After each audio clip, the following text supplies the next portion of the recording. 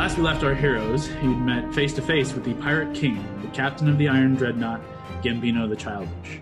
Mary stood alone for what felt like a long, potentially disastrous moment, instead developed into a dueling social encounter.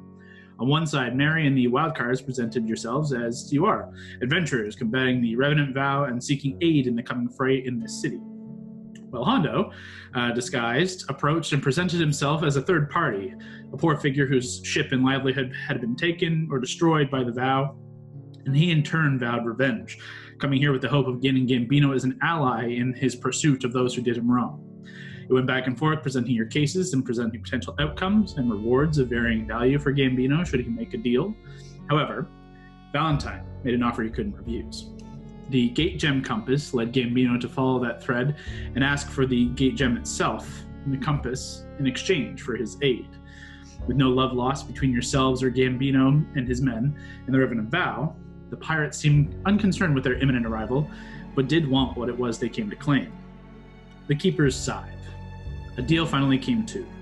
In exchange for his significant firepower to aid you while you combated the vow, he would slip in and take the scythe.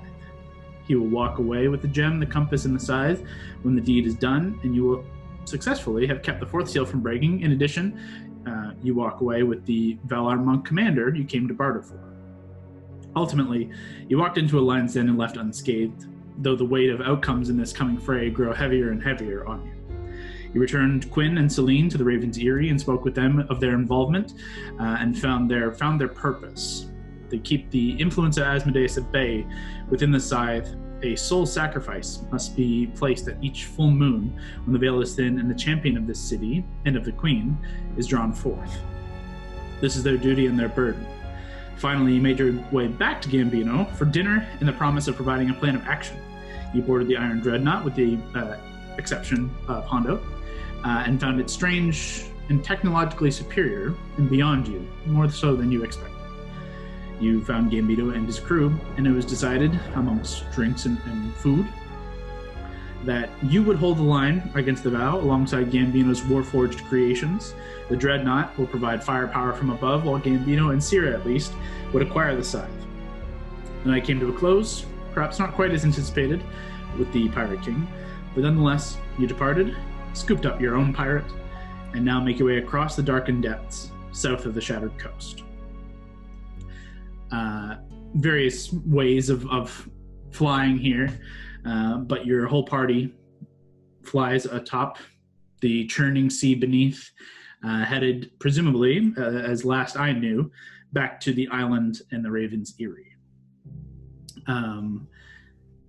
You will make it in an hour and a half of travel time. However, roughly 45 minutes to an hour of that time in, you will need, one of you at least, likely Valentine, as though he's the one who polymorphed Keith in the first place, will have to either re-up that polymorph, and provided you do that, and Alana, Keith, and Lavender don't plummet into the sea, you continue and make your way back towards the Raven's Eyrie. Is there anything you guys want to do or talk about in that roughly hour and a half long travel? Keeping in mind, Mary is atop Mira, Alana and Lavender, you're riding atop the owl form of Keith, and the boys are on the carpet. Well, I'm going to mark off this spell. Can I be looking for signs of that? I'm going to butcher it. Was it a Nightwalker? Can I just be looking over the city as we're going by, on the coast? Make a perception check. It's a natural 1 to start the game, Kyle. Ooh. That's fine. You would have had disadvantage anyways, so don't worry about it. Let me try. No. As you take off and you've collected Hondo and you're making your way back, we'll say about halfway on your journey home, you begin to kind of crest up higher than the 30, 40 feet above the sea that you've been flying previously from when you grabbed Hondo, when the group collectively kind of grabbed Hondo. And you have to fly relatively high over the height of the cliffs and the height of the city itself, and several hundred feet of cliffside. So you begin to gain height over time. And as you climb into the darkness above in a, once again, kind of heavy fog-laden sky and kind of rolling fog across the sea, and seems to just like come up from within the streets themselves of the city. It is impossible to see much of anything within or beyond the city. The darkness is overwhelming. There's no light whatsoever from within the city, and you have no sign of anything beyond your 10 feet in front of you. Terrifying. Then yeah, I don't really. We'll just keep going. I have nothing to say. If you guys have something to say, but I figured we'd just go to the island and then maybe talk. There's always time for talk once you're landed safely. Mm-hmm. So, safe travel. I think, being quiet right now when we know there's some freaky ghosts who did this last time, just fly around, probably a good bet. Used a 5th, by the way, just to cast Polymorph, just for the listeners. Out of 4ths. As the final, we'll say, hour and a half of your travel with relatively quick speed, though you are being as careful and quiet as you can be, for the most part, at least half of your party is almost perfectly silent as you're sitting quietly, just flying on a carpet. There's no real sound to be made. There are 2 creatures who are making sound, but for the most part, you hear no wails, you see no signs of creatures, ghostly or corporeal, and seeing the city kind of begin to slope down as you remember it doing so towards that horseshoe bay.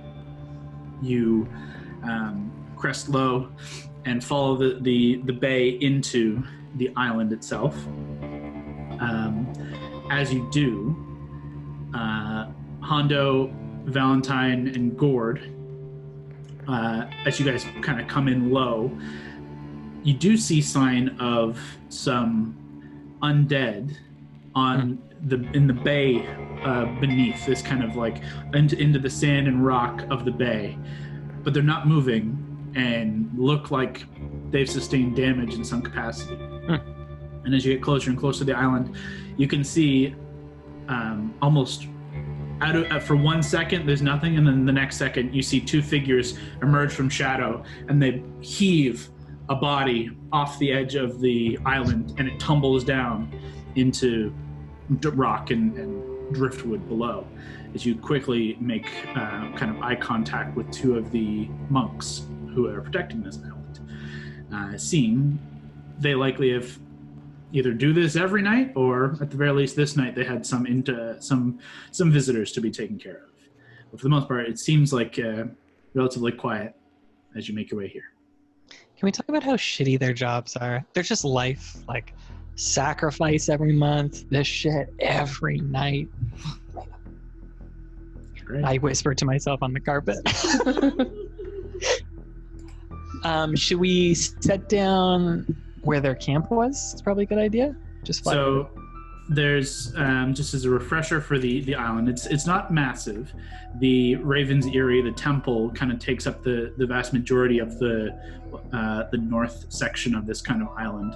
There was this little kind of bunker that they brought you down into that seemed to serve as their sleeping quarters and where they cooked and had any leisure time if they have any.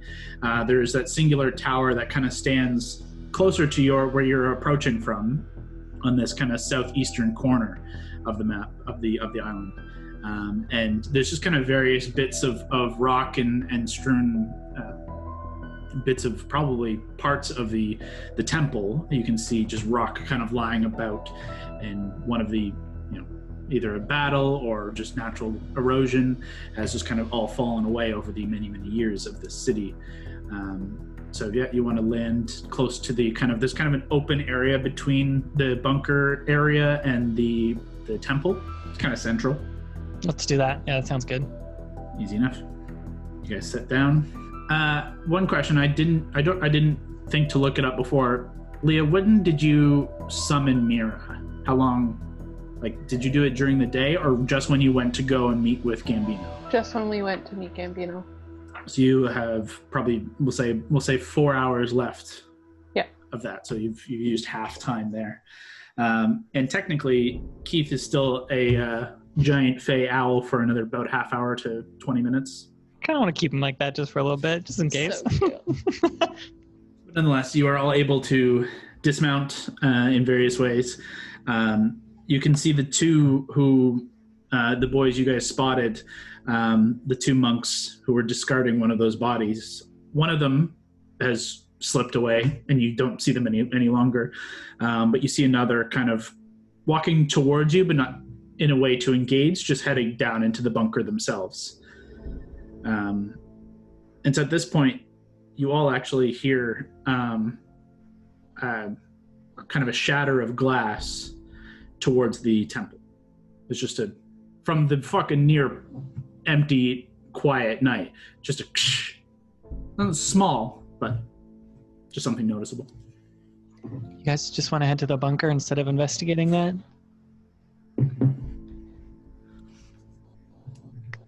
Guys, are you still there? Yeah, we can do that. All right. And let's be on the lookout for undead things. I'll just have my little hand on Aetherius as I'm walking. Sure. Within a short time. Go ahead. Hondo, did you learn anything while we were gone? What did you do? Not in particular. I just, just relaxed. Kept alive. I'm honestly impressed. I thought this was the last we'd seen of you. Well, sometimes you gotta take it easy, yeah. So, all right. Yeah, let's just keep trudging forward and be on the lookout for any spooky things. Yeah, if you want, you can make a perception check to see if you see anything.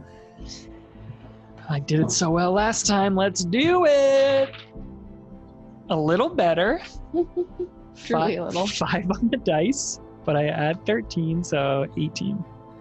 Yeah, you don't see any. You don't see any undead. You don't see any other of the members of the Valar. Though, as you kind of begin to make your way down into the bunker, and it's not so much a bunker as just like a recessed kind of quarters, like sleeping quarters. You see two figures are kind of tucked into bedrolls off in the corner in the darkness. There's a faint kind of low ember burning fire in the middle of this kind of makeshift fire pit, I suppose. And you see no other members. You do vaguely, with an 18, hear voices coming from the temple, and you can assume there's probably a couple people over there. But you guys are able to tuck in here comfortably. Kind of like announce our presence. You announce it to the two sleeping figures who just...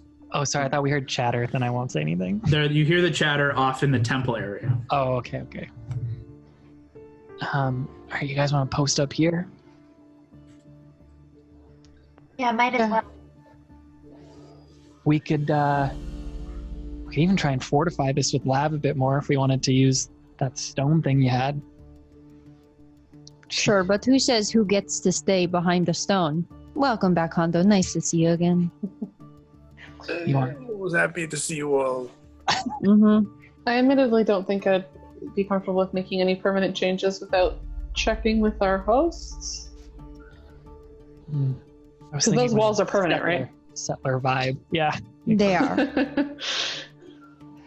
Then maybe before we do anything drastic, do you guys want to have maybe we should scout for our best place to fortify ourselves for a long rest, and then do we want to have a talk about what we're going to do tonight or tomorrow morning? Kyle, sorry, we didn't see any other zombies around, or? Nope. It seems like at least what was here has been handled, and you thus far have yet to see any other creatures pulling up out of the ocean or into the city. It seems quieter than the night previous, but you guys have been out for a couple hours in the night. Night's not over yet. Ominous words from the DM. Yeah. Unless we have anything that we want to discuss before we talk to the Valar tomorrow. I think we all probably have some more questions for them. We weren't able to entirely finish our conversation before we had to leave for dinner. And I bet they're not really open to talk right now. They're probably in like working mode. So maybe we just rest. Is there anything that we need to, this is Leah out of game, anything that we need to use time to like read up on, or like did spell gems still have spells in them, right? We didn't use, Allie, did you use your healing one, or is that still good? Nope, that's still good. I'm going to get my teleporting one back from Hondo. Hondo has Dimension Door. I'm taking that back. I guess we can have it back. Clutch move. It was not expended, so it's still full. Yeah. But is there anything else like that we need to do? Anyone can think of? Just me as well before we go to sleep, so we don't waste a spell. What book do you have? Do you remember that? You had like some book you're reading? You had a book on the like Feywild. Yeah, and all the queens. Yeah. Not necessarily going to come into a huge account here. Then there's nothing really I needed to do. I finished my book. I'm just going through notes to see if there's anything else.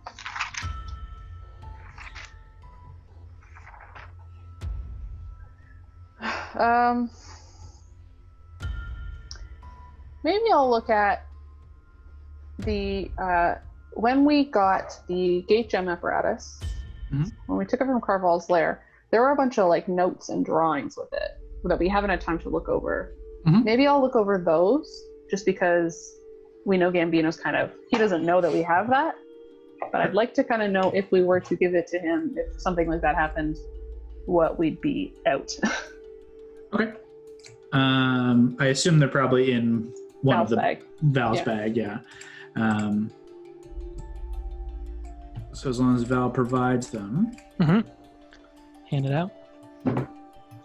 I'm going to look up where I have them while the rest of you figure out, is there anything else you want to do, or is this the only thing that's going to be researched or looked at before you guys take a rest? Or are you going to talk? We talk a bit? Yeah, let's do it. Go ahead.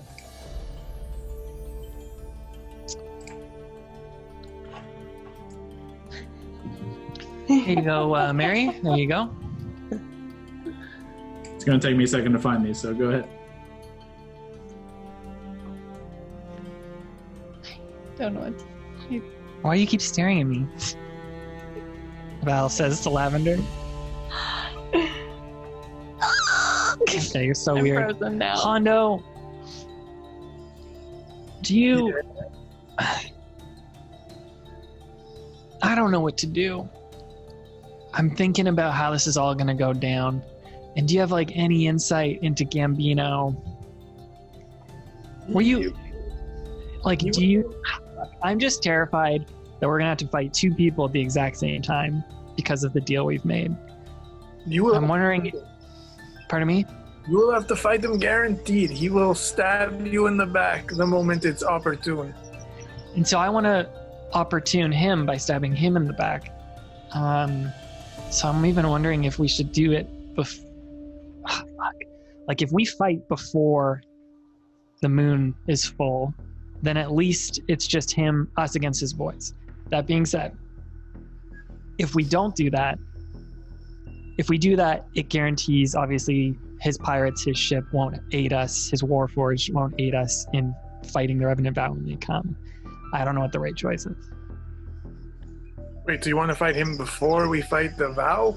I was thinking about it a little. I don't know. I kind of made that deal at the time, and it was a pretty costly deal with gate gems, but I just wanted to get... Jack Sparrow was there. I don't know if you met him. I wanted to get Jack Sparrow and Mary out of there because he seemed like such a swell guy. I've heard good things, yes. I think we have no chance against the Vow without his help. Yeah. So we gotta... What to expect from them? So we gotta double cross him. What I think we need to spend the next day and a half, is figuring out the perfect trap kill Gambino plan when we can time it so that his people are fighting the Vow, and then we can spring on him some sort of trap before he gets to the Keeper's Scythe. Because, like, here's what he wants to do. He wants to show up on the island, his people can be fighting the Vow, but he wants to be there before the ritual starts so they can march in and take the scythe. Obviously, I'll fill you in on like the entirety of our conversation tonight when we were on his ship. That's pretty much it. He wanted to guarantee, like, if we are the shield, the wall that's keeping the vow out, then he and his cronies get to go in and go for the scythe. And if they get the scythe, you're right. I think he's going to fucking murder us right away. He doesn't know you're here. He asked about you, pal. He was like, do you still know about Hondo the Blue? And I said you had just dicked off like you usually do. But, I mean, you have the element of surprise. Do we have to kill him? What if we just sent him to another dimension? I can do that. I have a plane shift ability when my spells are back with Aetherius.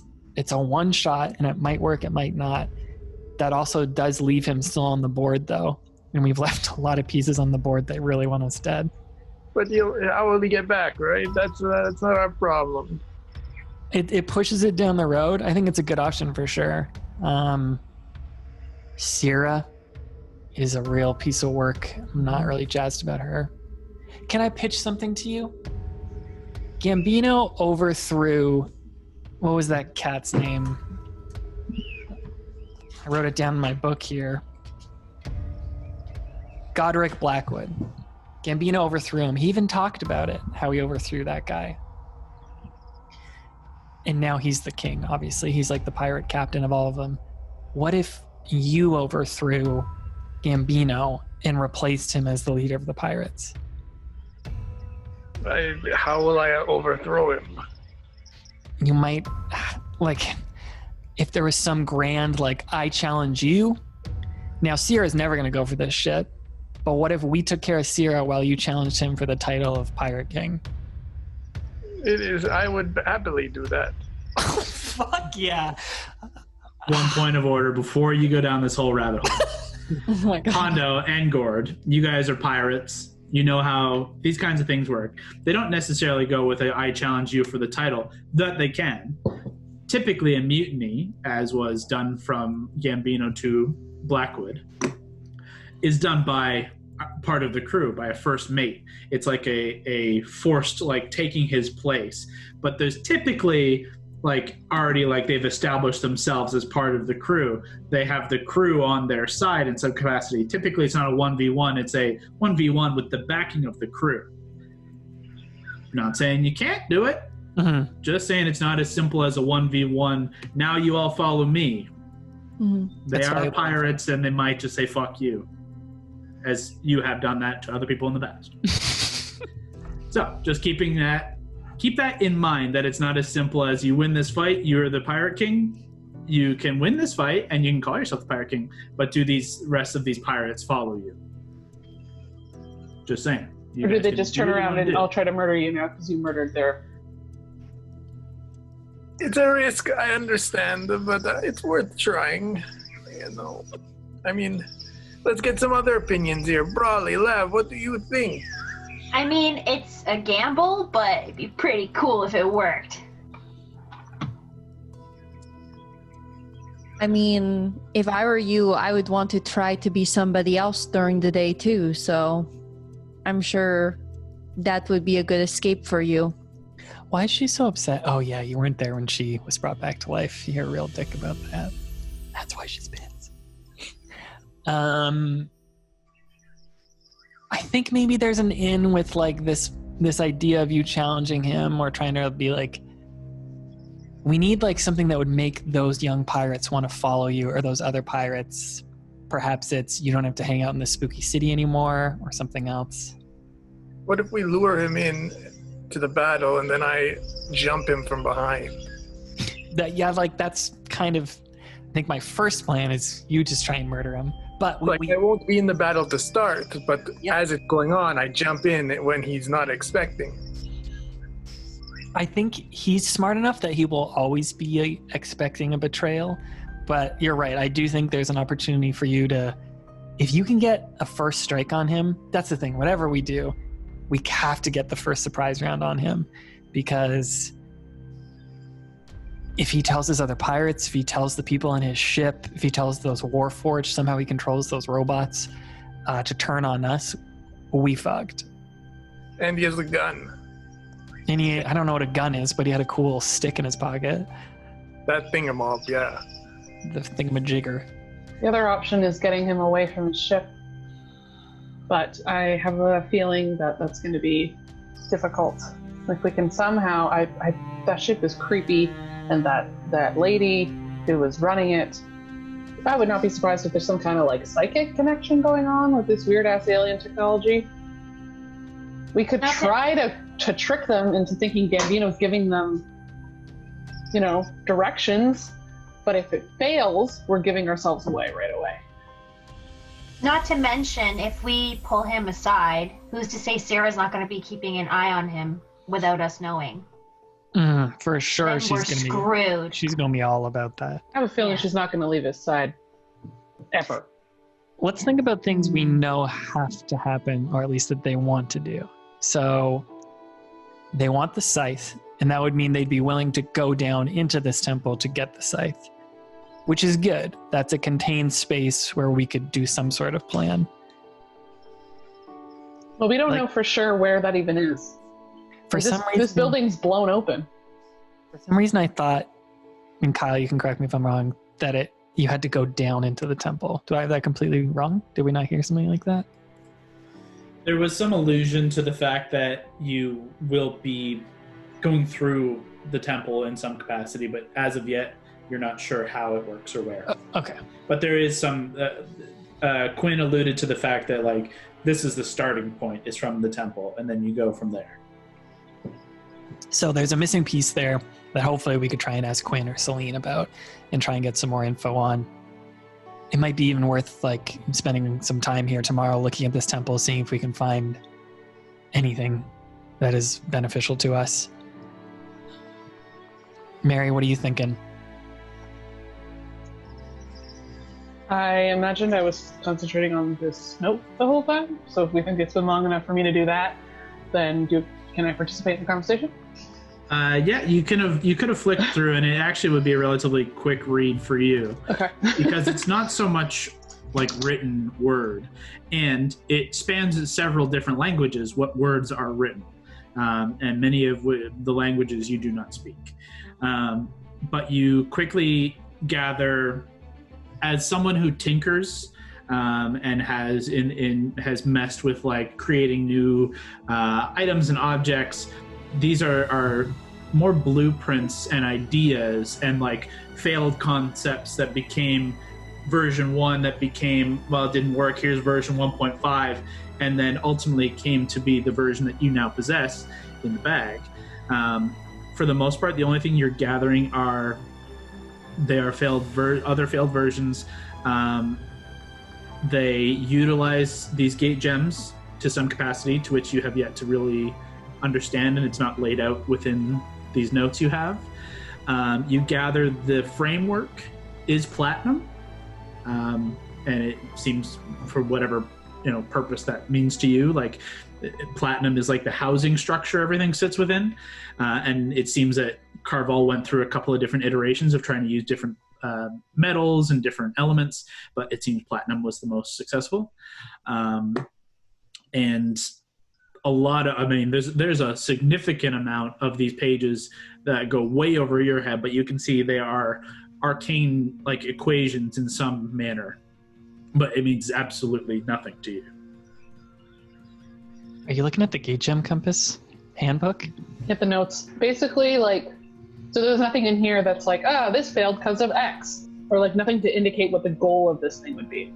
As far as you can understand, just straight up with there's no way you can roll for this.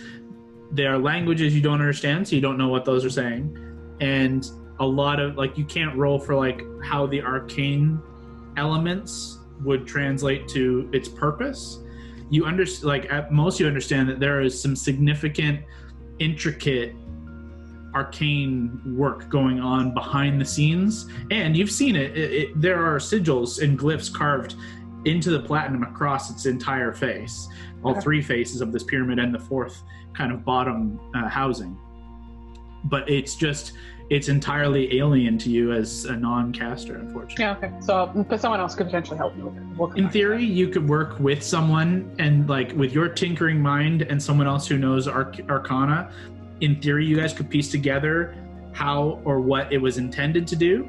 But you also could tell that these are not, these are the blueprints to find the way, not a handbook. User guide. It's not the thing you get with the final product. No, for sure. I was just hoping there might be something in here that's like, this failed and it didn't do this thing I wanted it to do, like something like that. But okay, well, I can look at it maybe with Lavender later because she speaks different languages and she knows what arcane stuff is. Sure. Okay, yeah. So I'll just like slap that shut. I also have Identify now that I could ritual cast. See if that helps us out. Possibly, yeah. I don't have a solution. We've put ourselves between a rock and an even bigger rock. Which one's the rock in this scenario? I don't even know anymore. I mean, obviously we don't want anyone to get this side. We'd love it to stay with, what's her name? Sirius Black. Right. Angel of Death. I'm wary of any plan that could tip us off early. If there's a way, honestly, the best case scenario would be to get the ship away from them, get the ship to help us, as much as it can. It can, at the very least, keep all the undead away. It could focus on that, or we don't know how many people the Revenant Vow are bringing with them. It could be just, the big bads. It could be a whole fucking army. We don't know if we're facing casters. We don't know if we're facing Eldrazi. We have no idea. Hopefully tomorrow, it's the Underdark, yeah. Hopefully tomorrow we can try to scry on somebody. Maybe get a view of what the heck was happening with them. I just think we need more information before we can make any decisions. Is it worth doing the fight instead of down here? Is it worth trying to do it up there on the ship? What do you mean the fight? Our double cross on Gambino. Like, is it worth us going up there to be like, we'll have a command in the sky, we can see where the fight's going in case we need to go somewhere before the temple hour hits that we need to be down there, and then we fight so we could try and take over the ship? I mean, we're putting ourselves in the middle of his territory, right? Yeah. Kyle, we couldn't see, when we were up in the ship, how many, Warforged and stuff did we see? Or how many, just generally as we were walking through, how many crew members? You're muted, PS. Yep. You saw no Warforged on the main deck or the captain's deck where you guys had dinner, or at least watched them eat. You saw none up there. On the shore at the chateau, you saw about 8 in varying stages of kind of patrol. Thus far, that's all you've seen. In terms of crew, you saw, I want to say, a dozen on the ship, but you're not. You wouldn't be able to really know whether they were the same guys you saw at the chateau. At the chateau, you saw about another 6, but like I say, you're not sure if some of those 6 are the same as the guys on the ship. But so far, you've seen at least a dozen regular old pirate fellows.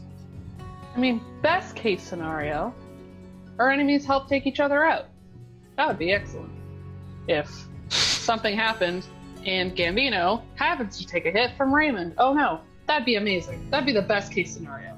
That's probably not going to happen. Maybe they both kill each other and we're just okay. That'd be so sick. Yeah. I'm going to try and, summon that into the universe. I'm just going to think about that. Attract it. I don't know. Unfortunately, I'm kind of with Hondo as much as those words taste bitter in my mouth. Where did he even go? I can't even see him anymore. He's trying to find beer somewhere. We could seriously use that firepower. Now, if Gambino's gone, we have no promise that firepower is still available to us. In fact, we have no promise that firepower is not just going to fucking turn on us just because. You said you have the ability to send someone to a different plane? Yeah. That would be incredible. I've never done it before, but... I mean, at least try. We know these things can fail. We know Gord has the ability to control someone. Mm-hmm. Could you send somebody to a chaos plane? I think I have to know the plane. Like I've had to have been there. So I don't think we've ever been to a chaos plane. Where would you send them? You were talking about planes. Like we could send them to the Abyss. I've been there and that sucked. Or the Shadowfell or the Feywild. Or Hell. So if I was to choose a shitty one, it'd probably be the Abyss. Like over the ocean, if I could pick it.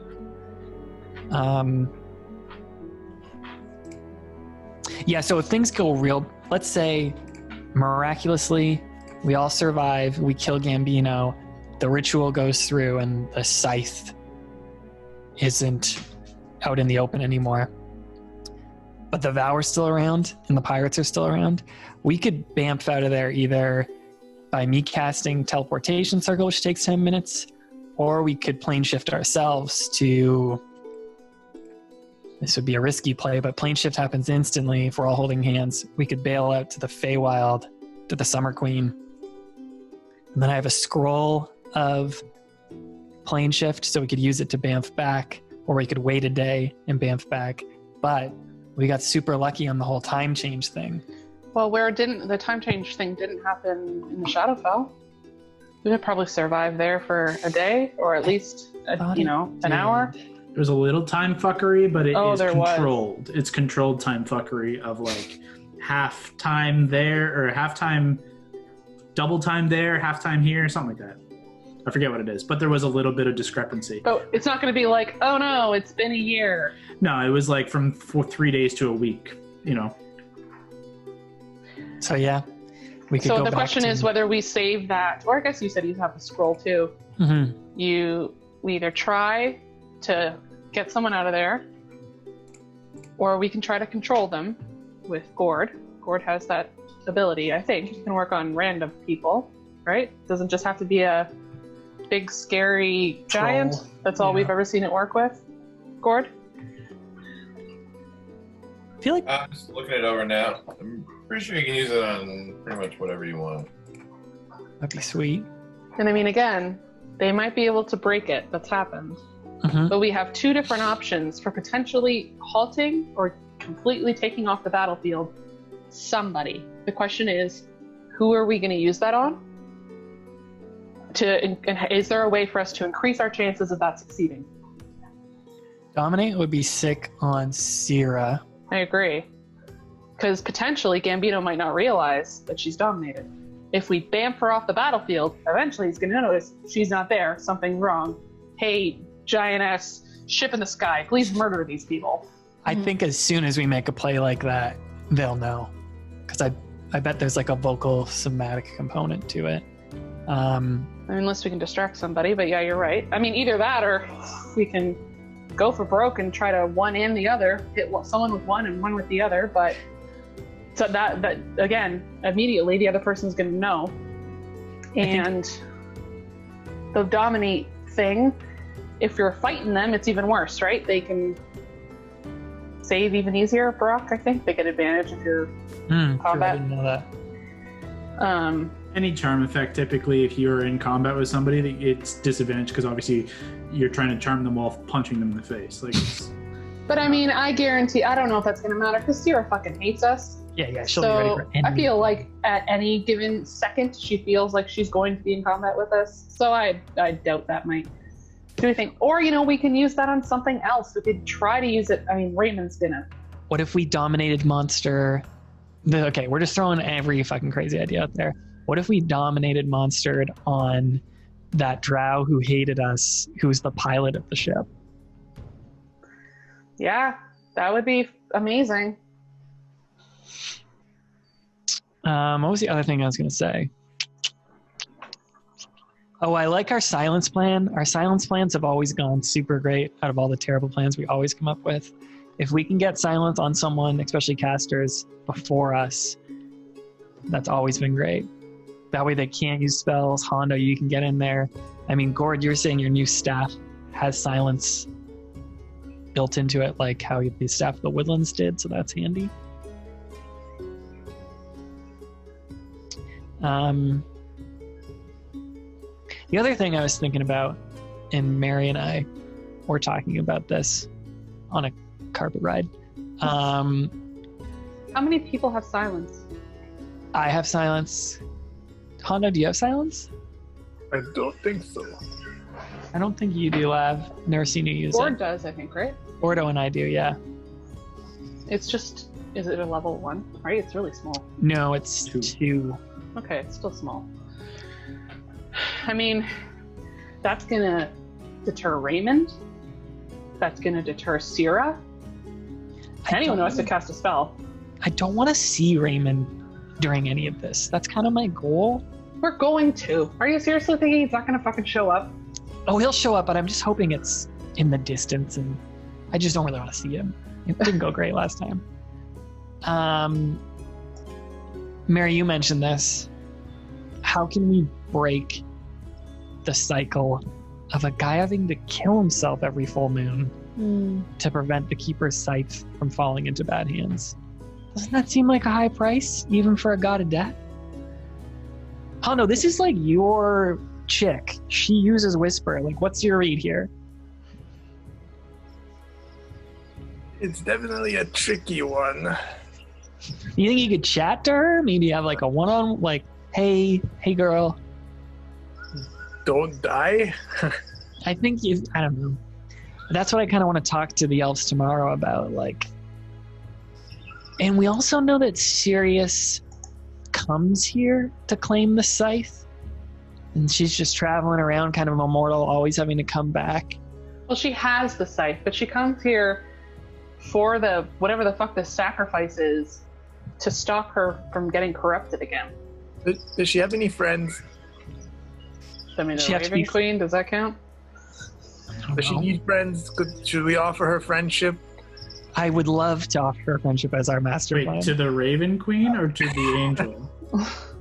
Yeah, the To Angel's be kind of honest, I like met her a couple times. She's pretty cool. You met the Raven Queen a couple times? Is it Yeah. the same one? Wait, is it the same angel thing that every time Val does his thingy? Does she have a scythe? Did she have a scythe? Don't think she had a scythe. I think I once tried to ask her that, and she was pretty non-committal. Do you have a good rapport with the Angel of Death? I don't think anybody has a good rapport with death, but I mean, I'm here, aren't I? That's pretty legit. You could say friendly with her. Friendly. Honestly, I would say she's probably getting sick of seeing me. It's fair. I wonder if it is, because that's interesting. I didn't think of that. I only ever saw her at a glance. during Every all time we those. do it, it goes like this. Do you have a sacrifice? No, then we leave it to chance. So the Raven Queen seems big into that. A self-sacrifice or chance. We offer Gambino as the sacrifice? Now, that's a great idea that I think Mary had last time, and apparently the tribute has to be Willing. to be willing. I mean, So we does willing count if they're dominating? I'd imagine that trickery is like, we can't rely on that. And also, I don't think you can, this is a side note, I don't think you can tell a dominated thing to kill itself. What if they don't know they're killing themselves? They're just No. like, we just tell it to want to kill itself, and then we kill it. Well, we don't know how this ritual goes. We gotta see if we can find more information on it. That's worth a conversation tomorrow. I also get, hopefully, the day of the full moon. I might get some of my connection back with the Summer Queen, which would mean Asterius and I could connect, and I could ask him a question. It's like a once a day thing. I can lean on his legendary lore, so we could ask him a question, but we'd really have to. We're in the end game there. We'd have to know what question we need the answer for. And is that the day of the full moon, or like when the moon is full in the sky? I don't know. So I can try that morning. I have this cool gauge that's like showing the full moon with the sword, but we're not there yet.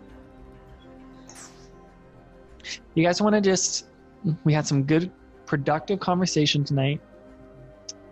Why don't we have a quick little nap for 8 hours, and then in the morning we see if we can ask these elves some more questions about the ritual. Before we go to sleep, Lavender, I might try to get your help with something.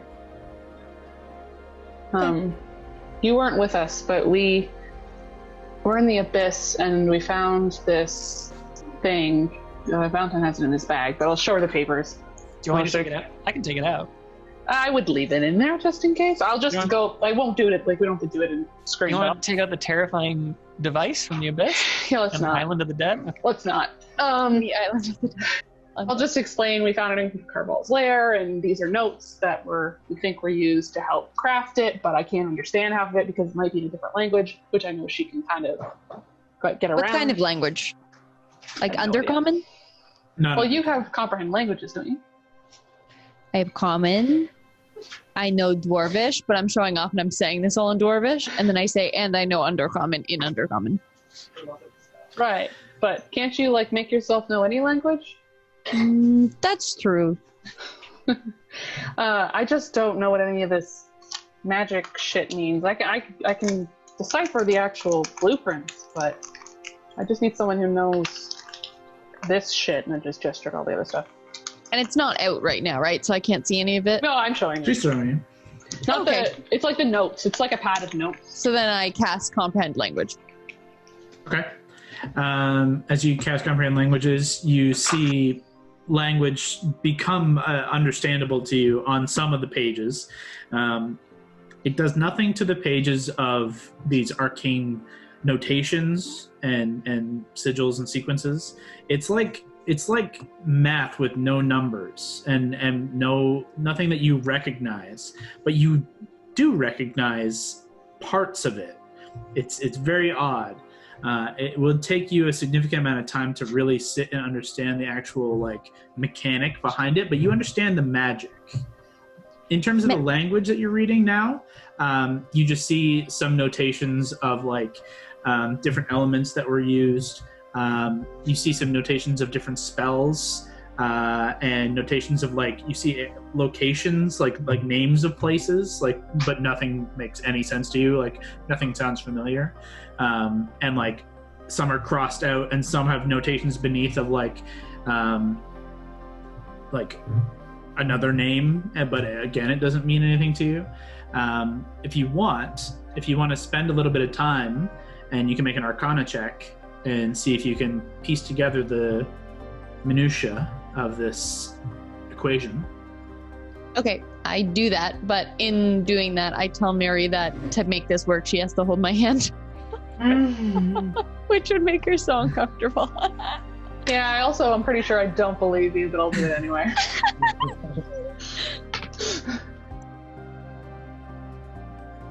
Okay, it's a 9. Ooh. 9. Unfortunately, the way you and your magic work are less of like an understanding of like why and how, but you understand like innately the source. You more feel the emotion of magic. You feel a living, breathing thing. This whole version of looking at magic as a science, as a mechanic, it's very foreign to you, and it's not how you view it, and it almost pisses you off as like you're reading it, and one, it isn't making sense, which pisses you off, but two, like it's the wrong way of looking at this beautiful thing. Mary, where the hell did you get this thing? This thing is so stupid. It doesn't make any sense to me. I mean, I see this in front of me. It looks like something I recognize, but all of it is just gobbledygook. Yeah, I mean, the guy who made it is a piece of shit, so I guess that shouldn't surprise me. Yeah.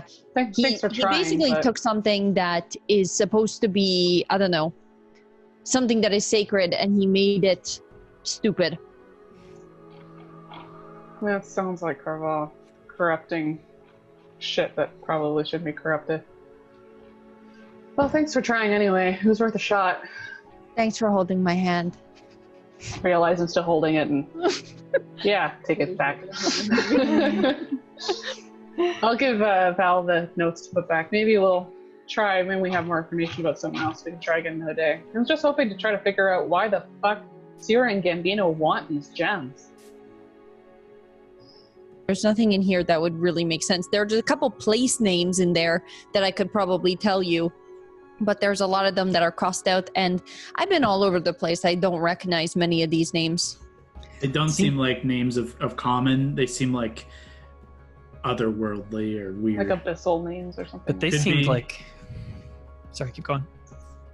They seemed like plane hoppers. Like, I think they want to travel. They want to take power from other realms. So I think these gems help them do it. Here's a thought. The last time we used this gate gem thing, correct me if I'm wrong, but it was in the abyss and it was to get to that spooky Carval place. Is that right? No, Never used the he gate just gem. had it. The gate gem apparatus had one? was... Carval had it in the center of his lair, and that's the thing Hondo tried to beat it with a fucking sword, and it almost murdered him. Yeah, it definitely kicked Hondo's ass a little bit. But the one thing you did when Hondo did try that was it seemed tied to the space that you were in, and it was otherworldly. It wasn't part of. I mean, you guys were already in the abyss, but it wasn't supposed to be there. I mean, the other gate gem, the ones that we gave him, your dad was using it to access a pocket dimension. Yeah. Maybe this was used to create a pocket dimension, and then maintain it in a way that Carval could control. Why don't in the morning I try and identify on it, see if that gives me any inklings into how it works. I think it's probably a bad idea to pull it out, you're right, in the spooky island in the middle of the night. But why don't we try it in the morning? And maybe this could be, if it's a portal, maybe we could use it and trick someone into going through it just to get them off the board. Maybe. But yeah, we should probably go to sleep. I had another thought. What was it? Ooh, we also have one more thing that we've never talked about. Hondo. In the lair of the Beast of the Kel, you found many a thing. We found the plate of the Valkyrie, some dragon scales, couple gems, of course. We also found a lamp. I believe it was a maybe fire genasi lamp. It gave me the feeling that there was a genie in a bottle, and it was like the Hail Mary play. Yes, this is definitely true. Can we identify that shit? I could also do that tomorrow morning. You give me 10 minutes, a half hour, I could do it all. I am very well aware of what this lamp can do. Are you? But you say that, but could you explain very specifically the details of how you'd use it and what the repercussions are? Well, let's just say that there's no guarantee the genie will actually grant your wishes and could actually go against you. Okay. Every time you say, well, let's just say, a little alarm goes off in my head. Well, yeah, let's honestly, everyone go through all their shit. There's got to be something else we can use. Maybe there's other crap that could be a great one. That could be interesting. That could be something we try to trick someone with, at the least. I don't know. I need to go to sleep. My brains. This whole place is fucking me up, and none of us got great sleep last night. Well, I can take first watch. Lav, you want to take first watch with me? It went really well last time. Yeah, sure. Sorry, Brawley. I think I should take the first watch. I think I should talk to him about something. Oh, yeah, you go for it. Okay, I'll snuggle you later. Okay. Keith pops from being a goat, from being an owl into a goat. As the rest of you begin to settle into sleep, Lavender and Valentine, you guys set up for watch. Either both of you make perception or one with advantage. Your perception is shit, no offense. Probably not me. I can take the Negative advantage if perception. you're willing. I never I'd love for you to have Okay, advantage. okay. But also don't tell me what to do. I never did. Just kidding. Wow. Wow. I got one better than last time, so 19. It's still good. You rolled a 1 and a 6. I rolled a 1 though for the first one. Oh Fuck my me. Good. I like Are we it. doing dice? I like it. You guys settle in for watch not long after having everyone gone to sleep or begun settling in. And you guys kind of take a position where This bunker only has one exit, one entrance, and there are some very thin, kind of slitted windows to look out to the western side of the bay towards where the dockyards are. And very quickly, just as you settle in, you look out and you look out the door. You don't see any undead seeming to rise. You only see a glint of one person up in the tower. Just for a moment, you see just a flash of one of the monks on watch, or maybe sleeping up there, perhaps. But just as you're about to walk back in and kind of sit down and settle in, Val, you catch a flurry of movement as one figure in kind of dark, like almost blends in with the shadow, darts away from the temple towards the city. And you pause just as you look out and you're like, that's kind of weird. And you're just about to look back as you see Quinn walking out of the temple, kind of rubbing his chin and slowly hobbling his way in your direction. Still hurt from the day. Within a few minutes, he'll be, well, less than that, within a minute, he'll be inside with you, but you notice him making his way. I think we should talk to him. He's had a shit day, though. I don't know. Let's just wait till he gets closer. I'll try not to attack him with my words. You should always try not to attack someone with words. Did I say that aloud? He moves very quietly, despite his pain, and it's very obvious pain, but despite that, he is very, very soft-footed and very, very quietly makes his way low, ducking his head. And you both see as he kind of a little bit of shock in his face, seeing the two of you both just kind of staring at him, like just finishing conversation. And he looks about and sees the rest of the gang kind of sleeping or laying down, nods, and kind of comes over and actually nods and then doesn't go directly to you. Instead, walks towards the fire and kind of stokes the coals a little bit. And you see him rustle up a little teapot and like set it in, pour some water into it, and sets it on top of the coals, and then makes his way over to you and sits kind of cross-legged towards you. Can you put some more water in there for me? Oh, I put in enough for the three of us. Oh, This guy. this guy. I made an assumption, but I appear to be right. You're an astute man. Hold on one second. Hey, are you okay? I've been better, but thank you. Who was that scampering off? We couldn't help but notice.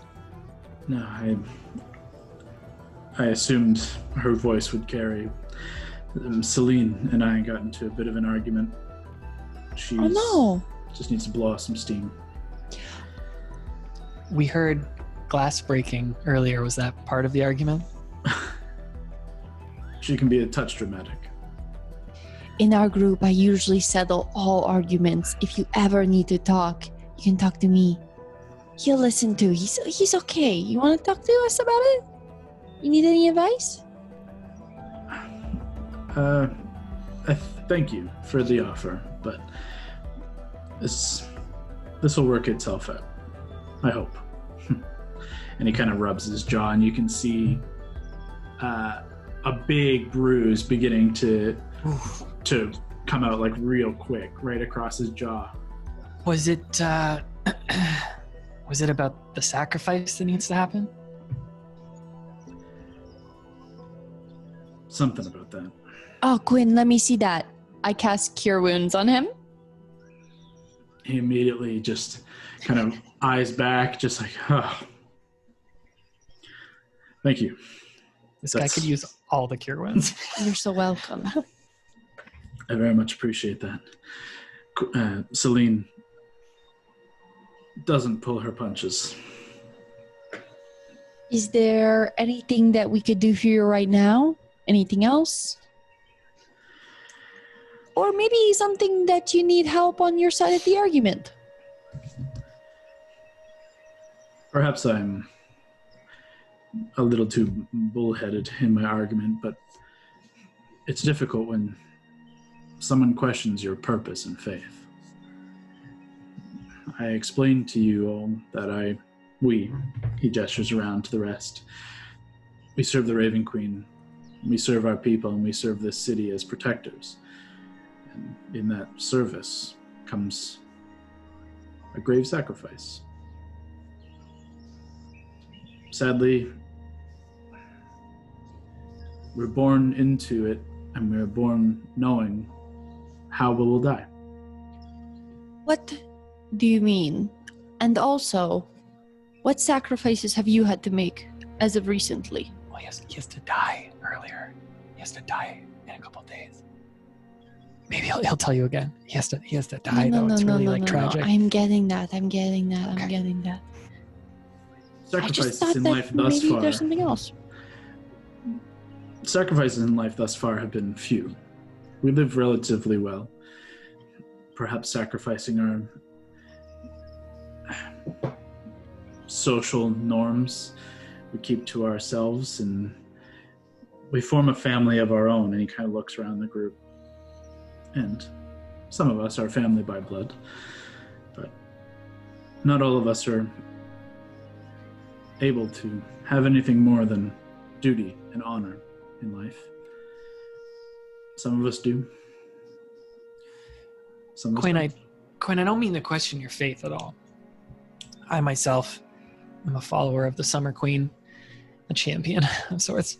Don't you feel, bless you, don't you feel like this is a steep price to pay continuously? And is there any way to break this cycle? Is there any way to, whether that be through Sirius, whether this be through the Raven Queen? What you call steep, I call right. It is fair, and it is just. By my and our people's sacrifice, the rest of Vesaria may live in peace.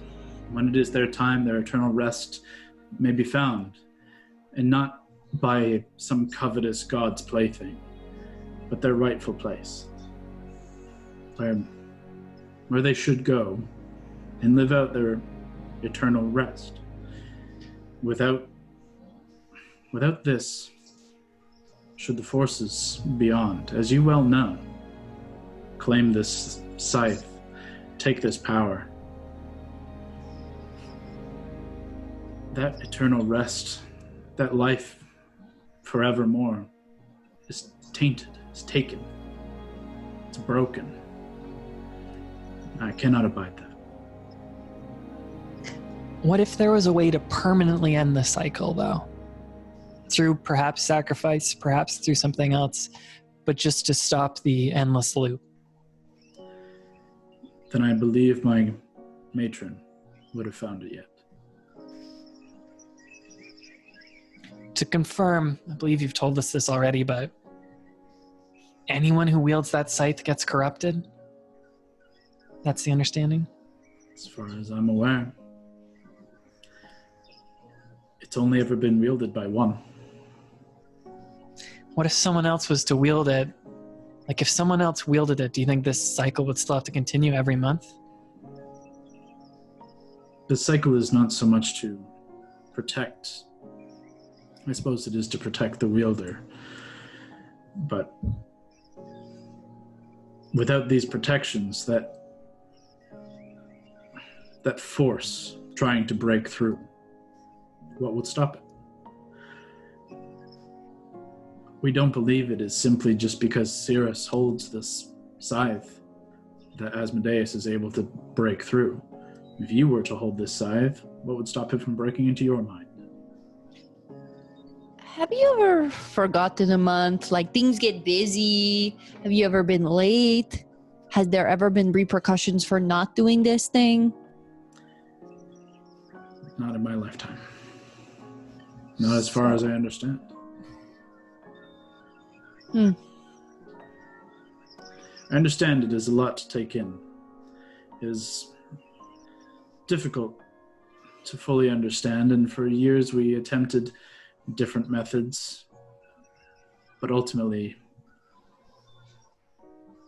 a willing sacrifice of a soul is what it took. Well,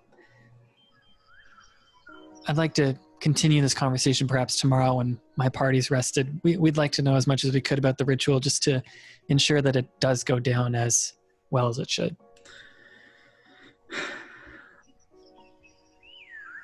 I'm prepared for it. Insight check. Make an insight check. Oh my gosh. What a Hell yeah. horrible night for you. That would be 3 wild magic surges in a row now. I know. There'd be fireballs all over this place. Where's my 5-pound d20? I'm gonna start using that one. It was a 1. I have no idea. Yeah, if you guys didn't get that, it's a 1. All right, guys. All right. You're having a difficult time separating your own group's potential sacrifice from his own. It's following along the same trajectory of laying down your life so others may live. Is that tea ready? He pours a couple of cups, and as he brings the cups across to you, he takes a sip. He says, if it's no difference to you, I'm gonna sit quietly for a time. I need to be, with my thoughts and prepare. If you see Celine, please send her my way. I'll be in the temple. Sure, I understand. I would appreciate it anyways. Thank you. Good night. Good night. Thanks for the tea. He heads off back the way he came, towards the temple. So, just you and me on watch now, I guess. Yeah, that's so sad. That guy's gotta die. I didn't realize that. I really wasn't clued into that guy. I thought somebody else was gonna die. No, it's Quinn. I just feel like that's not a good way to keep whatever you want going. All your followers just die. I don't know. I feel like I don't get it. yeah, we should try and break that cycle. I couldn't help but overhear you ask Gambino about a place with bubbles and... Oh yeah, have you ever heard of a place like that? I don't think so, no. Can you describe it again? I don't know. It's like it came to me in a dream. Maybe it's just something stupid, but it's like light, and it's like everything that you ever loved is there. And there's these bubbles, and it's just bright with these fluffy colors that I'd never really seen before. And you just feel lighter, and you just feel like you just never needed anything else than what was there. I don't know. Ever heard of a place like that? No, sounds really nice, but... Does that sound crazy? No, I think there's all sorts of... Listen, all of us are together, a lot of us at least, because of a shared dream we had, so there's power in dreams. Do you think that sounds like the afterlife, or maybe something that could happen here in this life? We've been to hell, the abyss, which, fuck. Neither of those places sound like this place. I'm just saying, we've been to some crazy places, and it was... I mean, hell's where, dead souls go that are claimed by devils. Oh, the more I learn about these planes and stuff, the more you yourself, Brawley, have been brought back to life. I think the veil between life and death is maybe not as permanent as we once thought it was. Okay, it wasn't a dream. Unless I was knocked unconscious and then got brought back. That's what I saw when I wasn't here anymore. When you were dead, that's what you saw? Yes. Oh. So could that be something of the afterlife, or could that be some sort of limbo? I don't know. Yeah, could be all those things. Could be what happened on it. What did you see? What were you told? I don't really want to talk about it. Sure. But the one thing I can say is that I chose to come back here. Did Brawley ever tell us about... Brawley, you can answer this. This is out of game. Did you ever tell us about you meeting your sister on that mountain? I don't think so. No. No, I think you did because you said you She's promised like, that we you gotta would bring her back. I remember saying, like, I gotta go get her back. She's waiting for me in the afterlife, but I never said anything about, like, specifically where I was. Right, you said, well, but Valentine saw that? Valentine saw through, like, through his time in the Raised Dead ritual, was granted, like, a doorway. Essentially, where the gem once sat in that area, you just kind of saw through to her, and you did see kind of but it just kind of looked like a snowy landscape. It didn't really look like anything to you, but you saw something. When I was bringing Brawley back, and you were instrumental in that, obviously, and I can never repay you for that. But Oh, that's one of the times, by the way, that I got to know the Raven Queen. Yeah. Yeah, that was cool. She was pretty cool. She was a badass. Yep. Like the CEO of death. It's pretty much what she is. But I saw like a snowy landscape, and I remember Brawley mentioning that she was so devastated because she left her sister there, and then we were able to get her sister back. So I don't know. I feel like... Oh yeah, we got her sister back. I myself had a near-death experience. I don't know if I've ever told you this, but when we were fighting my dad in the Shadowfell, I pretty much was done, and he had wounded me and basically tossed me aside into a fire. It was very awful. But I saw the Summer Queen, and she said because of how loyal I was and how this sounds like braggadocious, but I was courageous and I went for it with my friends, that she was able to bestow me a blessing to get me back. So it almost feels like when we're in these very dire straits, we do see visions of maybe where we're supposed to end up, or where there's some sort of connection, whether that's through our magic, whether it's through our I'm not history. you, Valentine. I'm not you, Valentine. I don't have a Summer Queen. Hold the fuck up. You don't have to scream at me every time I talk about myself. It's just like sometimes you think that I am on the same level as you. Sometimes you think that I just know everything that you are going to know or are going to have access to what you have access to. We grew up very differently. I understand. Listen. It's okay. I'm not saying you're me, and you don't have to have all the answers, because I certainly don't have all the answers. But what I'm trying to tell you is we've gone to crazy places. We've been to hell. We've fought in a devil pit. Again, we're talking about myself. But you're part of this team now, and we can do crazy stuff. So if you saw something there on whatever pink butterfly bubble rainbow place you were, there's a good chance we could get there too. Okay. We just have to, stop the fourth seal of hell from opening and unleashing. When is this watch over? Oh, I think we're just like 15 minutes in, so another 3 hours? As I was saying. Okay, I think I'm going to draw on my notebook now. Okay. She just kind of, thanks for talking to me. She just kind of walks away, and she's kind of frazzled because, like, he just still doesn't really get it. Listen. And he's talking to me so slowly, and I'm just like, no, you fucking listen, boy. You don't have to scream your He's point. all like, I got my... You don't have to scream your Because I point have to a get Summer it across. Queen, We're and on I'm just like, watch, oh my for God, I God's don't have a sake. fucking You're Summer waking up Queen. the family. Maybe you do have that, but if you open up a little more, there's power and vulnerability. I think she opened up a Why lot don't you draw on your phone? to you. I'm going to ask Brawley about this shit in the morning. An awkward couple hours after that. Amanda would love to open up to you, Scott. Lavender notes. I don't want Amanda to. Lavender notes. Your watch does come to an end. Who do you wake up? Who do you want to get up? You want to sleep with Brawley for a bit, so I'm probably not her.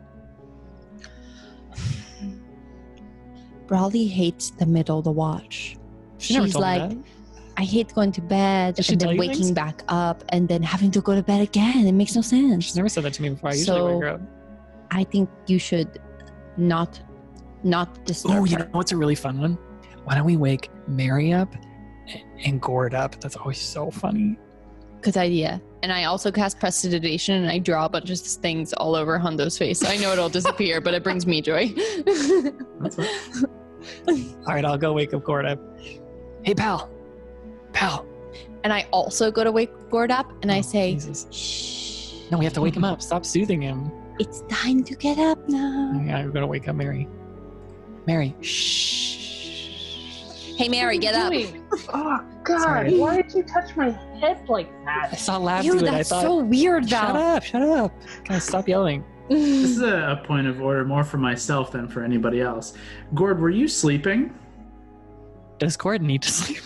Yeah, does Gord sleep? Gord doesn't need to sleep. So Oh my God. you need a rest, so you need to be resting, but you don't need to be sleeping. If you want to, you can just choose not to be sleeping. I kind of forgot about that until recently. Yeah, you don't need to actually be asleep. So ever you want to be asleep, let me know. Or if you're just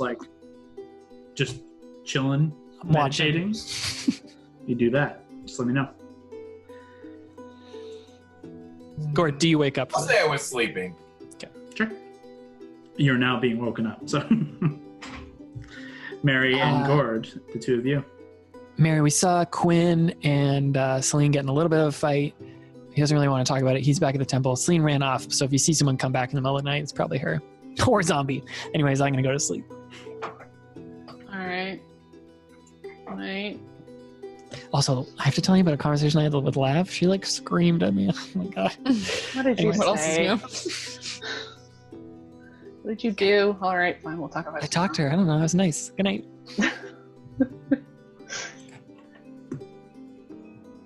I love that that's Mary's reaction now. What did you do? Use girl power. Relax. I'm asleep. That has been her reaction to a lot of Val shit from the beginning. What have you done? What have you done? What did you say? I picture Lab trying to get between Keith and Brawley. Yeah. Just pressing in. No, don't wake up yet. You're next. You're next. So Mary and Gord, either both of you can make perception checks individually, or one of you with advantage. You can make him if you want, Brock. Brock, make it with advantage. Roll twice, take the higher.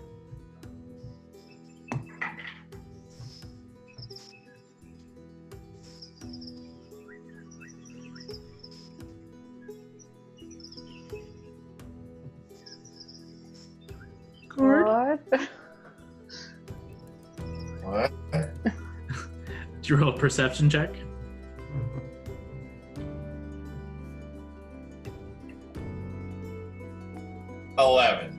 At advantage? Roll a second one, take the higher. 25. Hey. It's better. That's way better. Gord, you, for the first hour of the watch with the two of you, nothing seems to come to pass. You both just kind of sit quietly and are in your own thoughts, in your own little worlds.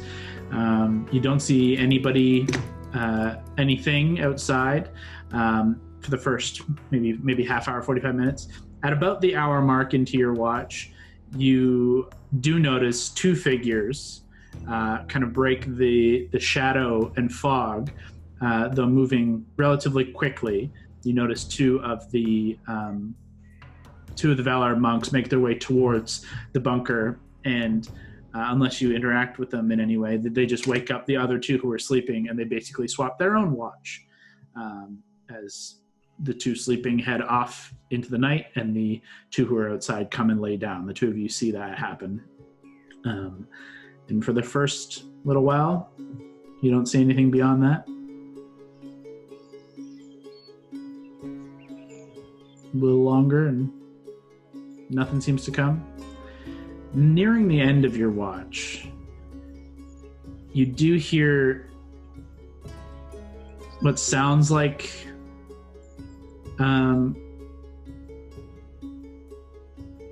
restlessness out into the city beyond. You hear kind of a larger focused sound of of the undead moving about, moaning and groaning and kind of getting amped up in some capacity.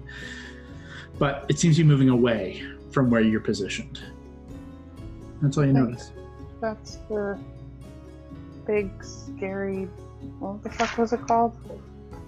The Nightwalker? I was going to say Deathwalker, but then, yeah, the Nightwalker thing? You don't see anything. You just your cat ears catch it. What the fuck do you make of all of this, Gord? You're quiet when we were talking about it earlier.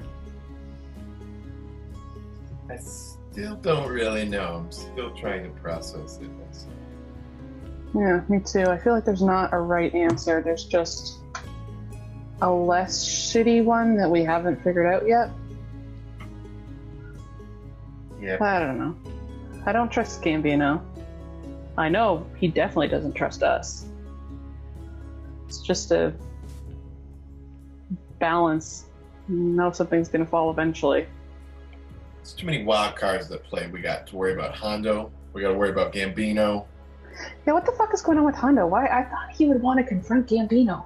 I was like positive that he was just waiting when I was in that courtyard all by myself. I was positive he was gonna pop out and be like, "Yo, bitch, I'm here," and yet that never. Is he scared of him? Yeah, I don't know. I don't know.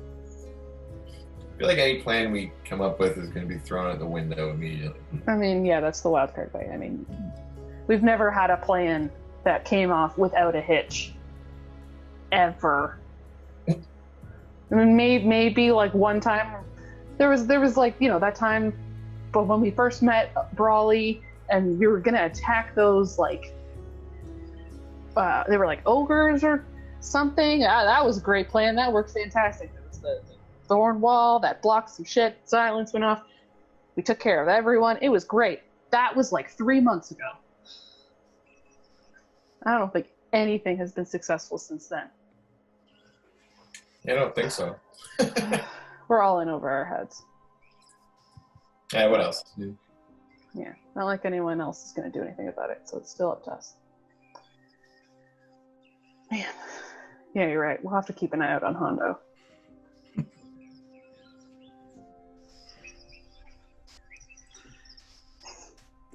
Quietly, silence resumes once more in this bunker as the two of you go to your respective kind of thinking places. But nothing seems to come. The raucous kind of sounds of whatever was happening out in the city beyond tapers away and seems to move away rather quickly, so you don't hear anything beyond that initial kind of roar. And quickly enough, your watch comes to an end. Unless there's anything you wanted to do other than a little chat, you can wake up your next parties. Yeah, I'll wake up, Hondo. I'll wake him up too. You do? Go ahead. What do you want? What do you want? Your turn, man. And actually, I should probably get a win out, too. I'll give you 5 gold to finish it for me. I need to sleep, man. I would like to not be dying tomorrow. Very well, very well. Yo, he's scared. He's scared he can't even get out of bed. You're asleep. Poke a Lana to wake her up, too. Oh. Well, I guess... Oh, we can't hear you, Allie. Oh, We couldn't hear you at first. There you go. There you go. Oh, no, Oh no, your mic is weird. It's so quiet for some reason. Hey, you're very quiet. It's like, sounds like it's maybe not It's using... like going through your camera mic, maybe? It switched it Hey, that's better. There we She's go. back. automatically. That's so weird. Yeah, that's very You were weird. just struggling to wake up is all. You were just a little Yeah. sleepy. Is it morning? Oh, no, it's my watch. Okay. There was something really loud and weird happening in the city. Gord heard it, but we couldn't see shit. It sounded like it was going away from us, but we'll Okay. see. We'll check it out.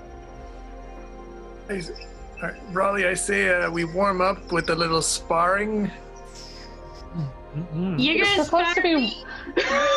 Yeah, one, Yeah, she's gonna Brawley would murder kill you. You're Silent supposed to be watch. watching.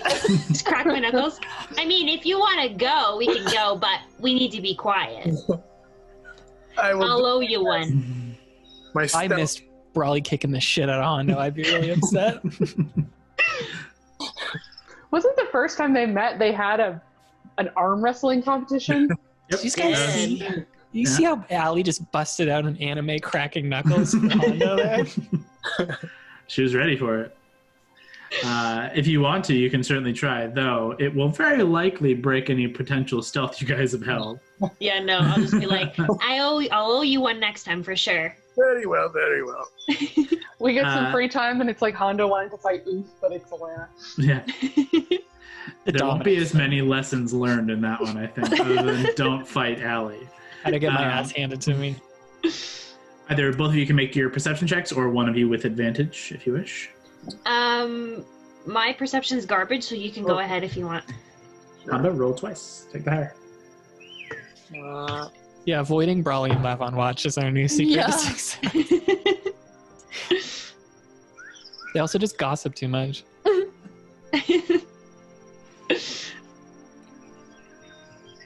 Oh, So let's see. sorry, it's not showing up. That's okay.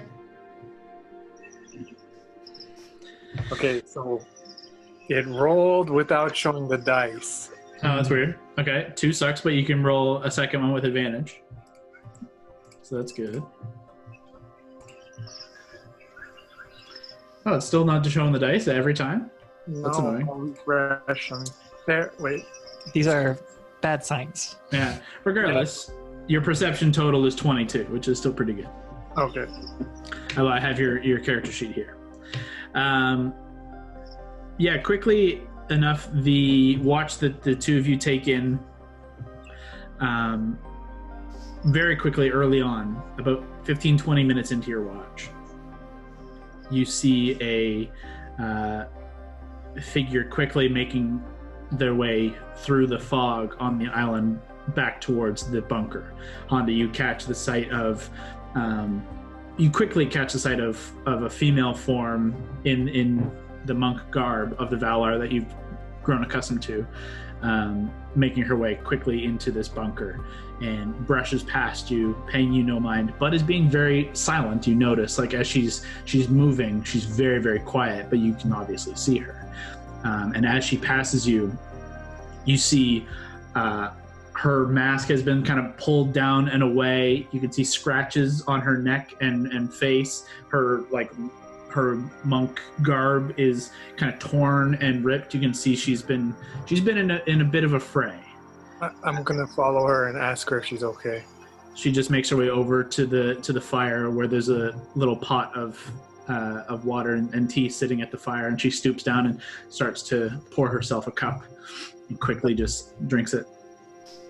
Ma'am, are you okay? You look a bit rough. Don't call me ma'am, Hondo. We've met.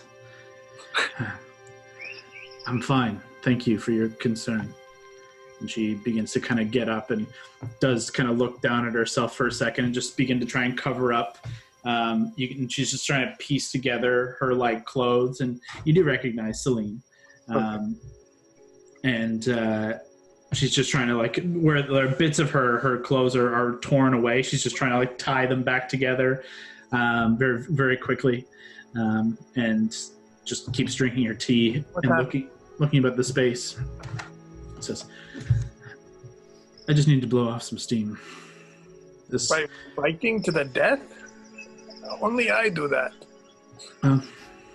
Apparently you don't live in a city of the dead and train by beating the shit out of undead. You should try it sometime. It's very cathartic. Might well do that. Probably. Do you think we should go check it out? I mean, I think we should wait with everybody else just in case, but that's just because we got bigger stuff going on. I'll be honest, I didn't leave much left, so perhaps tomorrow night. Anyways. Okay, I'll tell you what. I'll be back. I just want to kill one zombie, get it out of my system. I'll be back. And I run off into the Oh, please be careful. Hondo takes off into the night as Celine looks over to you, Allie, and says, he obviously didn't hear that I said I just kind of took care of it, but... Yeah, that's Hondo. Well, as long as he doesn't meet anything bigger or badder, he'll probably be fine. Let's hope not. If you need me, I'll be in the tower. And she exits and away. Hondo, you run to the edge of the island. Make a perception check from there. Actually, this is just straight up. Ooh, your perception bonus is 12, so 29. You scan the eastern shore across the bay here, and where you guys were kind of camped out in that structure the night previous. You can just the island sits up a little bit higher, and you can see down into the streets. You see it's littered with bodies. You see maybe a dozen of like humanoid-looking figures that have just been smashed, dead. You don't see anything moving, at least from here. I'll just investigate, see if there are any valuables on the bodies then. Sure, throw an investigation. A perfect Hondo choice. As you scroll through that, Investigation is 11 as well, so 22. you quickly race across the other side, and you start kind of going through the various bodies. First thing you notice, these are all like waterlogged, soaked bodies. You notice that they're covered in like bits of seaweed, and their barnacles are like growing in and out of the skulls where there are like fractures. You can see like they have spent a lot of time in around the ocean. All they seem to carry on them are what bits of cloth and leather still remain that has not been completely eroded away or covered and caked in salt. You find a bunch of like kind of rusted blades and like short swords, scimitars, daggers, but they are all heavily covered in rust. Okay, I'm going to take one of the scimitars. Okay. And I'm going to bring it back with me. Okay. And Easy enough. I will use it. I'll save it until when I need it. Okay. I'm gonna save this rusty ass piece of trash until. There's a purpose for it. Trust me, my lady. I think you have a couple random rusty swords that you've done the same thing with. That was the name of your other ship. The Rusty Sword. Sounds like a shitty dive bar. Make a straight dex check for me, Kev. Oh, you're gonna get, what is that? Rust disease. Tinnitus? So whatever this roll is, okay. Damn. Tetanus is what you were looking for. Oh, you're gonna get tetanus, baby. With your dexterity, you do deftly handle this scimitar, and it doesn't do anything to you as you make your way back. I just go up to Bronley and be like, this will be a good gift for someone. Oh, I'm sure. Yeah. You just see a rusty, shitty-looking scimitar. But Wait, if you want to kill some people, I just killed like 20 people out there. They're all dead there. Whoa. Oh. Well, that's good then. Easy night. We kind of need one. As I said, considering if what you we've want to been go through. let some steam off, I'll watch here. You kill a few. I'm good, actually. It's been stressful. I get you. I will say, though, if you don't mind me asking, I know I haven't been here long, and I wasn't here. I didn't know you guys when, the whole Gambino thing first went down. But if it's one thing I did know from this whole time was everyone's been saying how much that you've been waiting to get back in Gambino and all that kind of stuff. How come you didn't get him? Are you waiting? Are you like, oh, you've got a secret plan, don't you? I see how it is.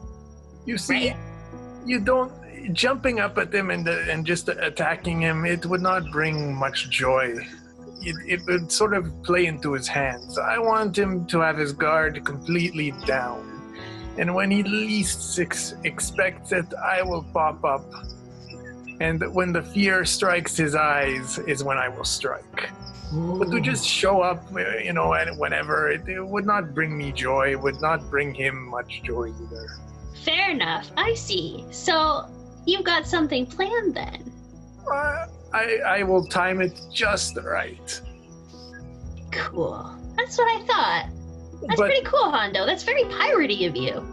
I'm a scheming pirate. I'm not in your face all the time like it might seem. Maybe that's something we may share in common. We're very subtle about these things. Maybe we're not so different, you and I.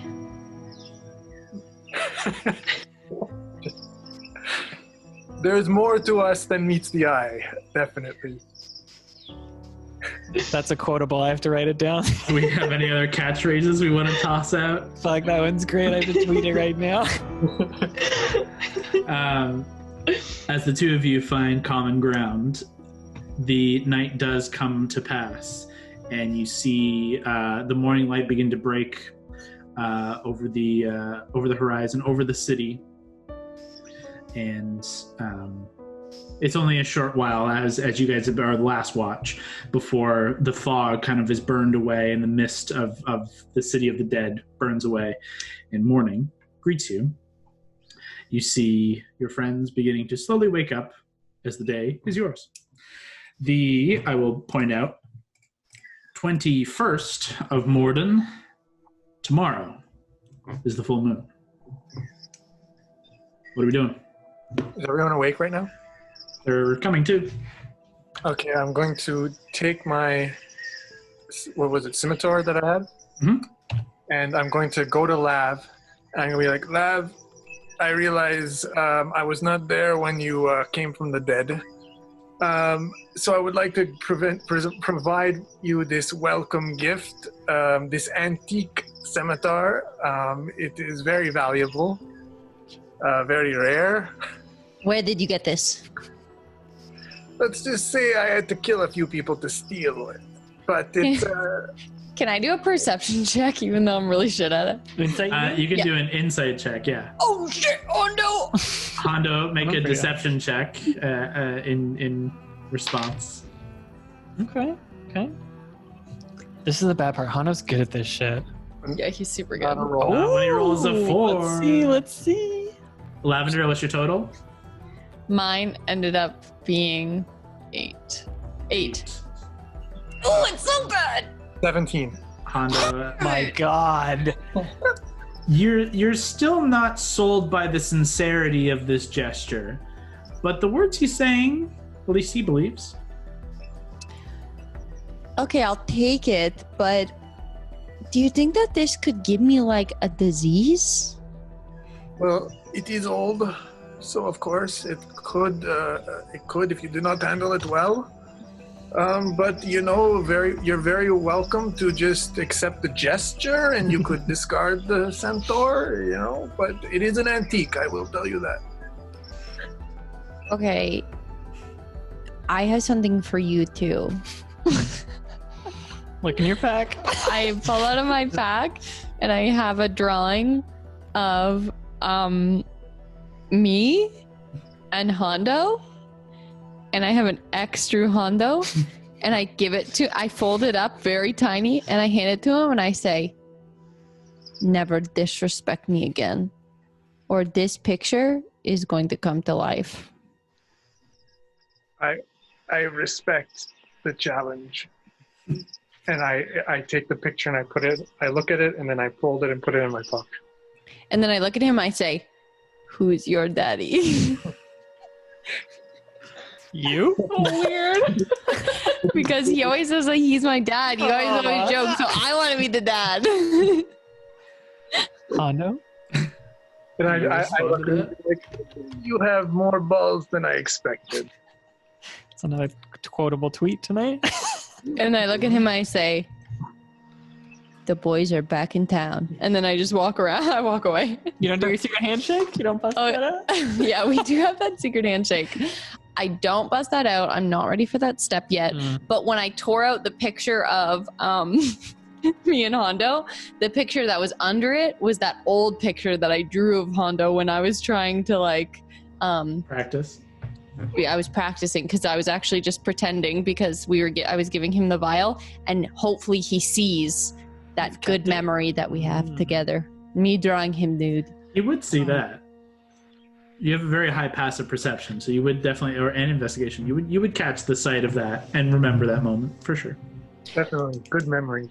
Lavender turns away. She walks away, very straight-faced, and then she just kind of she smiles and walks away, and she does feel a lot better. She's Lavender, had a go.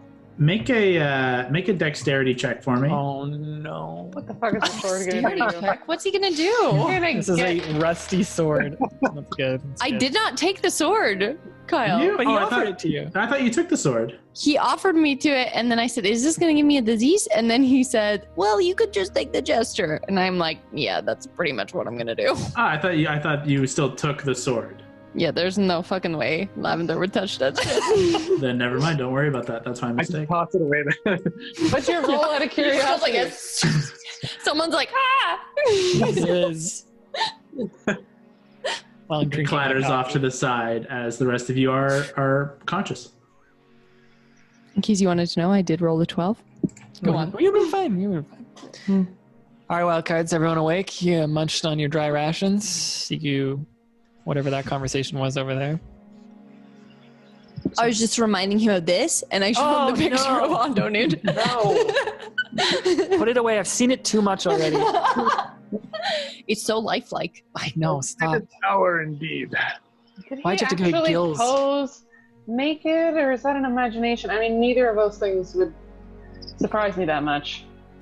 I'm practicing for when we're not doing this save the world thing. I gotta have something that'll make me money. It's good to have a side hustle. So porn, yeah. That's, I mean, It's live drawings. all right. All right. Maybe that's the way to Gambino. You ask him to sit for a live drawing, but Hondo's the chair. He comes to life. Boom! I Murder. do like it. So Diabito sits on Hondo naked. So Yes. things. And then Hondo, stab, stab, stab, with a dagger. Step, step, step. Are Are any the of monks up? Yeah. Yes. Are they still sleeping because they were? Oh yeah. Two of them are still sleeping in the corner. They have not exchanged their watch. They seem to be Trying on a to. longer watch than you would be accustomed to. So, my boy Quinn said he was going to the temple. Did you guys see Celine? Any of you see Celine on watch? Yes, I saw her. She had been roughed up a bit. She had been fighting some zombies, I think, apparently. I think she's blown off some steam. And yeah, there were a few out there, so it was a eventful night. You The fought some message people definitely last night? didn't. Oh yeah, I took a few out. I need to let some steam off, Oh, sorry, man. because Brawley Message- wouldn't spar with me. Why are you apologizing to him? He just said he wanted to do that. Well, it sounds like Brawley blew him off, so that's kind of upsetting. I'm sure he's had a long night. Well, I didn't want to wake everybody up. And I think he'd That's smart. probably do the same. I accept it. It's okay. I got action. This guy Okay. knows what he's doing. He definitely knows what he's doing. It's a question Okay. of whether he shares what he's doing. Very astute. Perhaps we should go talk to either Celine or Quinn. Why don't we actually talked to Lav and I talked to Quinn last night. Maybe we should go to that tower and see if we can talk to Celine, get her side of the story. I Guys, agree. cool with that? All right. Hondo, you seem to have great rapport with her. Why don't you lead us there? Very well. Easy enough. Go. You make your way outside of the bunker with the rest of the wild cards in tow, and you make your way across the island to this this very singular spire-like tower. There is a door in its face, kind of facing the direction of this bunker. It is not locked as you make your way inside, and it's a very simple main floor. You see there is a bedroll, or two bedrolls, I should say, on the main floor, and then there's just a tall spiraling staircase that seems to rise up the full 20 feet to the upper reaches. Do you just make your way up there? You don't see anybody here. Would we all fit? Individually, probably not all up top. By looking up at it, you can see it probably holds like maybe 4 or 5 people. Maybe Honda, do you want to go up with me, Honda? We can ask her if she wants to come down if she's up there. Sure. Anyone else want to come, or we can just go grab her? Okay, great. She might have something that all of us need to hear. So if you can get her down here, that'd probably be ideal. Yeah, we'll bring her down. The two of you make your way up top, and it's a very early morning. Many steps. You feel the slosh of your early morning rations and coffee. But you do make it to an open hatch at the very roof. And as you kind of poke your head out, you see Celine kind of sitting up on the edge, and there's a circular wall around here, and it's about 3 feet tall, and there's about a foot wide kind of ledge that goes around the entirety of it. And there's these long, tall archways that all connect up to a point at the top of this spire. You can see in the center there is, but it is kind of unused, this tall brazier, and you can kind of see that it rises up to a point. There's a kind of a lattice work of braces and things, and you can see up within kind of dark feathered looking birds like crows or ravens. You see Celine with her kind of back against one of the arches, looking out to the sea, looking to the south, just kind of sitting like fully up on one of the ledges with her feet up against the other edge of the arch. She turns her head to you and says, "Can I help you?" I look at Hondo. How are you doing this morning? Rested enough. Healing up. Did you go out and get any? I slayed a few. It was a good night. Surprised you found me after I was out there. Well, I mean, you didn't kill the entire dead now, did you? You don't know that. I just so amused. I just like. He's like, would you mind? We had a couple questions for you. Are you okay to leave the tower?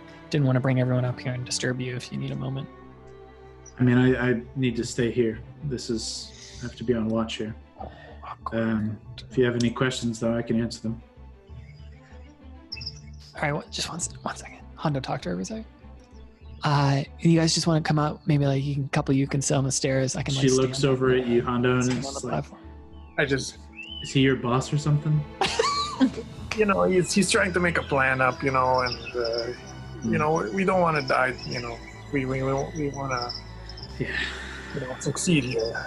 But how we do it is a problem, and we're hoping maybe you can help us. Right. You guys want to come up? They're still talking. If you guys want. I'm just walking around. I don't hear any of this shit. Someone tell Lab. She's probably walking around. You guys all gonna try and squeeze up here? Yeah, So we can try. we can try. Okay. So I can do Oh it. God. I'll scooch to the, try and put my feet up over the side, just try and make some room, just try and put my back to it and put my feet up. There are 3 different open archways. You could position yourself in one of the other ones. As the rest of you come up here, in what order? Give me a marching order here, because someone's not going to get in here. Raleigh, don't you think that we should hang back just a little bit like last time? Yeah, we can do that. Or someone can go on my shoulders.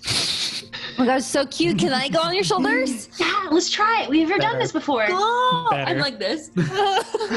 Lavender climbs on top of Raleigh's shoulders as you make your way up the stairs. Okay, You're make basically some touching the room. ground. He's just like, Keith down. Keith remains. Yeah. He can't even get through the He main remains. door. Yeah. But with Lavender atop Brawley, Okay. you do all squeeze into this space. And Celine, as the rest of them begin to file in, she begins to get increasingly really? All right. I guess everyone's coming. Look, I need you kind of give away the whole element of stealth when there's 30 people up in here. So if we could Make it quick. preferably. We talked to Quinn last night. Sure. Saw the shiner you gave him. It was pretty good. That's what I do. Now, we were trying to talk to Quinn and trying to get a... Well, he seems like a stubborn ass, and I'm sure that that's not news to you. No, it's been that way his whole life. So tell me what you think. Tell me what you were saying to him. Is there any way out of this?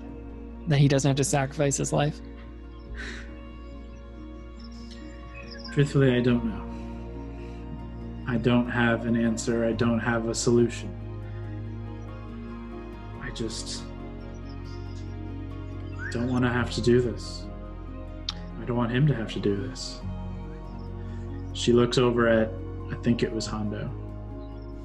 But I'll say it's Hondo. She looks over at Hondo and says, "You said something the other day. What if we just offered somebody else up? There are a bunch of these fucking pirates out there. We just saw them yesterday. They took him hostage. Why does it have to be one of us? Why can't we put one of them up? They're not worth anything, but a soul is a soul. What's the fucking difference?" I was thinking, what if we befriended a pirate only to then offer him? So he's like on our side, so, it should pass the bill. That's still, to Quinn's point, that would make him willing. That would make you willing to give him away. It's not the same thing. And truthfully, I mean, it's a tall order to pull off in a day and a half. Convince someone that they are okay with dying. If we take them hostage and say you're going to die, you can do it by our sword and be very painful, or you can be offered as a sacrifice and live eternally in peace. I think they may take it. What if I change to be the look of that person and then we convince that I am them and it's like, yeah, I'm willing to do it. And then the moment that we have to sacrifice them, boom, we do the old switcheroo.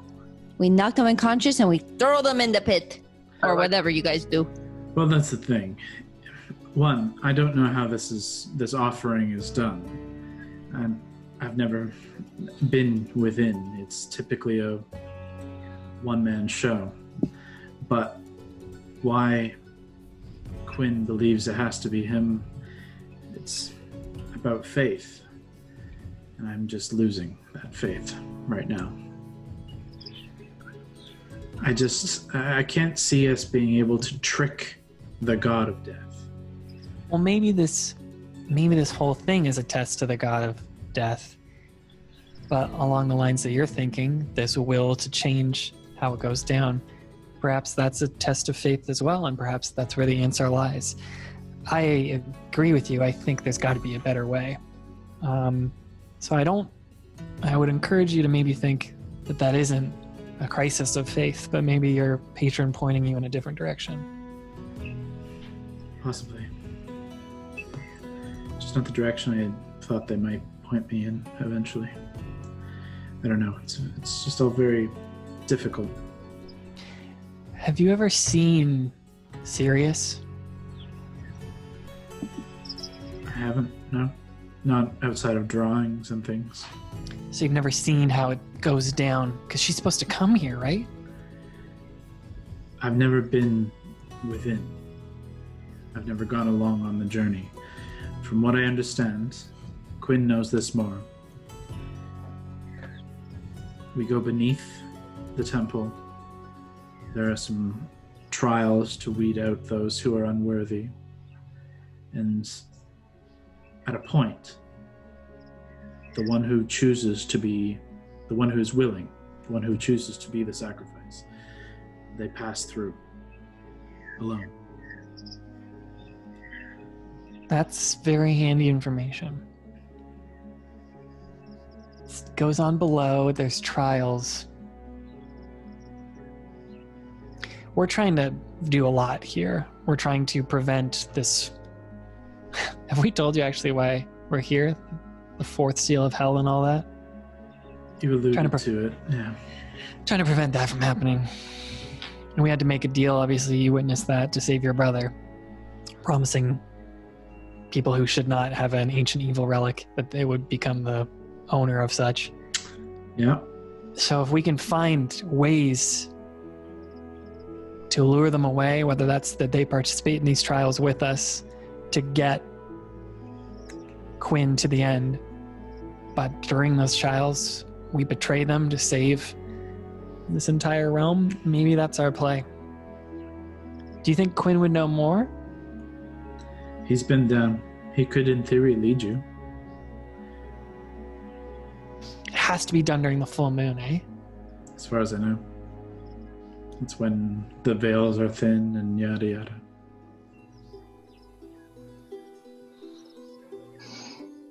I don't like any of this. Nor do I. I don't like the idea of having to lose someone to win. We did that before. Yeah, but then we could get her back. I didn't like it. No, Did you win? not really. Not really. Well, we won, won the battle, lost the war. It's been our story of our last 4 months of our lives. Saving cities, but losing seals. Saving people, losing seals. Saving hostages, losing seals. Problem is, it's either that or we lose and we lose, and then there's no one to lose the right way next time.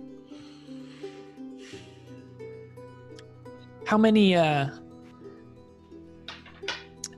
of your Shadow Monk kind of people are on this island, just for a numbers game? It's a half dozen of us. Okay. Probably later tonight, we're going to have to talk about how everything's going to go down tomorrow. We're very good at making plans. We just need to set aside a bit of time to figure it out.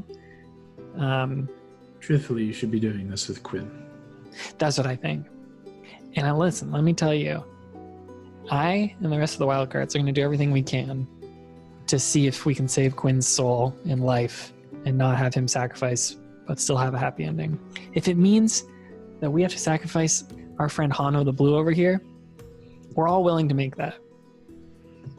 I have an idea, which it may have been mentioned, but I'll bring it up again. Could we not disguise someone as Quinn and offer them as the sacrifice? So it has to be a willing sacrifice. I just said that idea. She literally moments before said that Your idea. idea was a bit different. You said pull the switcheroo. I'm just saying from the beginning. Disguise them and kill that person? Yeah. Has to be a willing sacrifice. Yeah, it's not so much Use about... another spell to make them willing. I have not gone through, but you're talking about tricking something that is eternal, that is omnipotent and beyond. It's not like pulling a bag off of someone's head and oh no, it's someone different. You're being very kind right now. Hondo, that was a dumb idea that you Stupid came up with. fucking That you idea. came up with. You stole it from her, though. That you came up with that idea was so dumb. Give her a shitty sword Oh, earlier. you came up with such a stupid idea. I appreciate the effort you're going through, and I understand that you have faced loss in your adventure, and this is going to be a crisis of faith of your own. To Ultimately, succeed, you need someone to die. If that person is willing or not, I don't know how that works. ultimately, Yeah, it'd be It needs to tight. willing. It'd be tight if we could... Sorry, Kevin. no. Yeah, Hondo, sorry, you keep on. We take a hostage and we give them an option. They'll be willing. Either you suffer immense pain to us, or you go to the afterlife and you'll be very well rewarded. Or... My concern is they might not pass whatever the fuck these trials are. That's true, too. Yeah, that's a really good point. We should just talk to Quinn. Thank you for your counsel tonight, Celine. you want Hondo to stay up here with you? I prefer to be alone, Okay. if you don't mind. It's okay, pal. Just don't worry. It's nothing Just- personal. Mm. Just before we go down, I'll just say quietly in Elvish to her. I know you said your brother takes charge here, but your team looks up to you. That's it. I'll just go down. She doesn't say anything in response. I tell Avish you're speaking Elvish. All right, let's go find Quinn. He was last in the temple. Single file and don't rush these stairs. They look rickety. They're actually stone. Careful, Hondo. You make your way down safely and make your way across the island now over towards the temple. Inside you indeed do find Quinn. You see as you enter in through this kind of first rotunda of where a garden would once have stood, beyond the somewhat dilapidated statues that you now realize are representations of the Raven Queen. And you look within the rather decrepit temple, and at the very front, at this kind of altar beneath this kind of massive mask-like face, you see Quinn on his knees, just kind of in either quiet prayer or meditation. But as you enter, you notice he kind of turns his head and hears and begins to stand. Sorry to disturb you. It's all right. I've been here quite a while. We just talked to your sister. She's kind of pissed. Well, I'm glad she's back at least. That's... You never know sometimes. We had a couple questions. She kind of indicated that you knew a little more about the trials than other people. Yeah, I figured. I assumed at least today, if not tomorrow, we'd be taking a venture down. Oh, we can go? At least through the first part. Please. It is dangerous. Not to put you off or anything, but there are elements that are dangerous. I've only been through the first section, so to speak. Once you get through this first trial, sort of, you enter a secondary stage, but only one goes on. At least only one I've ever seen go on. Only one can go to the second stage?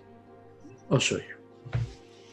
Sick. He turns around, and with just like one last look says, "You're all ready then?"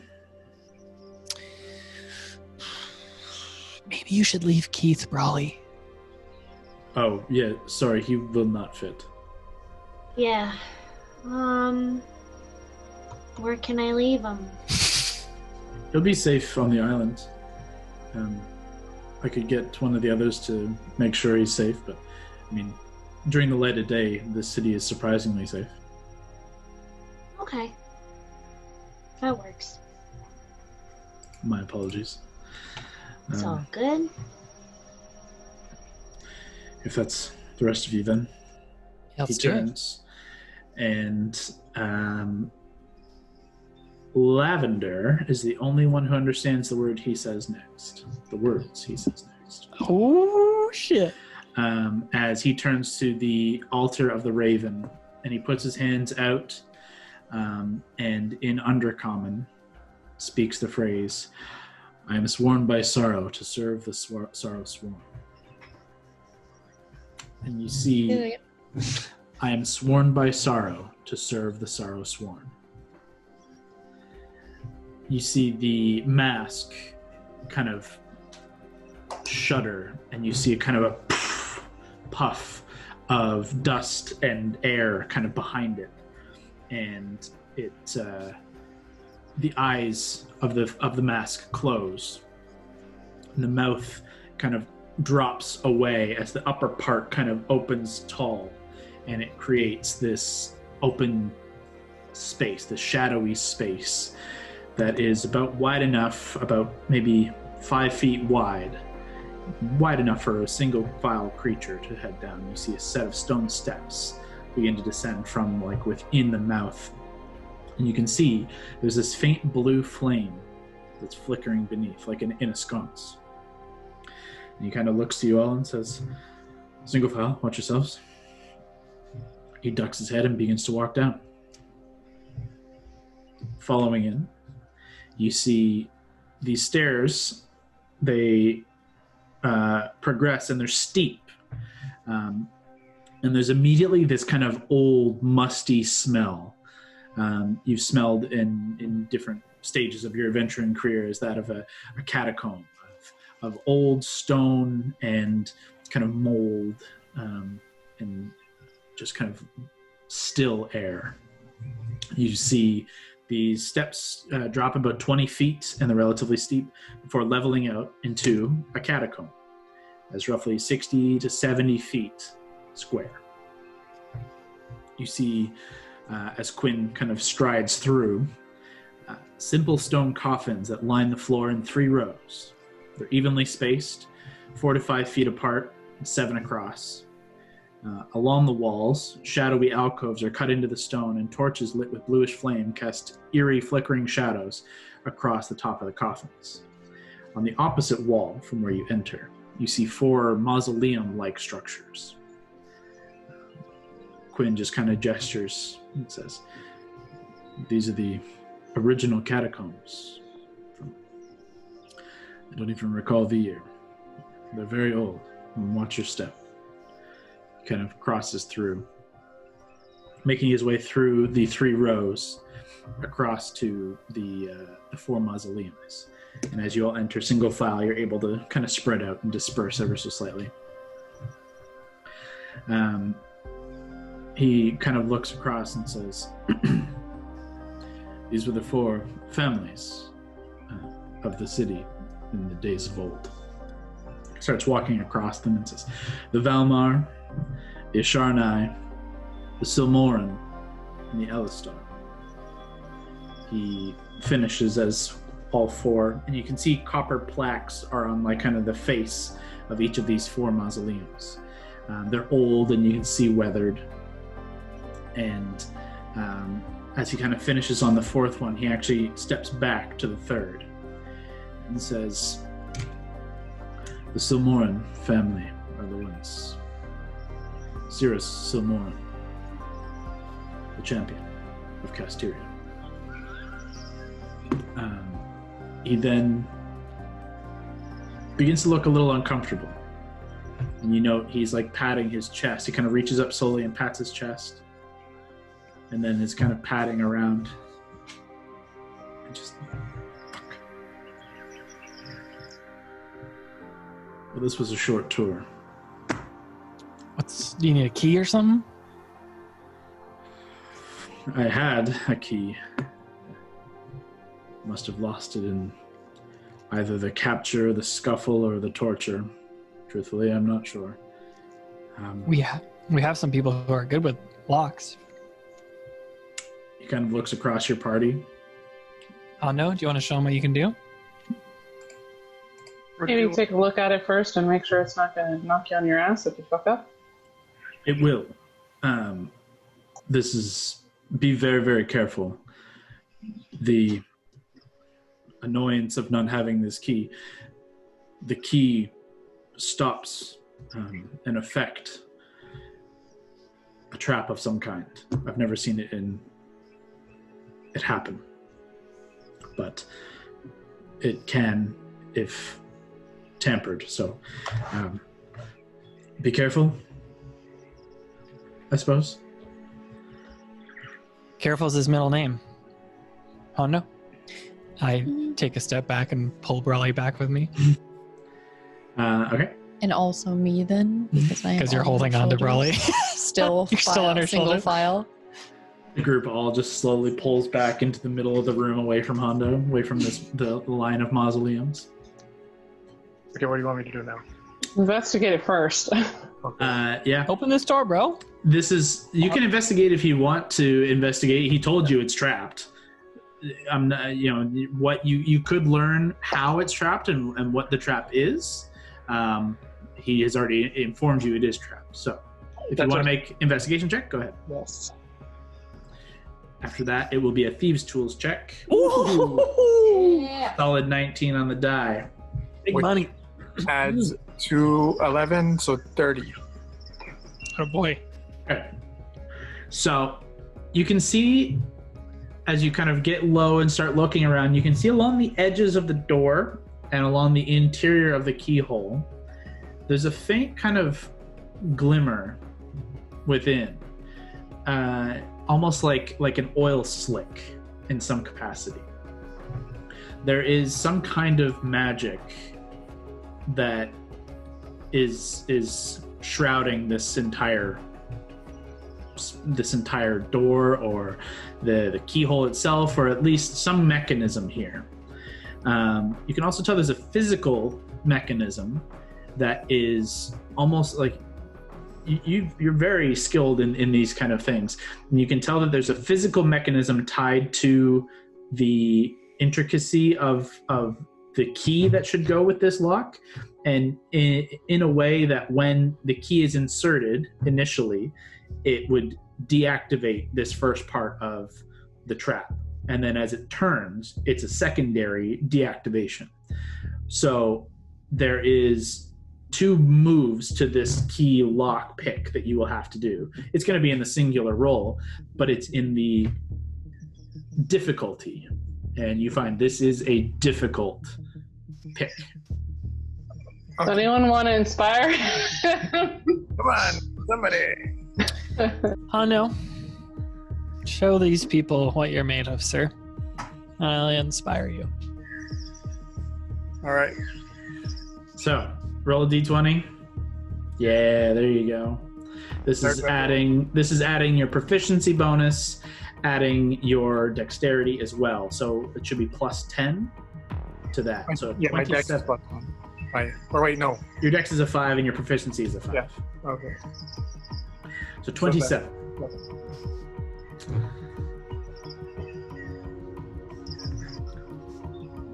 You begin to get low on your hand, on your knees, and at least on one knee, and begin kind of very carefully feeding in your implements so that they do not touch the sides. It's like playing Operation. You're trying not to tamper with anything on the sides until your lockpick hits the far side of the lock, and you have to be very careful with it. It's a deeper lock than your picks are used to, that you're used to picking, and you manage to just squeeze in and click around, and you manage to bypass the physical component. Unfortunately, the second part is less about a mechanism and more about magic. And unfortunately, as you feel the click of the lock, the door is open. The lock is unlocked. It pops a little bit. And there's a brief moment of, hey, all is well in the world. Great. However, darkness takes your eyes. Darkness takes the entire room. There's just a flash, and the entire room goes black to everybody. Oh boy. Thankfully, nothing more. But it is now just completely dark in here. Oh, this is, you guys okay? Everyone all right? We're not dead? I light my torch. Yeah, that was... You go to light it. It's very difficult because you can't see anything. Bradley, duck down. I gotta get my torch. Oh, okay, hold on. You spend a You minute. are ducked. You're so low to the ground. I know, I can't go any smaller. Okay, I'm gonna get off your back, okay? Okay, Oh my god, that wasn't even like a step. I was pretty much already on the ground. I get it, I'm short. Guys are really hurt in this moment. Yeah, sorry. Holding my sword. You light the torch, but no light comes to it. You can feel the flame, and like to test it, it kind of hurt because you try and oh shit, yeah, this is on, but there's no flame, there's no light. Who's in the back? Probably Gord. It fills the room. Who's closest to the exit? Is this just this room?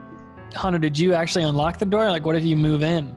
It appears that some magic is holding it from fully opening. Does anyone have a spell?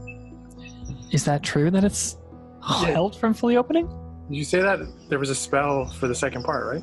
Yeah, it's triggered this darkness around. The door did pop open a touch, but you can swing it open, but you still see nothing. It's full of darkness. I cast Prestidigitation really quickly just to have a shower of sparks, just to see if they make light. You cast it, you feel the cast go off, and you see no light. Does anyone have instantly swallowed? Anyone have Dispel Magic? Gord, you used to have that for a bit. Do you have that?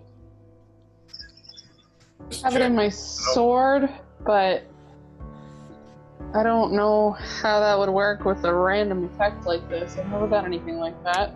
Well, we've seen Darkness spell before. This kind of feels like that, right? Oh, yeah. Do you want to try and use it? I can try. It's the only chance I'll get today, but I can try.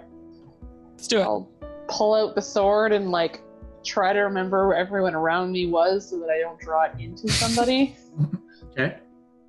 Very carefully you draw the sword. You feel no immediate impact. I'll try to cast Dispel Magic out of it, but Sure. I don't really know how it works with an area of effect. You'll hold the sword aloft and you just concentrate on the magic within the sword. And as you open your eyes, the darkness is drawn within the blade and dissipated. Great job, Mary! Oh my god, we could make a magic user out of you. No, I don't think. I mean, I think the whole point of this is to murder magic users. It's called Mage's Bane. Oh. Yeah. With the darkness dispelled, Hondo, you can see within this this room, there is what looks like a single ornate-looking sarcophagus. You see the marble work of a figure lying atop the sarcophagus, lying hand over hand over their chest. And it's brilliant craftsmanship. Similar to the statues of the Raven Queen you've seen on the exterior of the temple, the face, as you kind of begin to get a little closer look, has been carved to appear as if covered by a veil. Despite knowing it's marble, it looks like there should be a cloth over top of her face. It looks incredibly lifelike, like a simple breeze would blow it free. You see no other alcoves in the walls.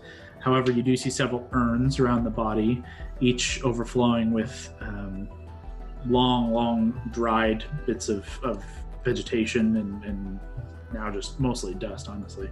But you can also see some coin, some cheaper looking offerings, but there's some kind of offerings.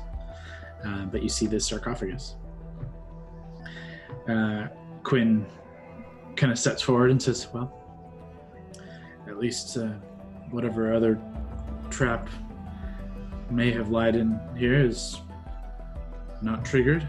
That's good. This is supposed to be where the champion was interred. But from what I understand, nothing lies in there. Give me a hand here. He nods to Hondo. Give me an athletics check, Kevin. Yeah.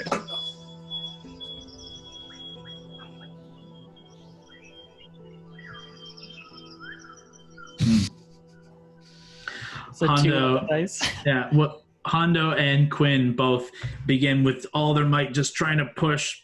It's a heavy marble. Like, it is a thick marble. And he kind of looks out over Hondo and says, perhaps another set of hands? Elena. I'm on it.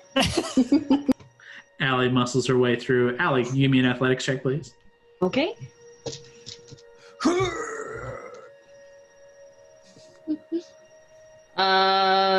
16.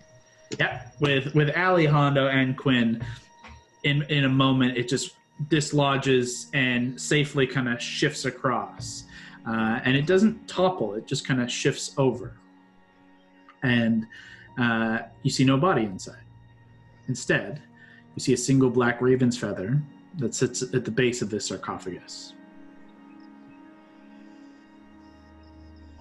Quinn kind of looks in and says, "Oh, that's odd."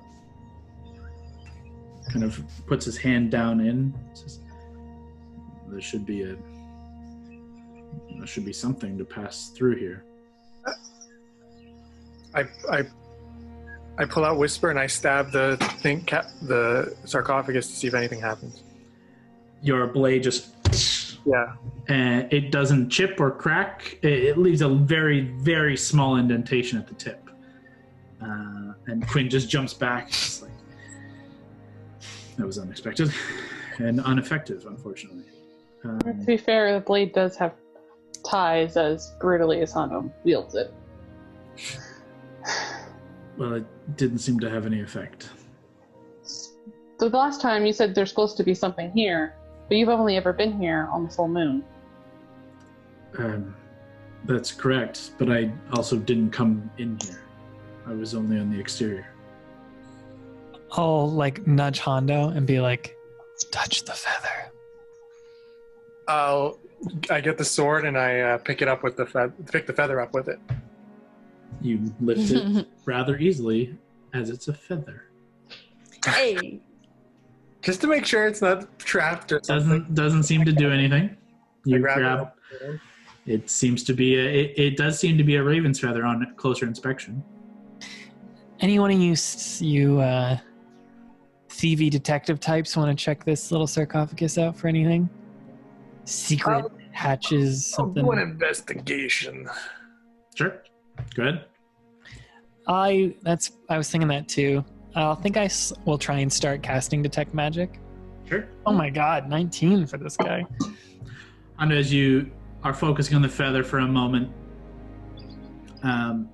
you look at the feather and you see, like, in the light of Lavender's torch from behind you, the feather kind of almost as I described earlier, kind of like with that oil slick, like it reacts to the light and it has that kind of like rainbowy hue across the feather itself. And you look down into the sarcophagus and you begin looking around the seams, looking for a mechanism, looking for triggers, a button, a latch, something to pull or press. You find nothing. You make your way around slowly, kind of poking and prodding, and a keen eye. And your eye catches, as Lavender kind of brings the light in a little closer, that there is a flicker of something reacting to the light in the base, along the bottom of where the body would be laid atop in the sarcophagus. But it doesn't seem to be working. But you can tell it is reacting somewhat to the flame.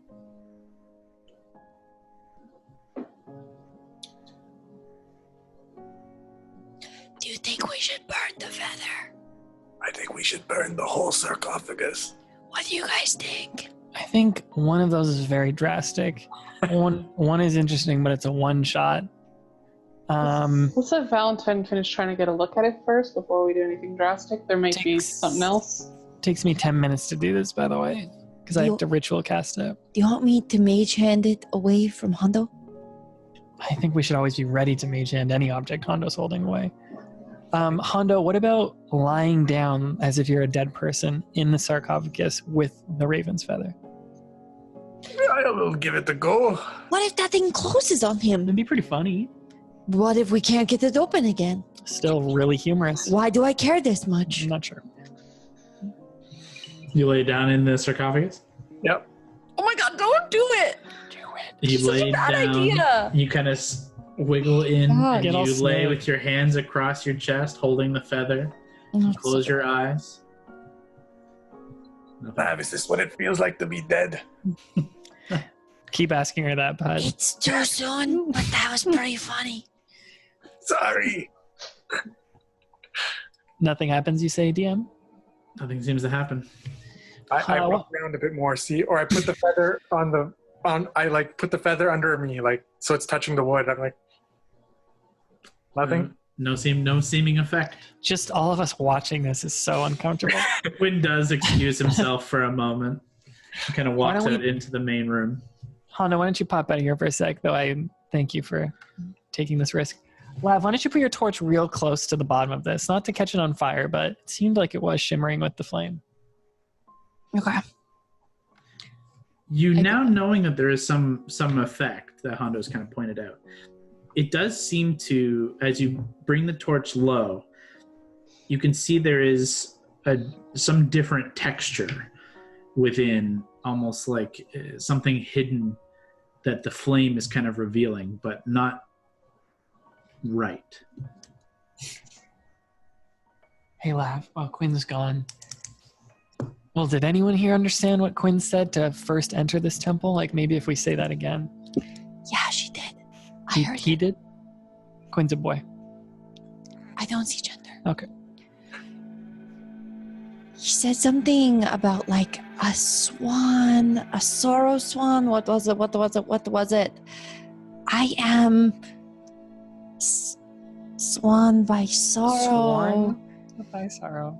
Oh, I was thinking because of like the raven that had another bird, but no, that actually makes a lot more sense. Sworn by, you are writing so bad. I am sworn by sorrow. Stop pointing at it. To serve my.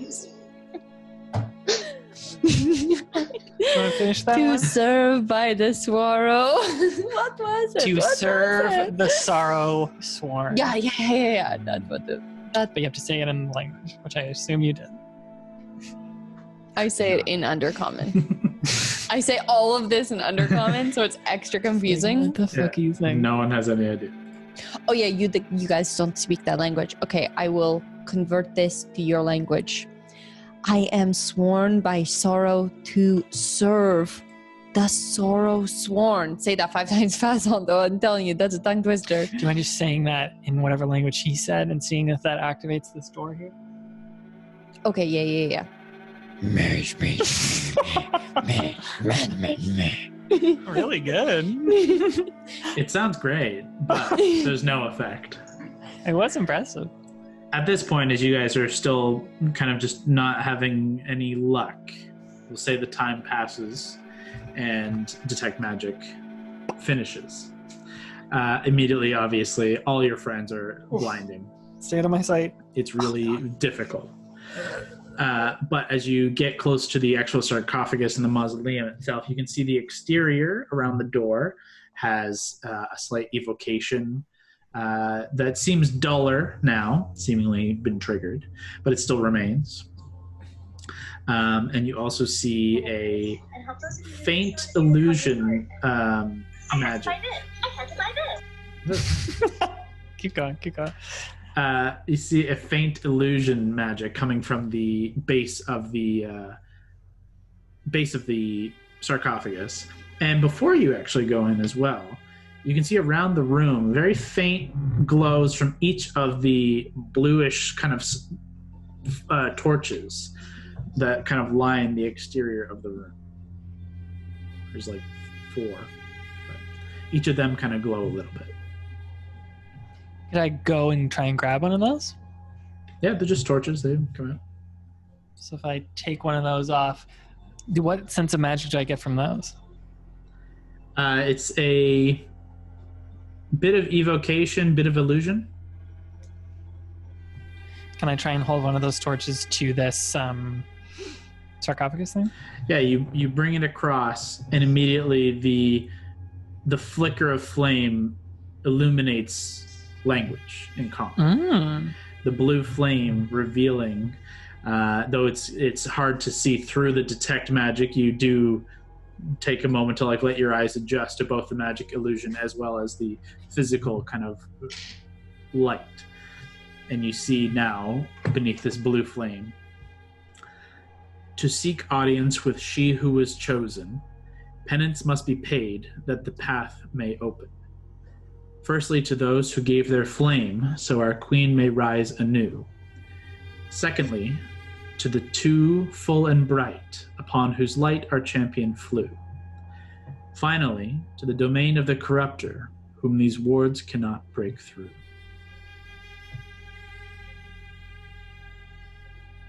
I missed all of that.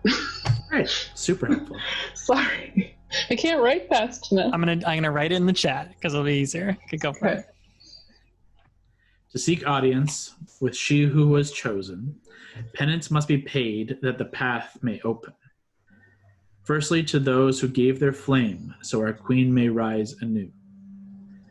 Secondly, to the two full and bright, upon whose light our champion flew. Finally, to the domain of the corruptor, whom these wards cannot break through.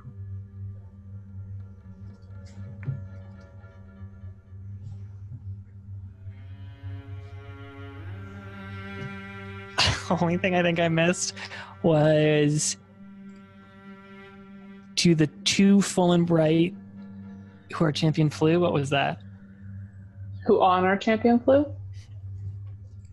Upon whose light our champion flew.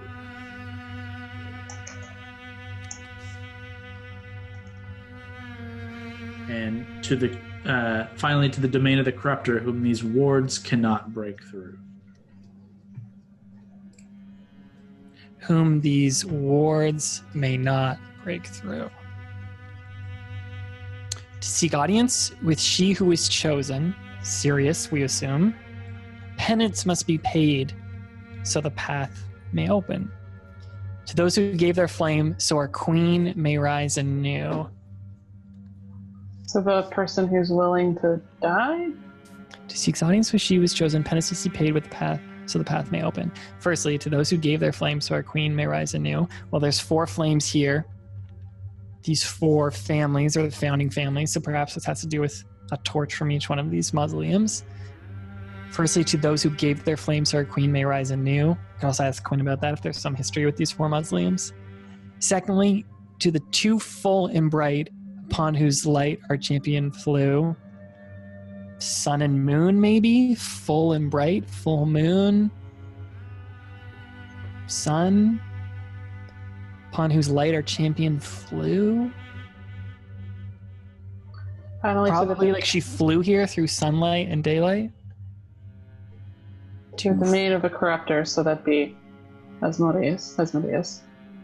Is it? Or is it I guess it is. What about a demon? Well, he's the one who corrupted her initially. Does domain of the corruptor ring any bells? You can make a history check. I'll ask Gord too, because he seems into spooky shit. Gord, do you know who the domain of the corruptor is? Gord, it doesn't ring any bells to you. Not off the top of my head. I'd have to think about it. I rolled a 18.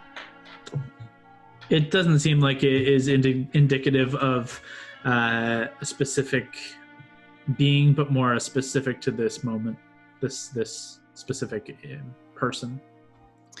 Finally, to the domain of the corruptor. In these words.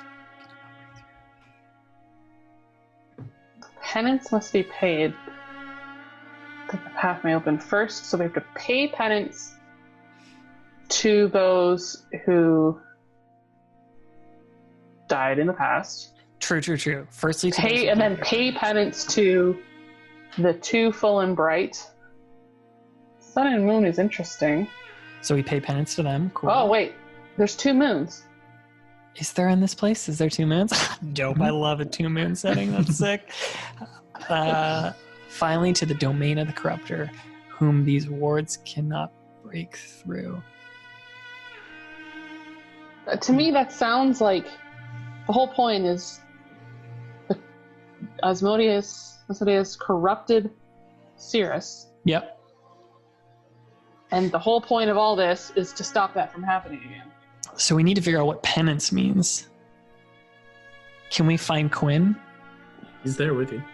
Hey, Quinn, do you know anything about paying penance in serving your Raven Queen? I mean, I know quite a bit about paying penance. It is ultimately what I'm here to do. In this instance, though, I don't think it's quite as deadly. typically penance to the raven is a sacrifice of some kind, a sacrifice of life, of something you love, something you loved. She does favor memory as well.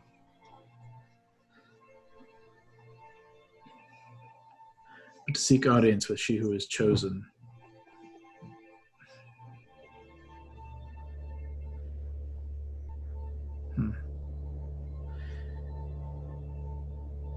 I don't know a specific, but there seem to be at least 3 conditions here, 3 specifics that need to be, penance needs to be paid to them in some capacity. Is this the trial that was mentioned, potentially? At the very least, it would seem a trial of knowledge of the Queen, a trial of knowledge of Cirrus. What would happen if someone couldn't solve this riddle? Does the city go to shit? Like every month? Someone has to solve this fucking riddle? What if someone's tired that day? Well, you typically have a good rest when you're coming to sacrifice yourself. What do you, Quinn, what do you think about firstly, for those who gave their flames so our queen may rise anew? Do you think that's about these 4 mausoleums, or perhaps that's just for those who've come before? I think these mausoleums stood before the sacrifices were necessary. They just happened to be the first families of Casteria. But those who gave their flame so the queen may rise anew. The Raven Queen was once mortal. I don't know if you know her history there. But the Raven Queen was a powerful sorceress in her own right. And she witnessed the gods bickering and fighting, and infighting and causing havoc and confusion and pain to the mortal realm. She had amassed herself a fair following and amassed a powerful following in that. And she roused some of the most powerful of her kind, of her group, to give her their power. And through a ritual, she would attain, using their power and her own, she would attain godhood, so that she may challenge these other gods and seek to look out for us, the mortals left. Sadly, some within her order sought to take a bit of the power offered for themselves. Greed and corruption never did sit well with the Raven Queen. And amidst this ritual of her ascension, their wrongdoing was found out, and she cast them aside and cursed them forevermore. 13 of these wizards cast out of her order and cursed. Sadly, a piece of her is corrupted, a part of this. This is why she became the Raven Queen, this deity of penance and pain, bound to the realm of shadow. Still powerful, but not as intended. So perhaps it is to mean these few who gave their light so that she may attain her godhood.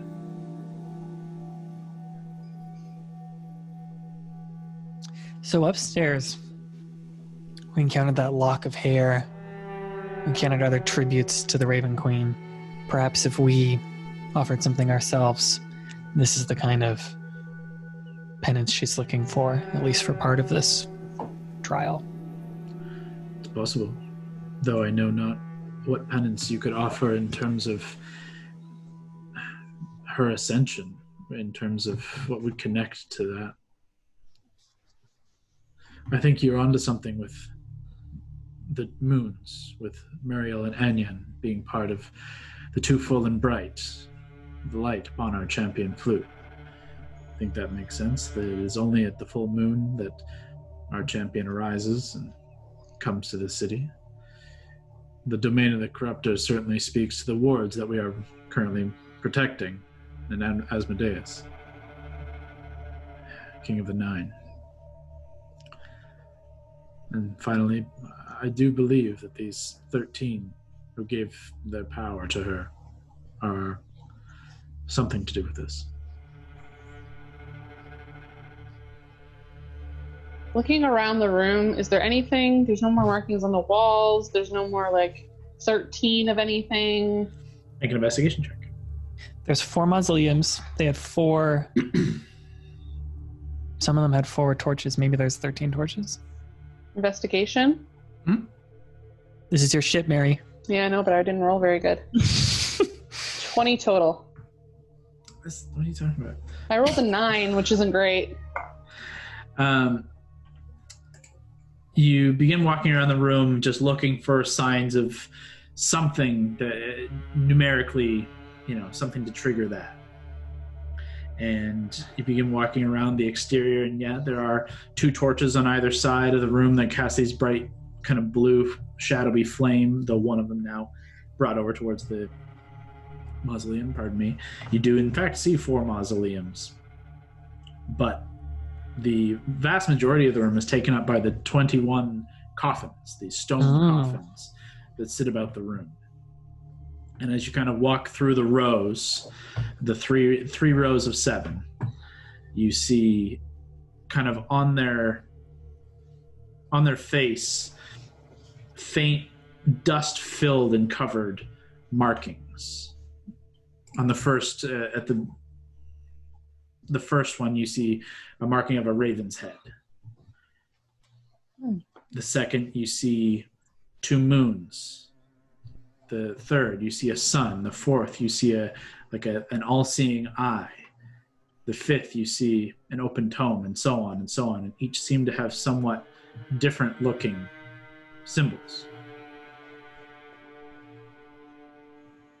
I'll point at the one with the 2 moons. This we means see- something? Penance. Blood? Or an offering? Or something to put into this? Are there any duplicates of these symbols, or are they all unique? As you do a quick scan yourself, they all seem to be unique. There seem to be a couple that are to do with ravens in various kinds, but they look about the same. Or they look, they're ravens, but they're not the same exact, Like the exact same? style. Sorry.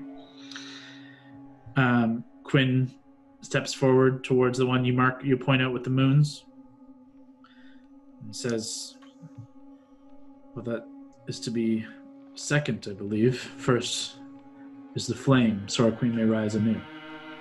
Is there a flame one? Make an investigation check. Come on, baby. Haven't rolled above a 10 tonight. Let's go. 7 plus 7 is 14. You see a couple of different ones that could be flame related. You see a sun, which is a massive flame. You see a circle of small, what look potentially like candles that could have flame. You see a single candle with a large flickering flame. Those are the only 3 flame-related ones you see. Sorry, could you describe again? Candle, single candle. There's a sun, a circle of candles, and a single candle. How many candles are in that circle of candles? It seems to be 13. Hey. Well. There's 13 candles here on this one. Very well could be it. So if this is the gave their flames so our queen may rise anew, Mary, you found a moon one. What about a domain of the corruptor one? Is there a symbol of Asmodeus on any of them? You do see on the 9th. Of course, it's the 9th. Coffin. You see a symbol of the 9. Just a 3 triangular symbol. Can I see if there's anything that's been previously left there? Like, is there anything at this first one? Has there been like anything left there? Empty. Entirely, like the floor around is entirely empty. The top of every one of these coffins is flat, with the exception of these thin markings, carvings. Does it look like any of these 3 coffins, like are there scratches or anything that seems like they might have been opened regularly? Like if it's going to be a once a month thing? Make a perception or investigation for that. Are they tombstones or coffins or both? Oh, natural 20. They're Fine. full on like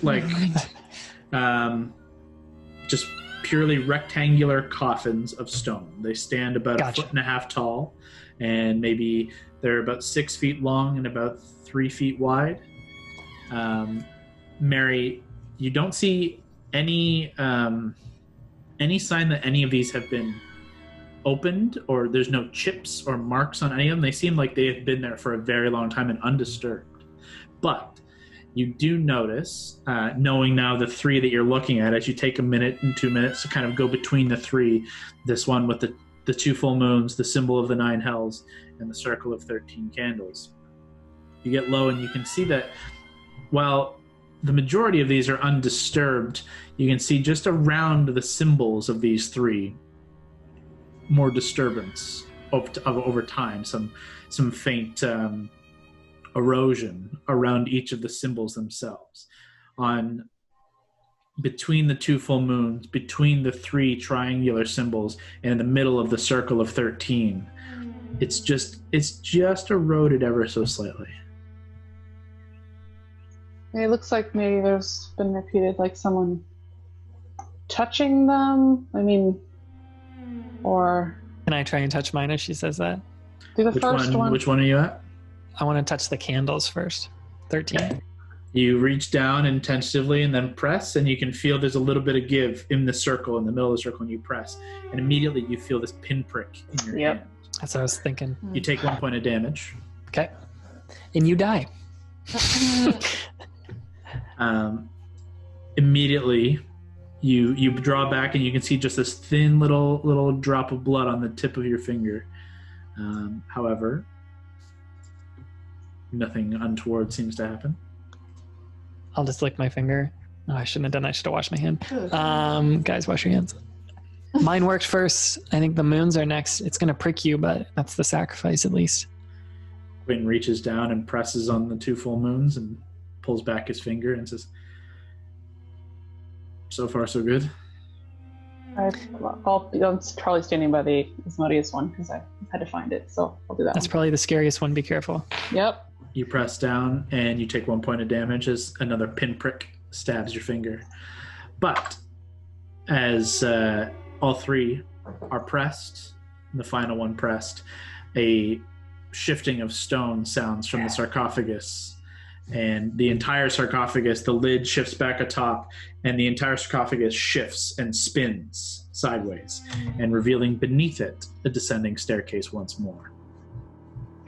So maybe this isn't, all this shit's supposed to happen tomorrow, right? We're all okay with just jumping the gun a little bit, getting a head start on this. Maybe it would make the process go faster tomorrow.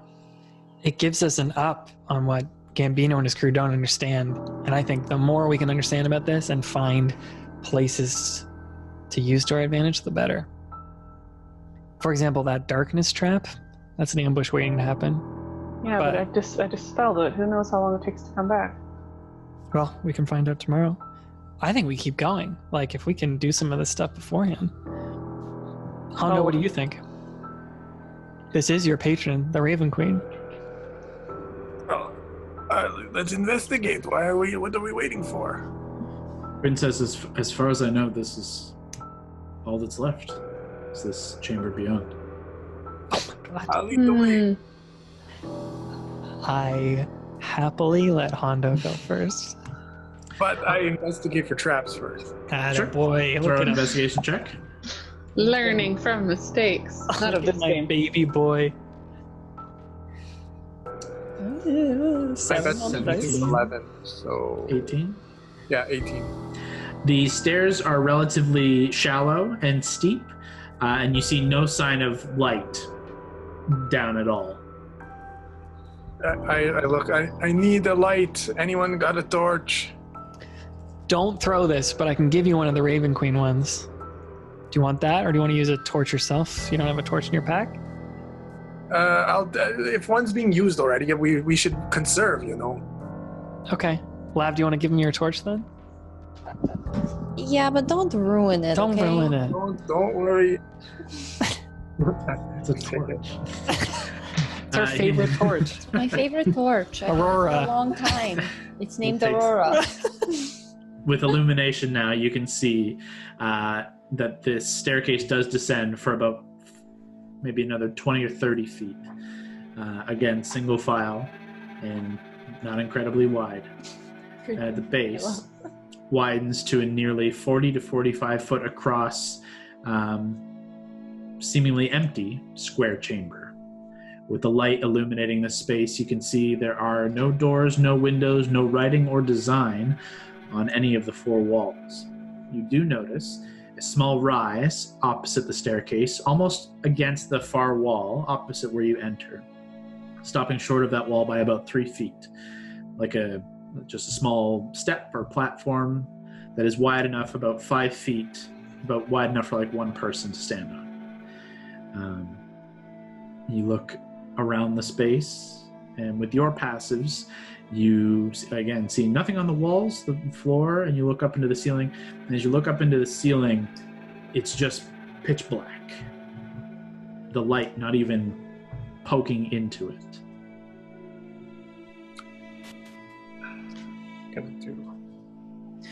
With my detect magic still up, can I just take a little glance around, see if anything pings?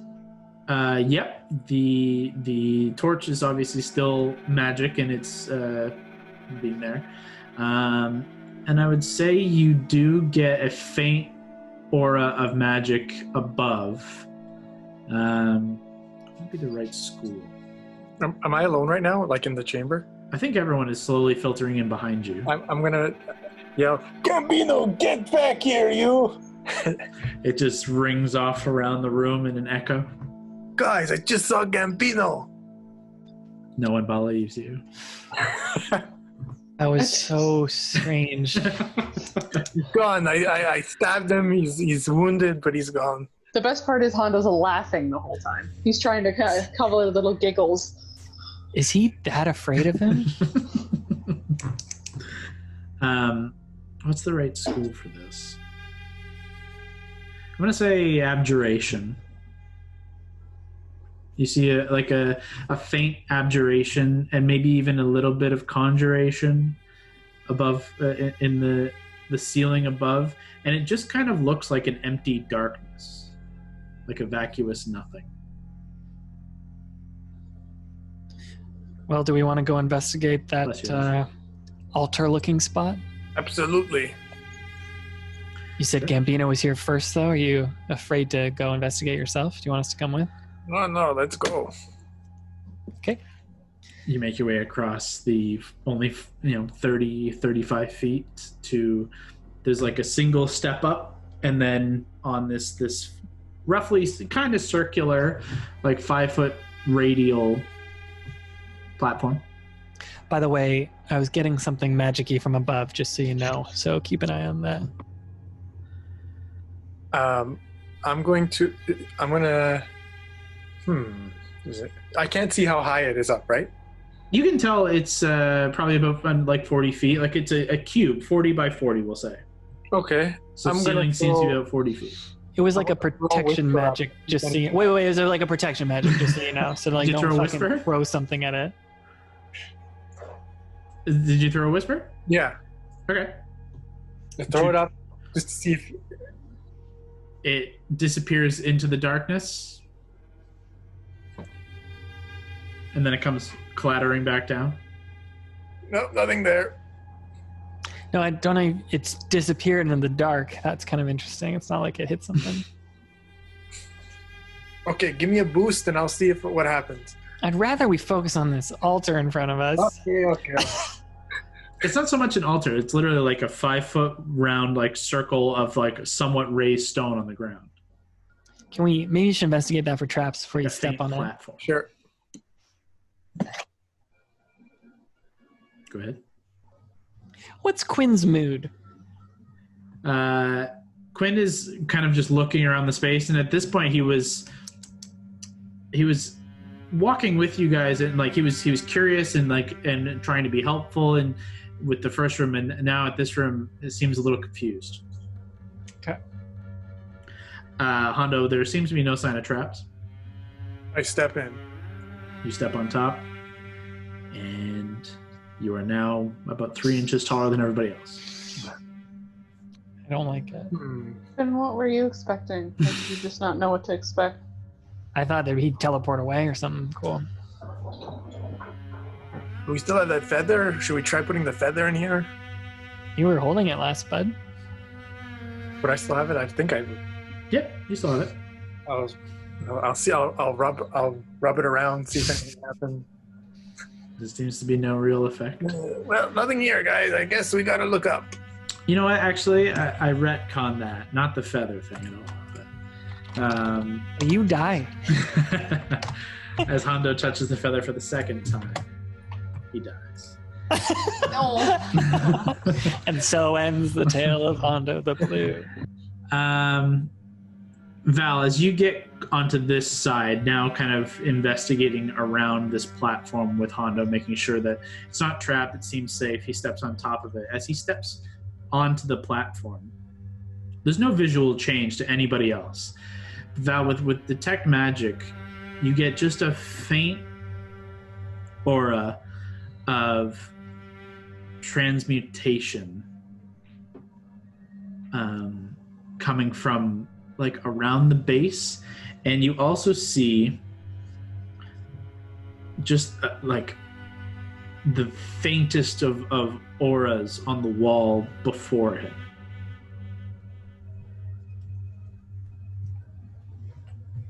At this point, I would also say your detect magic has got to be running now. I'm so curious, and then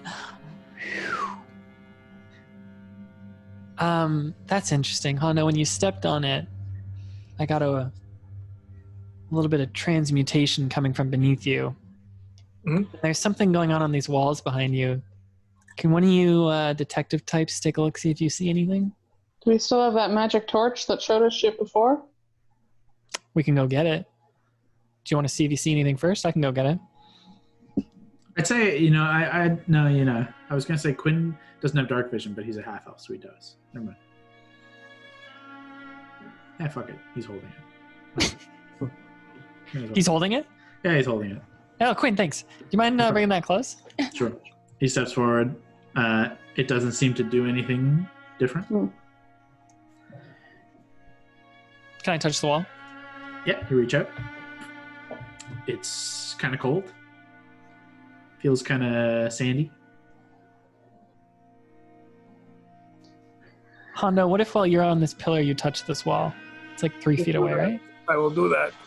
Hondo steps on the platform once more, and you reach out. You touch the wall. It's kind of faintly cold and sandy. It's cold. How far up is the ceiling before it goes black? At its roof, looking like about like 40 feet up. Okay, that's too tall. I was trying to think if there's like, we could stick something through it and see if it's like magical darkness that like suddenly, oh look, at this point your sword's half gone, but that's too far up. No, it's quite tall. What if we Eldritch Blast it? I don't like attacking something that we know is like a protection spell. No one has like a general light spell, like a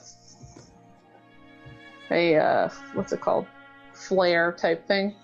I got Heartbreaker, but that's no longer.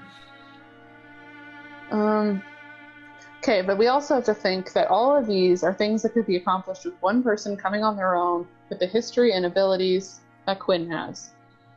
Right? So Quinn, you don't know how to fly or anything, right?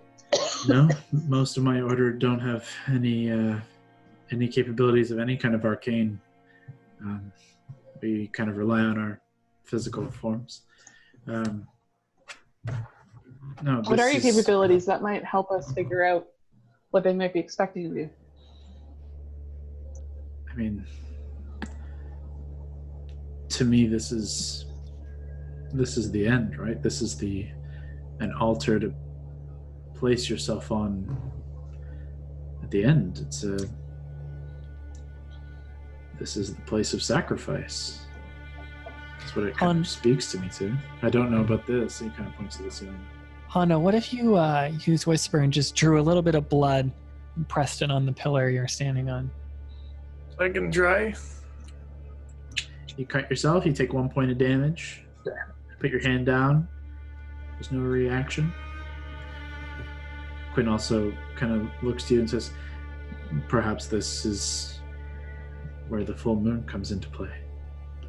Yeah, maybe We may be trying to push further than we can today. that's what I was thinking. Maybe there's this darkness ahead of us. Maybe that's something that, there's some kind of mirror system or something where the full moon filters down into this room, sets something off. Or maybe Sierra's here. Maybe the scythe is here tomorrow. Could be. This I could say just we be where camp she's here. waiting. It's Can't not. go. Well, it's not a bad idea Quinn, if you were here before any of this and knowing all of this, and we could go through the ruse of pretending this is how to get to you, but we just stall while you complete the ritual. I mean, Also keep in mind, we all can't be in here. There's going to be the Revenant Vow outside. And I don't want to split us up. I've already come this far. I intend to see this through. I have no problem waiting here until it's time. Not sure that someone would take that exceptionally well. I understand. I've said my goodbyes. I don't like that very visually. Is there any way that you know of to talk to the Raven Queen? I know that's a tall ask to talk to your god, but if we could get some words with her without, dying. I don't know, unfortunately. I'm not, as I say, skilled in any of these magics, and I speak through my action. She speaks through me, through our faith. Some have a more personal relation with their deities. Ours we only know in death.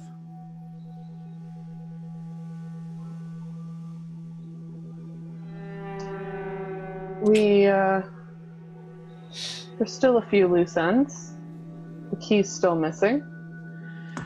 That does vex me ever so slightly, but, a simple explanation. I was held captive for several days. Of course, they would have picked through my things. Yeah, that might be something we need to bring up. Or Hey, we can't accomplish this. Where the fuck is the key you stole from him? someone who doesn't want you to go here might have taken it. I think Celine would take it. We've already got through. It seems foolish. I think sometimes people do foolish things for the people they love. Just a thought. I suppose it's possible. I think we do need to do more. Mary's kind of right. I am curious if we checked out these other mausoleums, what we could find, and if perhaps diverting Gambino's attention there to stall for time. I don't know. We could just see what we can do. Even if we... Depends on if Gambino has the key or not. If he has a key, he might guess that it's for something. But if you're already down here, we can close the door. We can, say, oh no, look, we can't get through this thing. That's a shame. Where's the key? Oh no, we don't have a key. That's going to take time. And I don't fucking know. He's hard to fool, but I'm not sure. If he has the key, though, and he's like, nope, never mind, fuck you, I found this key thing. Does that fit? Well, yes, and then everything's gone shit. We also... What time is it now, Kyle? How long have we been awake? You guys have been up for now. Like this, it would have taken a while for you guys to go through the whole process of this and have a bunch of conversations and stuff. So 2 hours, maybe 3. What else do we have to accomplish today?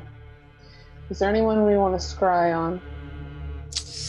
That only happens once a day. Or at least try. Failed last time. So trap-wise, yeah, I don't know who we could scry on. Like, I think it might be scary to scry on Raymond. We do know that this is a potential trap option, though.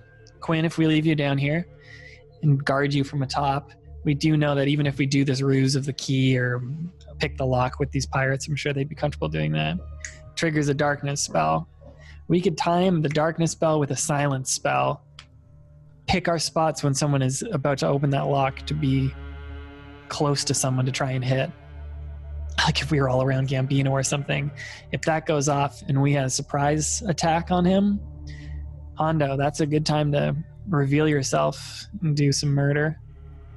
We don't know for sure that darkness spell's coming back. I caught...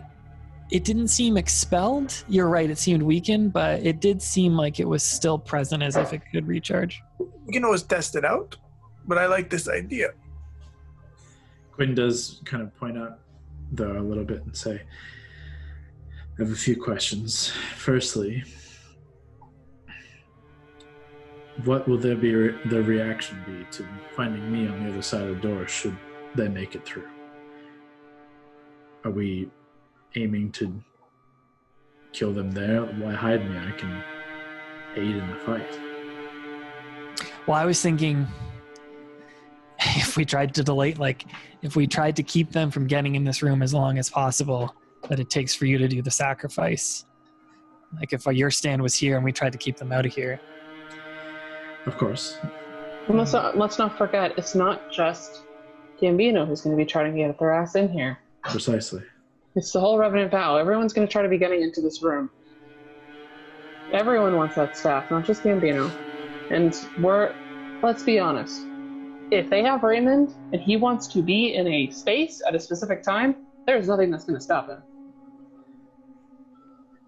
He has magics that we don't understand. Whose wards cannot break through. They might have a tough time getting in here.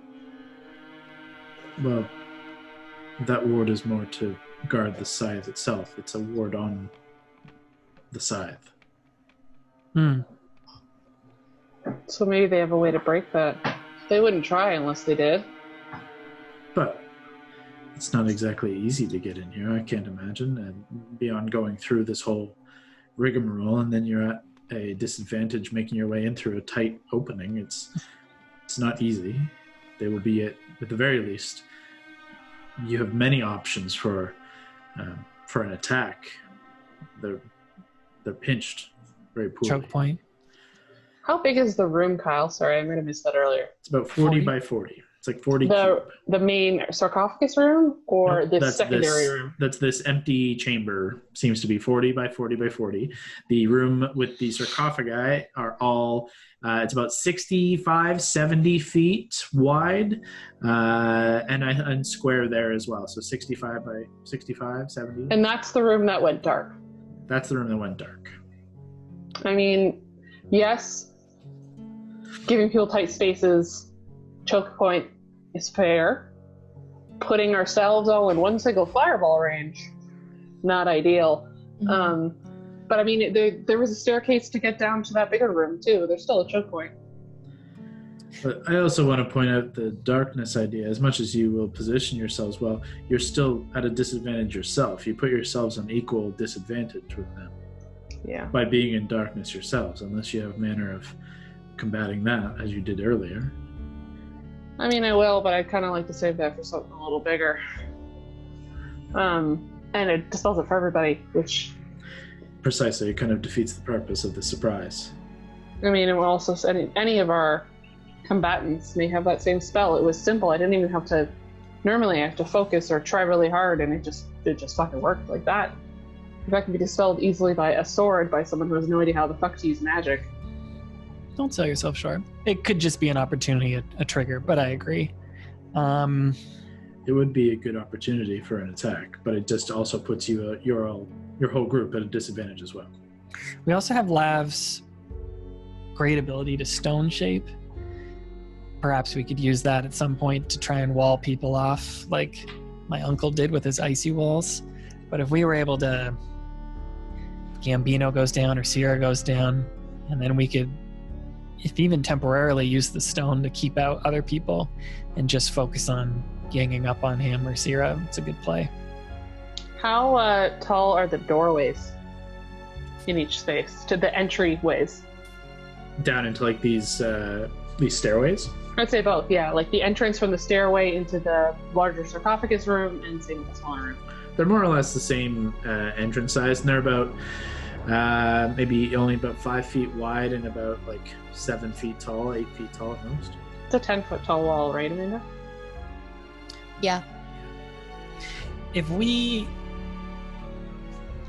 asked the ship to be over the island, if we had the Warforged be in the like sandy shallows off the island, just fighting on anyone who tries to get close, the ship's firing down on anything trying to get close, and then we're here and do some of this temple stuff, maybe that's like where we position this stuff. I can do a 10 by 10 foot at 6 inches thick, or 10 foot by 20 foot at 3 inches thick. I mean, the 10 by 10 should work, right? Someone described it as, I really liked, when you build a graham cracker gingerbread house, like that's how you can use like the stone blocks, like you can shape them a bit. I thought that was like a good idea to visualize it. So we did in Verdansia, just like during the Yuletide. I had a privileged life. Anyone else have any ideas? Like anything else that, fitting into either of these? Hondo, I know you're always one for surprise attacks. Hondo, I picture a beautiful moment where we push off the sarcophagus and you're in there and you yell surprise and then you stab him. What do you think about that? Could work, but it takes a lot of variables to happen. It's mostly just a funny image I like to imagine. I mean, it's his guard is down, that is for sure. It's interesting, but I also don't want to write Hondo out of any earlier battle. So we know that Gambino, when he had Bones with him, or whatever that guy's name was, he was able to see through your invisibility, Mary. Mm-hmm. We don't know if he could tell what Hondo was. We don't know if he could tell what Hondo was, which makes me think either Hondo disguises using his magic as another shadow monk here, a protector of the Raven Queen. What's this? I don't know if he wants us to stop or he's just going to use the bathroom. I'm going to keep talking. Or, Hondo, if you could literally just wear like a cloak and a face mask and dress like them, that way you could be in the room. Like if we said the elves need to make sure that we get to this ritual, then you could be in the room and then you could strike. I mean, and also then you don't have to waste a spell that you could use to. Then you don't have to waste a spell. Yes, that I think could work. I think now the question is just going to be the balance of how long are we outside holding the line and when do we move inside? Because I think just staying in here and hoping everything outside goes well is not going to go great. We also don't know what time they're planning on showing up. If they were smart, they'd show up at noon and just clear house so they have all the time in the world to do whatever they want. If it's full moon, it makes me think they would want to do it when the moon is high in the sky. But I agree with you, we don't know. We have no idea what time they're going to show up, so we can't plan on, okay, well, we'll get ready and just let's stand there until they show up. I think we have to be slightly proactive in terms of we don't know for sure that they know to come to this place. It's probable. They have smart people. They have knowledge, but we don't know for sure. We could. Okay, what about this? We tell Gambino, hey, we talked to the elves, we figured out we can go down into the temple before and get ready for this angel of death to show up. Great. Position your pirate crew around the island, position your warforged, whatever. Let's go down and get ready. We go down, we do some of this. and we fight just Gambino down here alone in the hopes that if we do kill him, the rest of his pirate crew doesn't find out and they still defend the island. I guarantee if shit starts going down, either Sierra's going to vamp them out of there or message the crews above and be like, fuck this shit, we're getting attacked. I think we need to hold that as long as possible to make sure that they attack the right fucking people for us. If that's the whole reason we're holding until then, if that's what we're going to do, we may as well just try to go today, which is a terrible idea. I really hope none of them are scrying on us right now. Yeah, I know. We'd be fucked. Don't worry about that. We'd be fucked. When Celine left earlier last night, I was like, oh shit, that's probably a member of Gambino's crew, in which case we would have been fucked. But so maybe just with the rest of today, we try and get a bird's eye view of where these people would come in from the mountains if they are coming in from the Underdark. And that could help us figure out where we want to put Gambino's pirates, Warforged. And then we have to decide on the actual Gambino plan. We also, I think, could benefit from understanding a little bit more about the city, its layout, its where the routes. Night Stalker is, Nightwalker. I mean, either Quinn or Celine might be able to help us in terms of city layout, anything we should know or keep an eye out for when, someone wants to bring potentially an army, maybe just a handful of people. We don't know. We also know a good chunk of Raymond's crew, the ones we did not fuck up and who just kind of fucked off and flew away, can fly. Mm-hmm. Mm-hmm. I don't know what the plan should be. We have the rest of our day, though, and we need to make use of it. I think our plan should be we hang out here. In this lower cavern, but we should make our stand in the mausoleum place. One way in, we can take out baddies from there, and we know the actual place you need to go for the sacrifice. I feel like that's our best defensible spot. So then we won't have any visual about what's going on inside. Like down in where the sacrifice is going to take place? No. If we're in the mausoleum waiting for shit to go down, we have no idea what's going on above ground. So yeah, sorry, I didn't mean like in the tiny little mausoleum thing. I meant like in that little cemetery area. But yes, we know what's going on above. In the temple generically. Okay. Exactly. In the temple, but probably down below, like beneath the mask. Right. Or, the temple's not monstrous. We could at least spread out a little bit. We also don't want to give our hand away. If they don't entirely know what they're going or what they're heading into, fucking following us is probably a good plan. As you guys are having this conversation, none of you notice as you're just kind of in the middle of planning and talking, and your voices do kind of echo and carry in this more or less empty, like, cube of a room. A figure steps into the room from behind you. Just catches you off guard as she says, "So this is it then? This is where you're gonna die." I'll just look at Quinn and hope that that's Celine. You recognize Celine's voice. I take my hand off Aetherius. Quinn kind of bows his head a little and steps forward and says, "This is where my life matters most." Yes.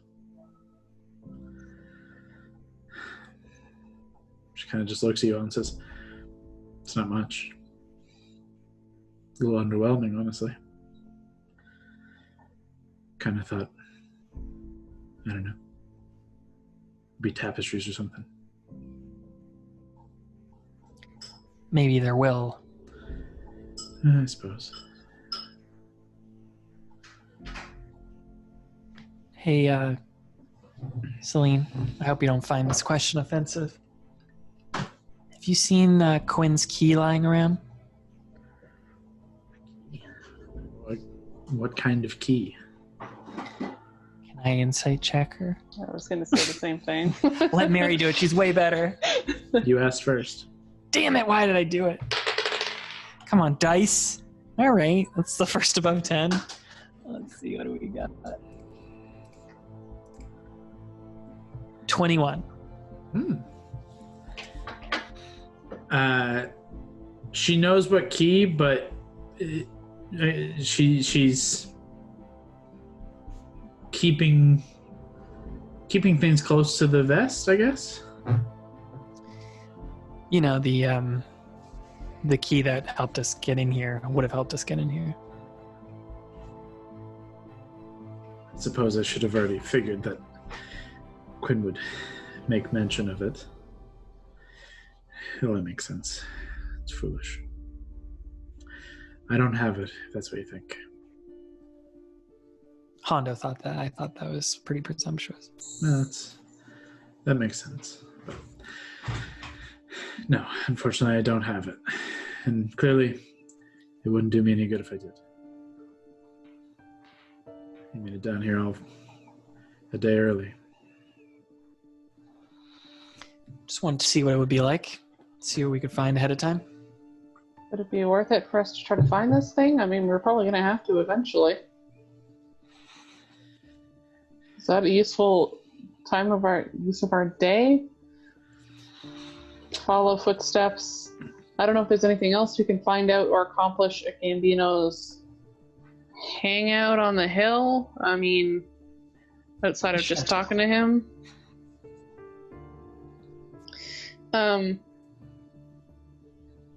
Is there anyone else we need to question? Is there anyone else we can talk to get more information? I mean, we killed the one dude. Unless someone can talk to dead people, which we've done in the past. Mostly with Neovir. You don't have any dead bodies, do you? No, but we know where one was. Knew some shit. Told Gambino. We don't know if Gambino told us everything he talked about. We only get a few questions if that works, but... I don't think any of us have that. I thought... Kyle said Gord mentioned he did, but I don't remember him saying that. Pretty sure I wrote it into the staff. Cool.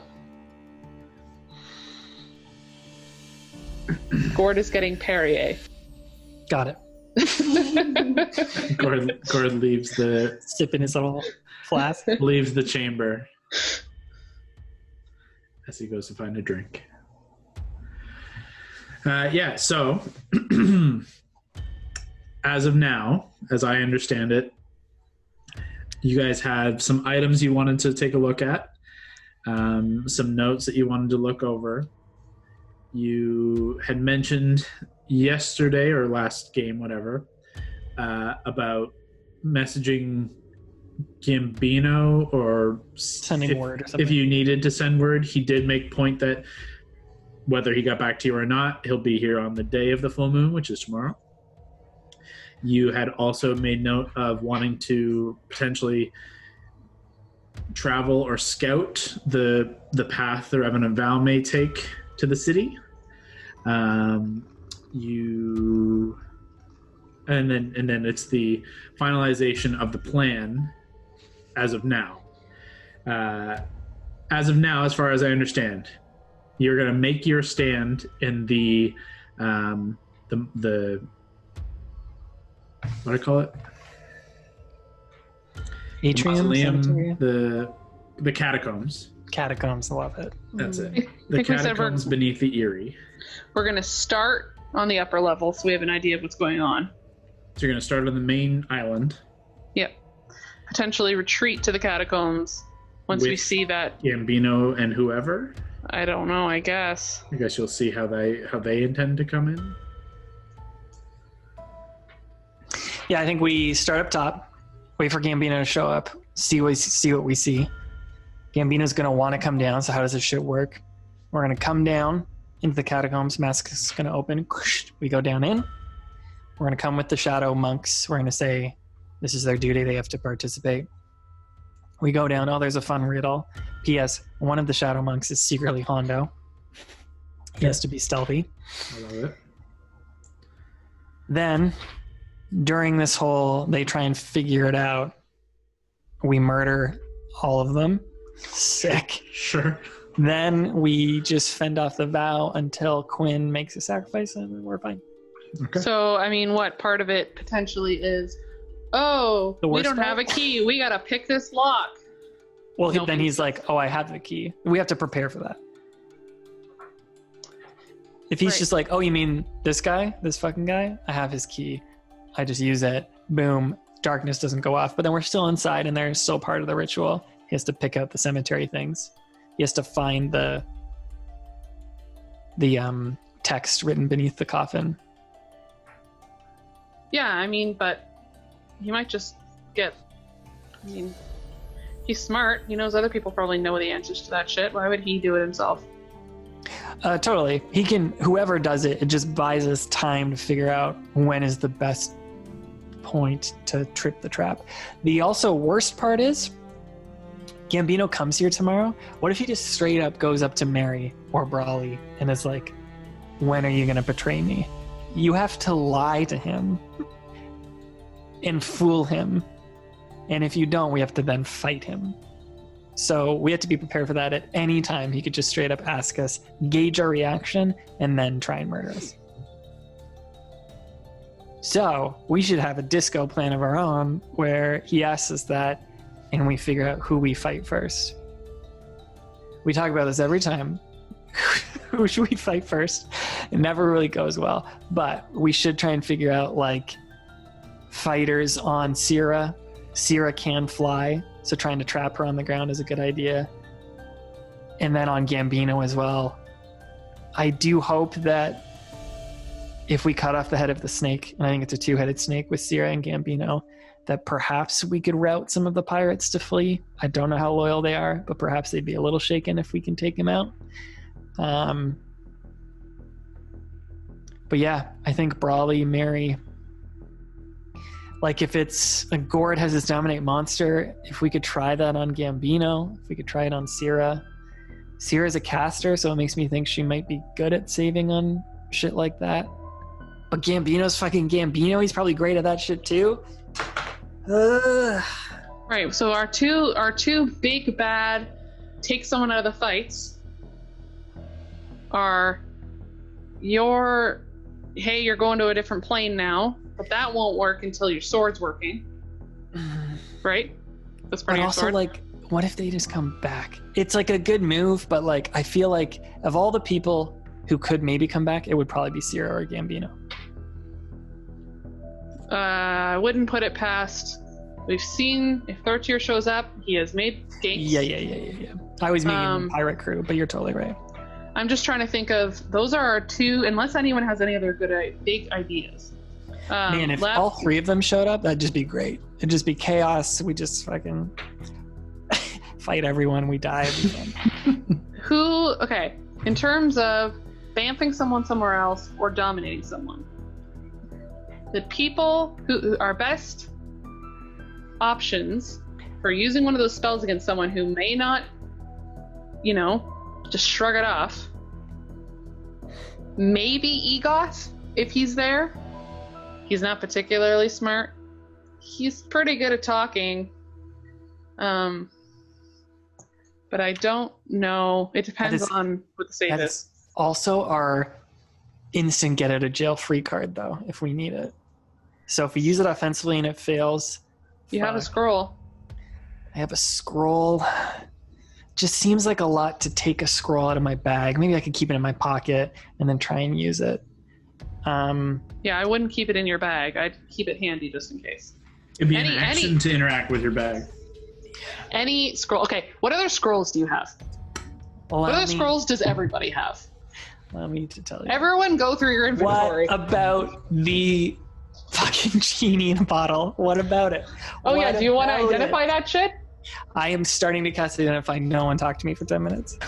Maybe should we move out of this space? Are we done? No, I love it here. It's safe. It's cozy and dark. I'm telling you, the genie, it is a risk. Hondo, are you presenting the bottle? I'm not presenting anything. Okay. You don't want Valentine to look at it and tell you potentially so we know for sure how it works? What the fuck are you gonna do with it if you don't know what happens with it? You're just gonna whip it at somebody and hope it fucking works? This is not a weapon for just anybody. And believe it or not, Gambino is not the worst of our field. Gambino is your arch rival and evil nemesis. It would be an insult to me to use this on Gambino. I feel like Raymond's his arch nemesis. Yeah, that's isn't true. he? Raymond Oh, is. you're right. all of Kevin's enemies are slowly closing in. God, yeah. Honda, why don't you just fight both of them? Pirate King and Hell King. You can fight both of them. One thing, would I know, because I have the item, I can read an inventory about it. So do I technically know about it? No. So that's the tricky part about it, is that without making a proper understanding, without making a check, or in Valentine's case, casting this Identify spell, Identify will give you the exact descriptor. Like, it'll give you what you have in D&D Beyond. Mm-hmm. You can make a check to see if you understand it as Honda with like Arcana or History, to see if you've heard enough to piece together what this thing is and what it can do. But technically, you don't know anything that is on this page. So, I mean, but if you give it to Valentine and let Valentine look at it for 10 minutes, he can just fucking tell you everything. Yeah, you get the inventory list. That goes with anything with Identify. Also handy for cursed items. Promise I wouldn't use it. I would give it right back. Okay. Yeah, true. We don't know if it's cursed or not. Kyle just told us it might be cursed. No, I didn't. I just said it's just really good for cursed items. Identifying things and you don't know if they're cursed. I've tried to give Hondo several cursed items. Once a day, a cursed item goes your way. Okay, fine. Investigate. All right, thank you. Are you casting the ritual or the spell? The ritual. So I can't cast the spell. I don't think I can just do the ritual. Oh yeah, you only have it through your. That's right. I will say, while I'm just reading my book and trying to figure out how that magic works, I have Speak with the Dead for a scroll, Invisibility for a scroll, Mislead for a scroll, Plane Shift for a scroll, Etherealness for a scroll, and Catapult for a scroll. I forgot I gave you Mislead. I love that spell. What the fuck is that? Mislead is cool. Allow me to read it. It only It's works like the on Loki me, though, I spell. think. Yeah. Loki. But I think it only works on me, or else it would be really handy to use on someone else. Yes, it is a self. So you become invisible at the same time that an illusionary double of you appears where you are standing. The double lasts for the duration, but the invisibility ends if you attack or cast a spell. You can use your action to move your illusionary double up to twice your speed and make it gesture, speak, behave in whatever way you choose. You can see through its eyes and hear if you were located where it is. On each of your turns as a bonus action, you can switch from using its senses to using your own and back again. While you're using its senses, you're blind and deaf, and it lasts up to 1 hour, but it's concentration. I've used this on you guys. Cool. That's interesting. That could be useful. Etherealness is self as well, and it's up to 8 hours.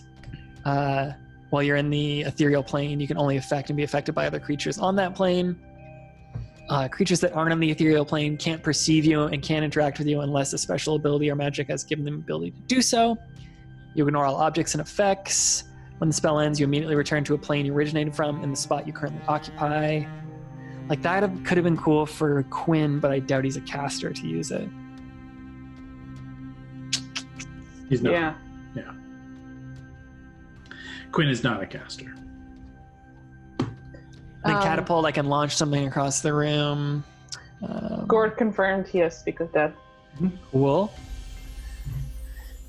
We all know what plane shift does. It can be used offensively or like to get us somewhere. Invisible, obviously. And I also have one scroll, Speak of Dead.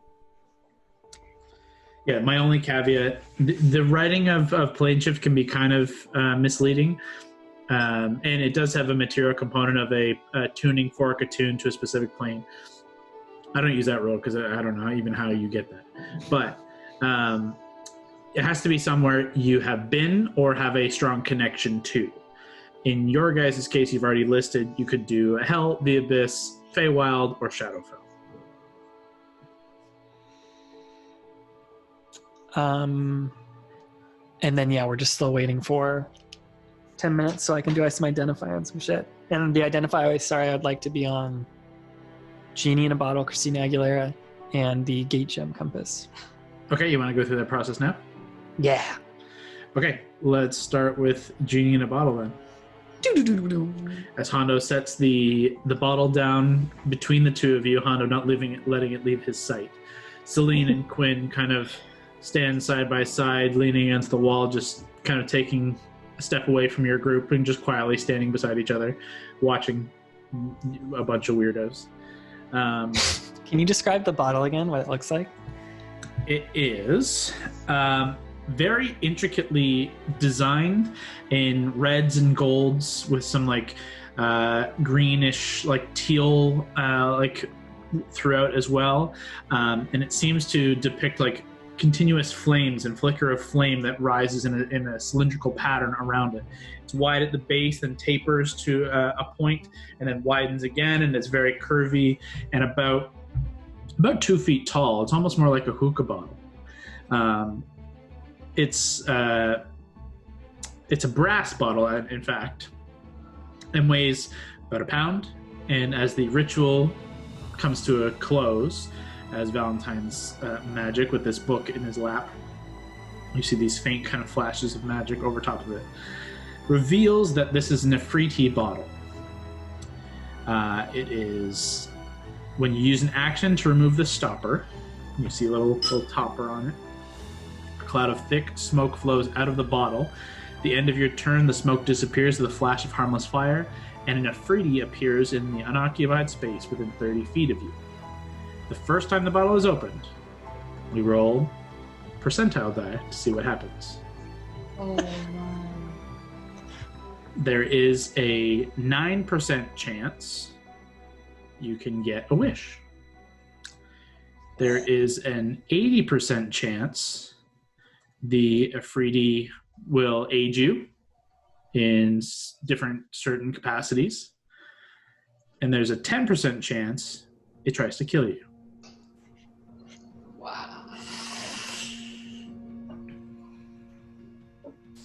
Is there, wait, so sorry, the only options are it tries to kill you, it grants you a wish, or chance it works with you. It serves you for 1 hour.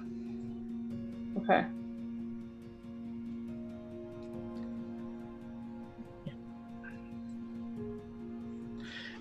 Also, just as a caveat, the writing of the bottle says it'll cast wish for you 3 times as the traditional wish thing.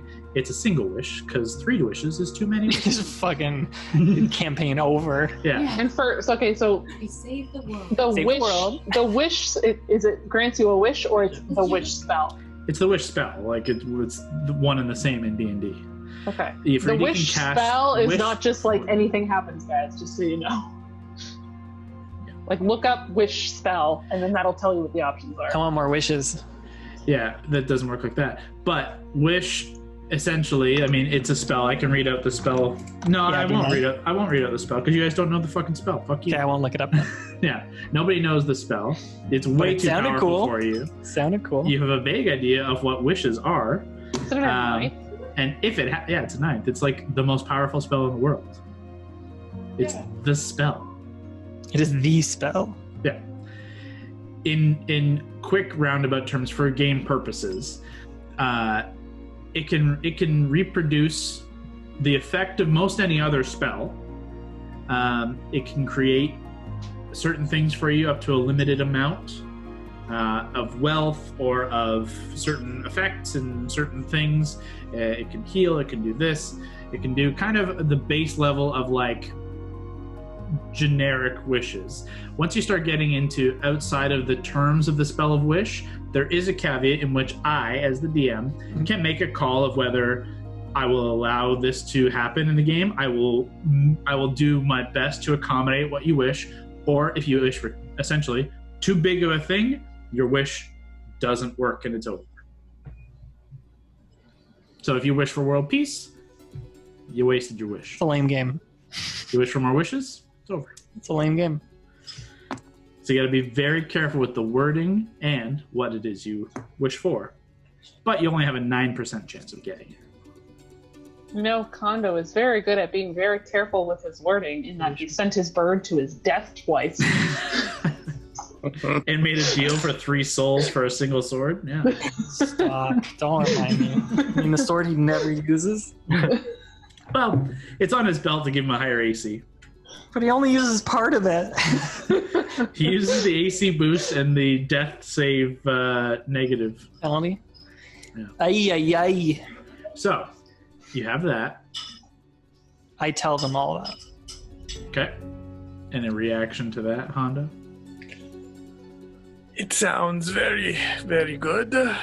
I'm quite confident about it, but it is not going to be used on Gambino. Okay. I will turn my attention to the gate gem gate gem apparatus. Pull the gate gem apparatus out of the bag for the first time in forever. 2 years? No, it's been a long time. It hums faintly as you touch it. The you can feel energy within. Like the hair on the back of your arms and your hands, even your neck begins to stand up, almost like static electricity begins to kind of course through you as you set it down before you.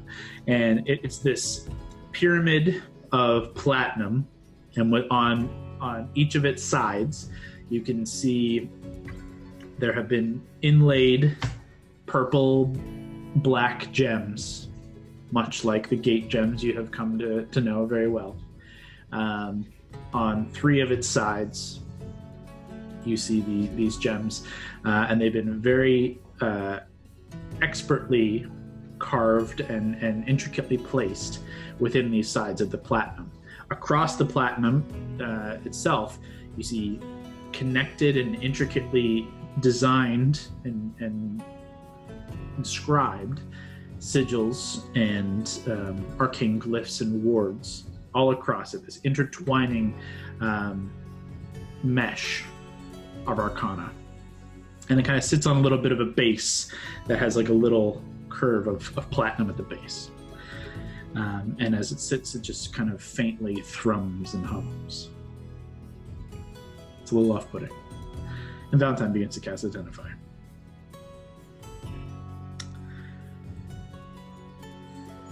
You finish the Identify spell, unless anything happens with the rest of you in the meantime. Up to you. You would finish the Identify spell and find that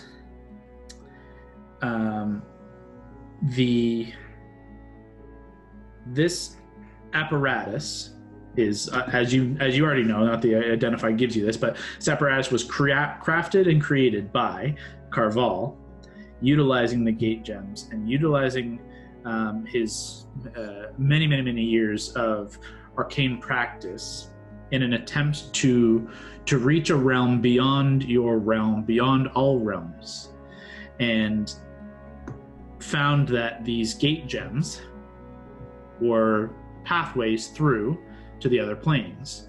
So utilizing their energies and a series of newly created spells, essentially, or not spells, but newly created glyphs, he crafted this device that houses these gems and twists their original purpose to ultimately cast a gate spell that allows you to focus the gate spell and create a gate to a new place. The gate, when cast through this, has no duration, and it stands open until deactivated or dispelled. It serves as the material components for the gate spell, negating the need for expensive and costly kinds of components. The particular gems that are embedded within the apparatus are tuned to a specific outer plane. When the caster can choose a destination with the gate or plane shift spells upon the planes that are associated with one of the embedded gems, the spell automatically will open a planar gate location rather than will open at the planar gate location rather than another specific target on that plane. So it's a more specific gate or plane shift spell that gets you exactly where you want to go without the potential failure of these kinds of spells. Likewise, you can cast plane shift and facilitate travel to any plane of existence without the need for material components. Once used in this manner, it must recharge a full 24 hours before it can be used again. Why didn't we look at this earlier? Y'all have had this in your bag for 7 months. To be fair, we had no More way than that. until very recently. Valentine only just got the ability to identify it. I know. Did you say you need the gem that is associated with the place to use it to travel instantly to that? To use the gate portion of it, you have to travel to the gate gem, the gem that is associated to the plane. You need to use that gem to create the gate. However, the entire apparatus can be a single plane shift anywhere without the need of a previously determined destination. So if you say, we're going to plane shift using the gate gem apparatus to Mount Celestia, you can do that.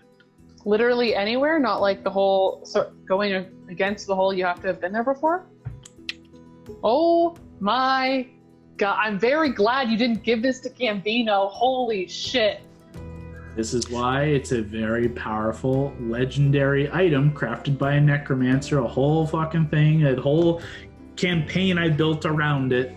It's a whole thing. Do we know, this is such like a, we don't really know. If we use it, does it come with us? Like, I guess it would, obviously. Like, we can't trick someone to go through it unless we used it as a gate. So the way, now that you have the understanding of what it actually does, when you plane shift it, you're just holding it, you cast plane shift. Like, you already know how to cast plane shift. That's fine. When it creates a gate, it can create a literal, like, doorway through and a connection, and it's 2 doorways on either side that are open. One is the entrance to this plane and one is the exit to that plane. And via this portal, the whole purpose of this apparatus is it doesn't have a time limit until someone deactivates it and closes it via the apparatus, or dispels it in ways that you can dispel magic, or destroys the apparatus. And we've seen a gate used before.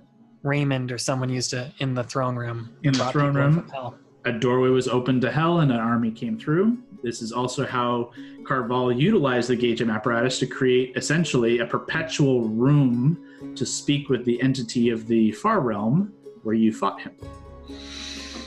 So, if we look at the symbols, are there symbols on the gems? No, actually, and part of the identify as well with Valentine, I would say. Actually, in this case, Val, throw me an Arcana check. Who's gonna? Which one of y'all wants to fuck with me? Let's see. Here we go.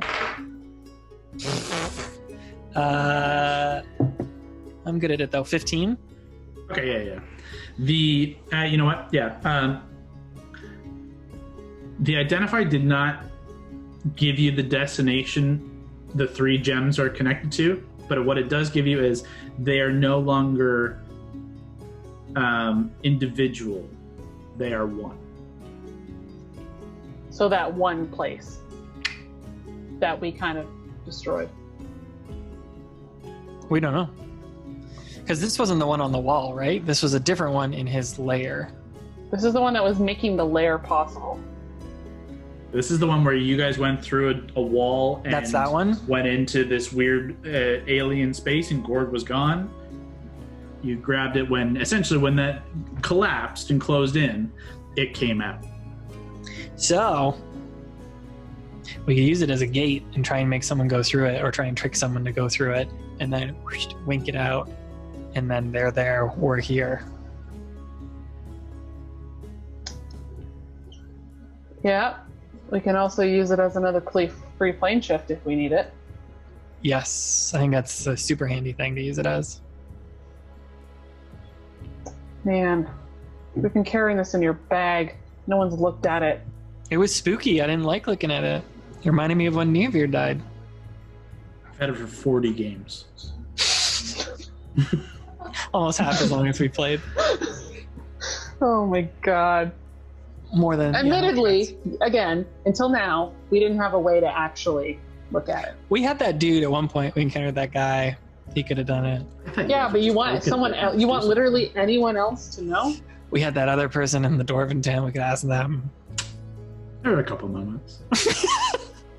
Kyle, have you been pissed this whole time that we haven't looked at this? Or are you just like, I was for a while. There was a time where I was like, you guys were bitching and moaning about like, oh, we can't get anywhere. I was like, well, you can. You just don't. Oh my god. If you look in your bag. If you use the stuff you had. And then we kept going, oh, right. The carpet. The We forgot about it. To be fair, we did forget about the carpet like 4 combats in a row. We're not good Yeah. with items.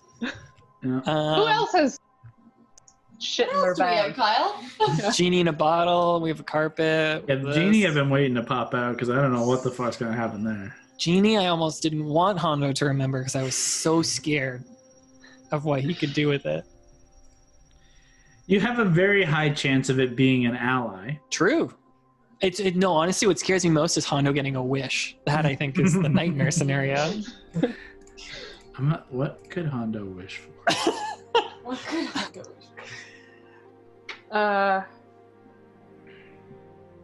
I wonder if I would have the same. This is out of game because Mary doesn't know this.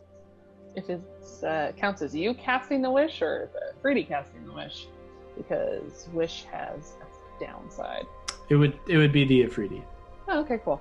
Yeah, you're not casting anything. You're asking for this effect. A wish. So, okay. Does this change anything? Also, I still think we should use that scrying today. We may as well. We just choose who to try it on. May as well use it because it's going to go away at the end of the day. So I can scry in 2 ways. One, auditory or seeing. Oh, I guess, have we ever done that? Or I guess, could I do both? I've never done that. Maybe that was scry. I think that's scry. Or was it a different thing? Clairvoyance? I think that's the spell. Clairvoyance is shit, yeah. Yeah. Okay, so that's good. So we could try and time it. I don't know. I don't know. Who would we want to look on? So part of me thought maybe we would come and tell Gambino the plan. Now I think that's just that is a risk we shouldn't take in case he straight up asks us, are you going to betray us? And then just gets a bad vibe and murders us. So I think we should just wait for him to come here tomorrow. He said he would. He'll probably bring a ship. It's where we want to lay our defenses. And he seemed at least to align himself with that. It's in his best interest to keep the vow out so he can try and get the scythe with his lady. I mean, we know how to get to the room where she's going to be, and the scythe is probably going to be, so we're his allies until that happens. At the When very do you least. guys think we should spring the trap? This is what we need to decide. Ignore that we have to fight the vow this whole time. Let's just focus on the one problem. When do we spring the trap on Gambino? Well, Hondo. we don't when do have you a think? trap yet, but What is the trap, first of all? yeah. The trap is you, baby. You're the trap. Well, we got to do it when he's most occupied. Perfect. When do you think that is? It will be in mid-battle, maybe when he's about to take the site. I think if we wait until he's reaching for the scythe, that might cause an issue. I don't think he's going to reach for it. I think Sierra is. Well, that's right. They said they want it for her. She's the one they want to wield it. Hondo, would you rather fight him? Like, where would you like to hide? Would you like to hide in the place where Quinn is, where we're standing right now, so that if he comes down here or she comes down here, you fight them here? Or do you think we should spring the trap upstairs in the catacomb? Well, what if he doesn't come down? What if it's just her who comes down? And we kill her? I have the feeling they're not going to leave each other's side. I think, yes, maybe hiding upstairs is better. Well, like I Valentine think that's said, good, you could 'cause just then we're- pretend to be one of the monks. I mean, you're kind of sneaky and... Mm-hmm. Yeah, I think that's the play. I think we're going to fuck it up anyways, so thinking about it real hard. And we don't have the elaborate trap. It's just not happening. So maybe it's just simply they come to the catacombs, they start this puzzle, and then we look for our best opportunity. And I'll be honest, Hondo, you can lead this. You can be the one to call disco and just make the move. The move should be, though, you attacking him, trying to do as much, or Sierra, but trying to do as much damage in one round with a surprise that you can. Bearing in mind, they will only use us and not betray us until we get in the way or until we are irrelevant. So keep that in mind. We need to spring the trap before they spring the trap on us. So we don't want to try... Oh, this is a bad idea, I feel like. Because I also don't want to reveal that we have this thing to them. Which one?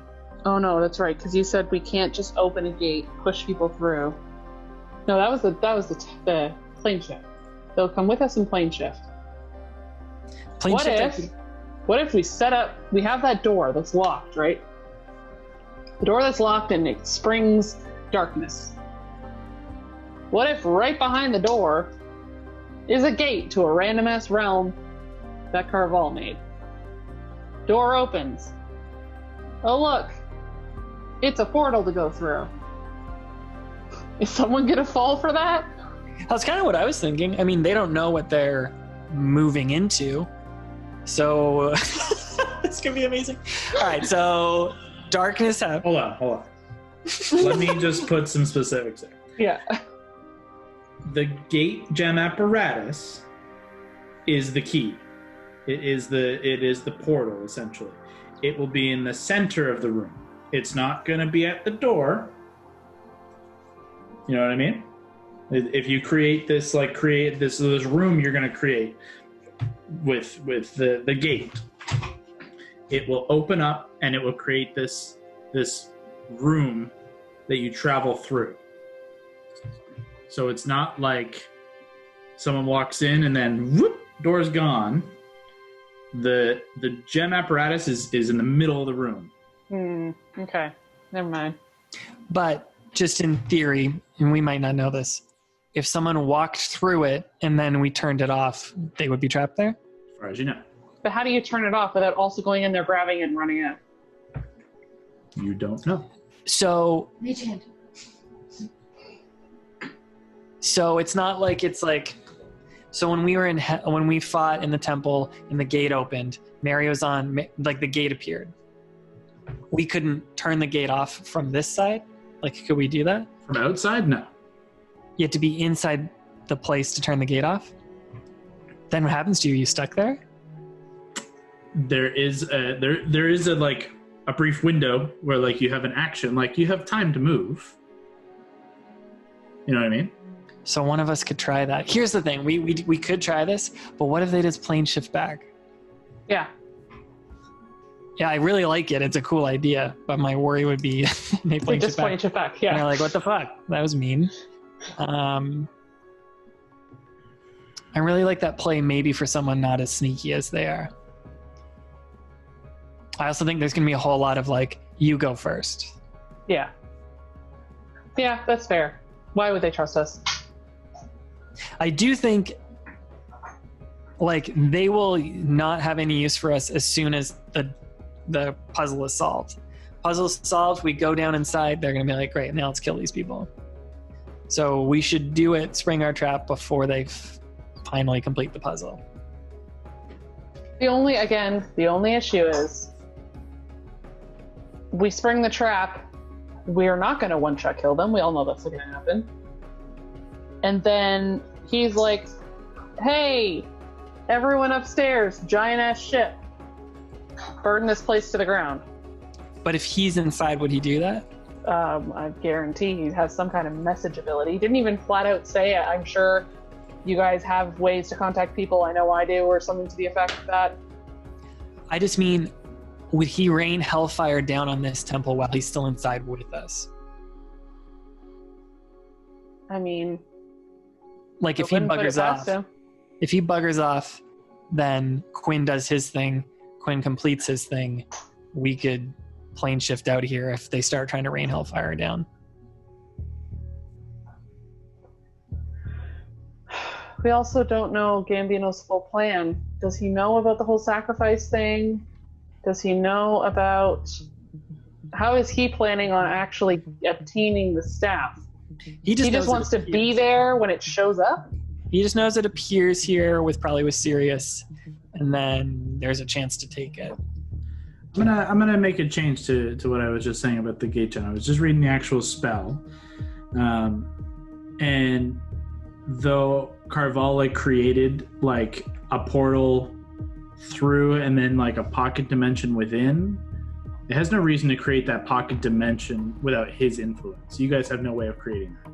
So in theory, it would just be a doorway here and a doorway here, a portal linked an unoccupied space you can see within range to a precise location on a different plane of existence.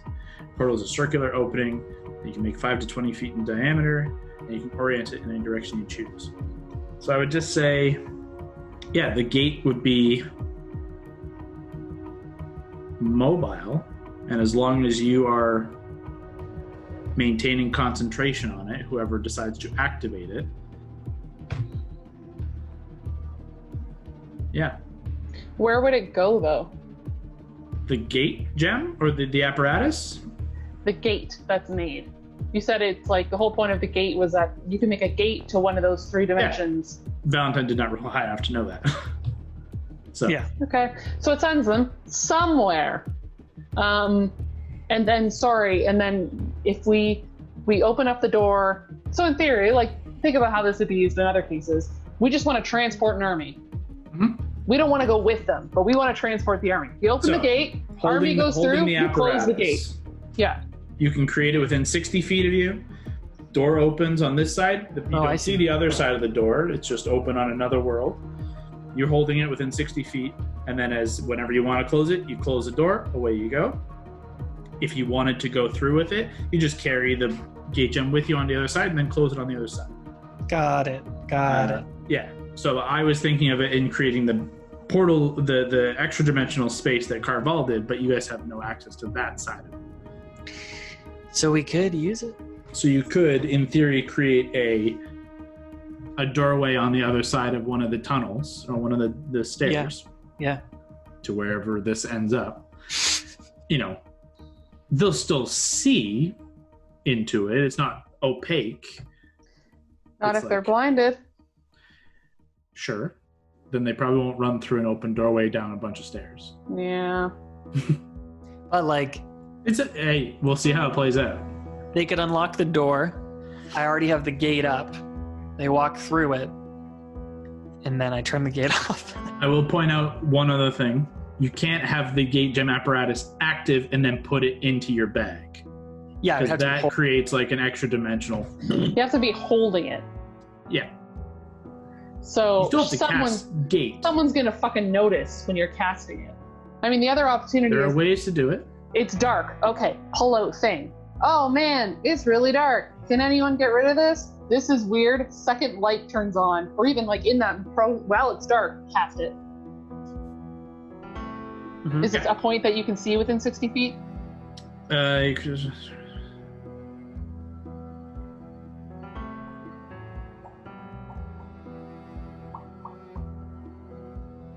No. Oh, sorry. You can see within range. My mistake. Okay. So you can't cast it while it's dark out. So you won't be able to cast it ahead of time. Because you have to hold and concentrate on the fucking gate gem the whole time.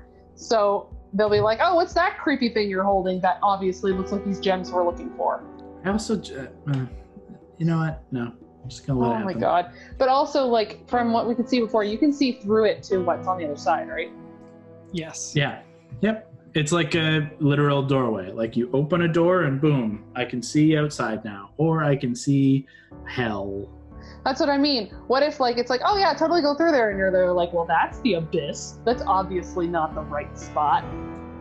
This Totally. plan was cool. I have less and less confidence in it. I still dig it. I still want it to work. It's still possible. Like, what if it's the mask opens up and then the staircase down is a gate on the floor? They walk in, they go inside it, or have to jump inside, and then You still need to cast it where you can see. So you Right. can't cast it without seeing beyond. I mean, so you would Now, have to if go you were first. hiding in there Mhm. and then cast it, you can hold it open indefinitely. You can do it right now. But then we're losing that person for the ahead of time fight. You're losing that person to, well, no, they can still, they have to hold this gem, which is annoying, and they have to maintain concentration. Just to keep them in there, though, like just to keep it open, because then when it drops, they're trapped there. Well, yeah, my concerns are they might see it and figure out what the fuck it is because they have experience with these gems, right? They're also plane hoppers. They're also plane hoppers. They love to plane hop. So they might just be able to bamf back one turn later and be like, what the fuck, guys? Mm-hmm. Or recognize a interdimensional portal. Yeah, it's really cool, but you're right. Maybe these aren't the targets for this. Mm-hmm. It can still work. Like, it just needs to be really well thought out. Mm-hmm. That's all I'm Anyone saying. else have any ideas about this situation? Or thoughts of whether it's a good or bad idea? Silence has always been a key spell to use on a trap because it prevents casters from doing something. Honda, you can't do silence, but Gord can. Gord can be invisible if he's in shadow, but if Skullface is there, he can see people who are invisible. Gord has Dominate Monster. Like if I use silence, Hondo attacked, and Gord tried to dominate monster all at the same time, that's probably our best way to surprise someone. And then Brawly and Mary, you fucking go action surge 20 attacks on them. Lav could either try and wall off someone or just fireball the shit out of someone or telekinesis someone in two. Let's also not forget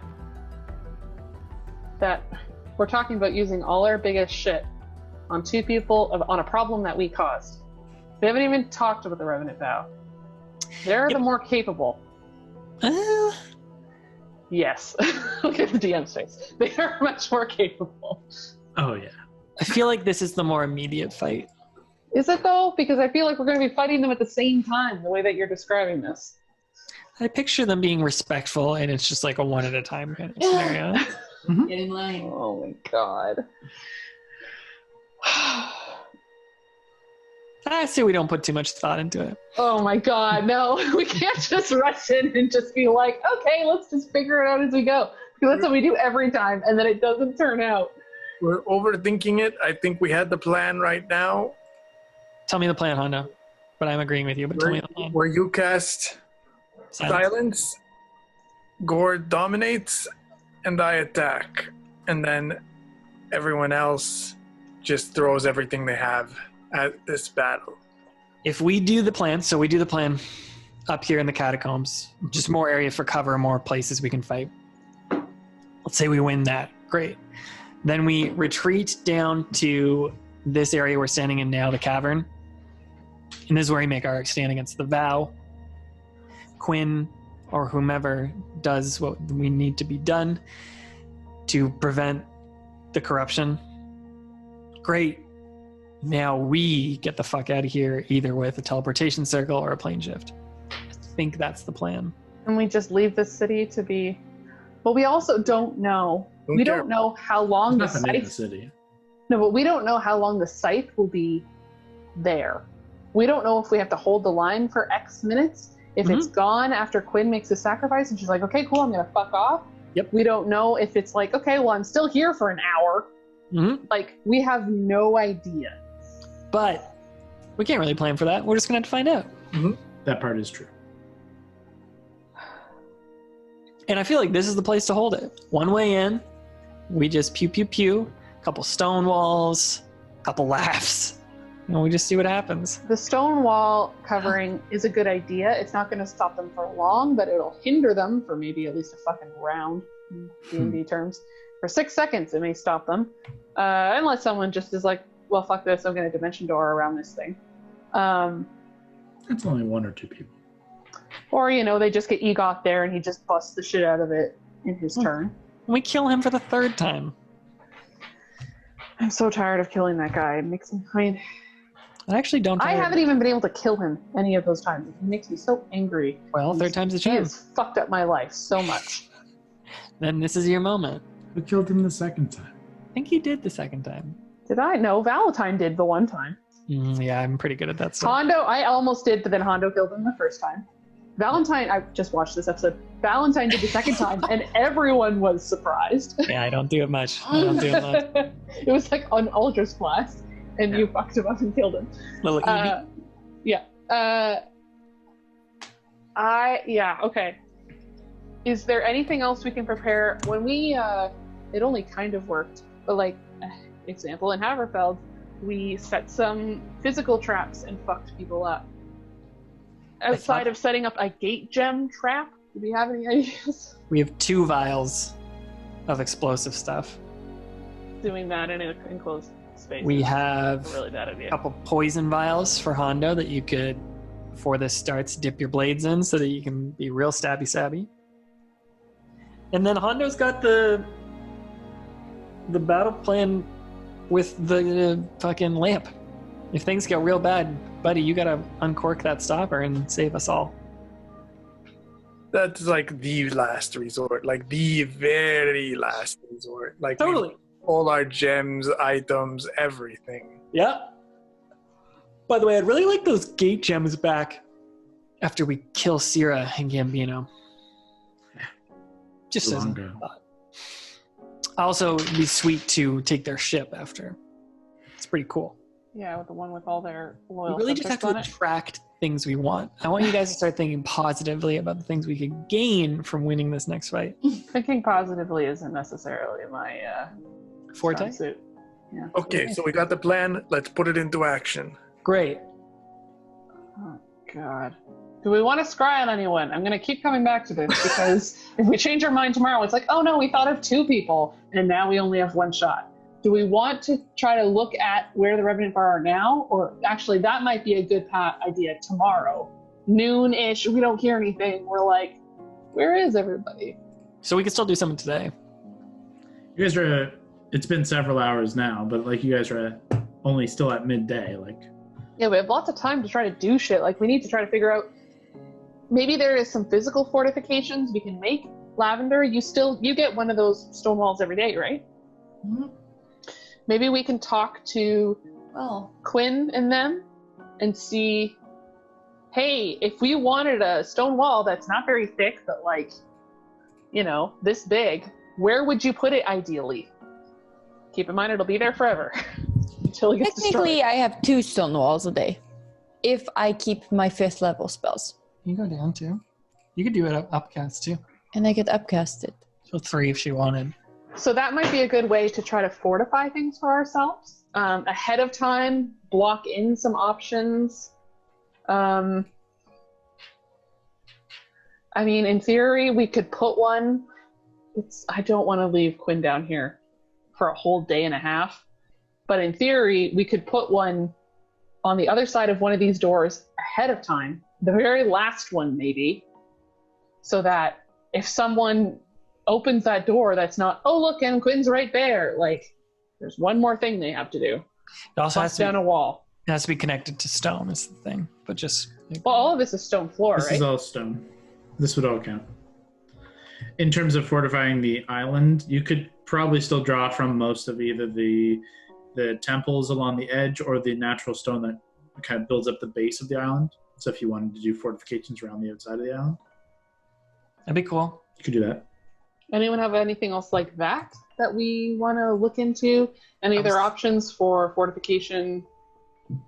I can animate the statue of the Raven Queen outside to fight with us. It's a concentration though, so while I do that, I couldn't do something else. But we once used that in the Abyss when I got that really cool fucking, I think it was an Orcus statue to fight those vampires. Yeah, there's not going to be enough things on the map. Let's make Kyle put another thing on the map too. I got to hide that whole I fight. already have statues. I'm ready. Yeah. Gord, any clutch shit that we should know about? Any ideas? I think we might have to have a nice lunch and have a lot of positive thoughts and then we put the rest of the plan into play later. Oh, God. I don't really have any plan or anything clutch, really. Well, I mean, all your stuff is clutch, like, in the actual fight. You have a lot of clutch shit, like, while we're actually fighting. It's really dependent on, like, rolls, though. Like, I either have to roll really well, or you could go to shit pretty quick. Save or suck. This is where a cleric is great, because Bane is the best. Gord, Yeah, but I mean, you can't prep with stuff like that. It's just in the moment. Gord could use that Finger of Death on Gambino or on Syrah. It's a clutch one, too. Like, I have some stuff. I can send one never used before. I'll just put it in the chat. Love pens. Oh.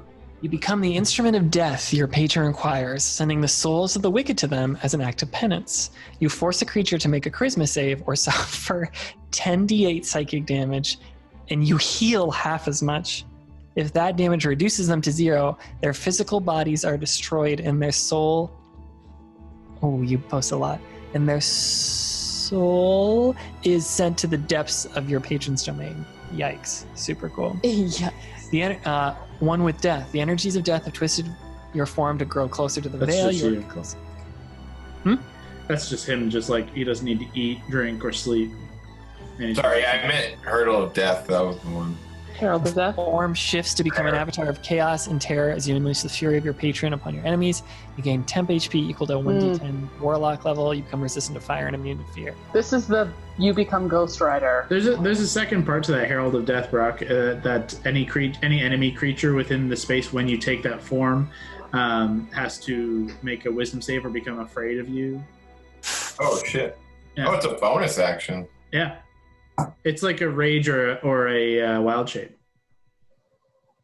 Oh my god! Oh, what is this? Yeah, there's Especially a when whole you first additional embrace. part. You first embrace this new deadly form in a turn. Hostile creatures within 30 feet that can see you must make a whiz. Versus your spell DC as they suffer mental trauma from your horrid visage. Failed save, they take 46 psychic damage and are frightened. On a success, they are not frightened and half as much damage. Then the fright thing lasts for a minute.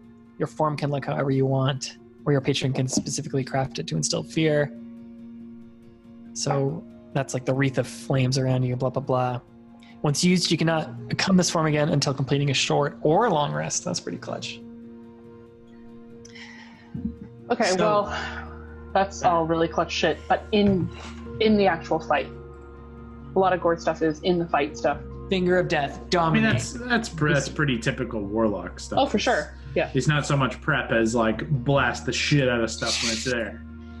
Well, I mean, in terms of prep, I think, Lavender, if you're willing, we just walk around with the monks, maybe identify the best places to chuck those, maybe a couple of those wall of stones, just to help to give people cover, or, you know, to help generally in the fight, unless anyone has better use for them, including potentially putting them in doorways. I think you can also create battlements with your wall of stone, if I remember correctly, where you can add, like, if you were to put it on the exterior, you could give little arrow shot points. Let me see. I don't Me know if too. I read that one before.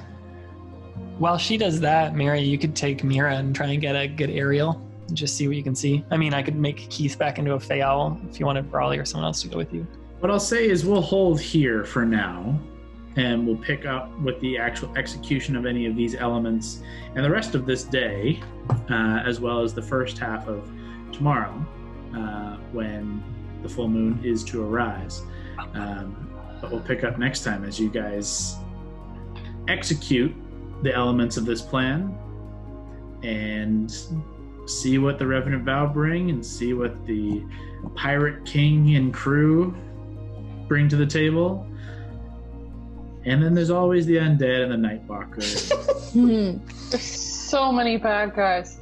And Sirius, whatever she's fucking bringing to the table. Yeah, it's a whole One other good thing to element. know for the future is the wall can be any shape you desire, though it can't occupy the same space as a creature object. The wall doesn't need to be vertical or rest on any firm foundation. It must, however, merge with and be solidly supported by existing stone. Thus, you can use the spell to bridge a chasm or create a ramp, which I never even thought about. Really cool. Yeah. Or just like make a floor. As like long over as top it's of another got floor. connecting, like 2 points connected, you can do whatever the fuck you want in the middle. Each That's panel cool. has an AC of 15 or 30 hit points per inch of thickness. So Oh wow. That's where good to know. that's where like making it 3 inches versus 6 inches thick of Changes. is going to make a difference. So what? That would be like 100 and I can't do math. 180? Thir- It'd be 30 90 or 180. Yeah. 180 hit points is a lot. I mean, like, it would force someone to use a pretty big spell or a lot of smashing to get through, or, you know, only so many people can teleport past it and the rest of the people are stuck on the other side. Well, it's... Oh, yeah, okay. If we were to use that, like, hey, we're in this room now, Raymond and them, please don't come through, put it up on the doorway, right? It'll buy you time. That could work. Yeah, it buys you time for sure. It'll buy you, I mean, in theory, like... Imagine how if you long just would put 3 walls together. Yeah. Well, you have to maintain concentration for each before they become permanent. Yeah, they don't become solid. I think that's the last one. Well, you maintain concentration on the spell for its whole duration. The wall becomes permanent and you can't be dispelled. Cool. But it would be so cool if like you prepped it and you could remain in concentration and then you could have 3 walls. Yeah, I mean, in theory, that's what this prep time could do. Like, you could create 3, like, just take how long's the concentration for an hour? 10 minutes? 10 minutes. Yeah, so like over 30 minutes, you could have 3 walls in succession, creating in theory, 6 and 6 and 6 is 18 inches of stone, which is 300, and then 3 and 8 is 240. Like, That's a lot of hit points. it's a big hit points of wall that you could buy yourself time, but it either means locking yourself in or keeping everybody out, including yourselves. Yeah, I would say we don't do it ahead of time anywhere where we know, like, say we decided to do it with that locked door and we did it on the other side, and Sierra and them are just like, okay, cool, we're going to teleport. And we're like, well, now we need to get over there to help. Like, that might not be a good idea. But it limits how many people do that. Yeah, Right, but and it might be handy if... Yeah, we're going to have time to plan, but like, if we did it multiple times, spent the night there, someone teleported out, and then, you know, like, could teleport back in. Like, that could be handy.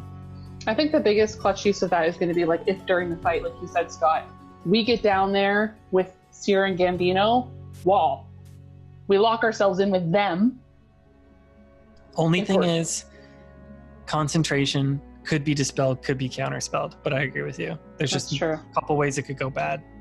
And it's still, even once permanent, if the whole time goes by, you guys can deal 180 points of damage in enough time.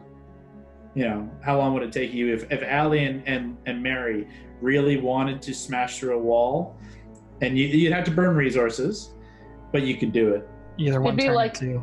Well, depending on when, yeah, it could be a couple turns or a round, but it forces resources. That's Yeah. stuff that people aren't doing to us in that time. Someone could just hit Amanda and then It gives you guys, though, at least 2 rounds of just heal, or, I don't know, something. Who knows? murder Sierra and them instead. We'll figure it out when it happens. Yeah. Cool. Well, at least we have time to think a little bit more. The gate gem threw me for a loop. Yeah, gem's tight. I apologize for not taking it out for 40 games. I was honestly just scared of it for so long. Carval terrified me. Yeah. Because he's terrifying. And he's going to get you one of these days. No, he's not. He's gonna be really pissed we took this thing. I want his fucking soul in this. I want this to be his goddamn Horcrux. It's not. I mean, you could destroy it and find out. I will never live down not finding his Horcrux. I don't want to say the other word because we realized it was bad. So I'm just going to call it Horcrux. I'm sure Horcrux is bad in some way. Fuck you, J.K. Rowling. Even Kyle, you even said, you're like, I made it very hard to find. I figured you guys wouldn't find it. I mean, he's a lich. He's a genius lich. Of course it's going to be hard. I just wish we could watch a recording back to just go through every small detail you mentioned. You guys walked past it twice.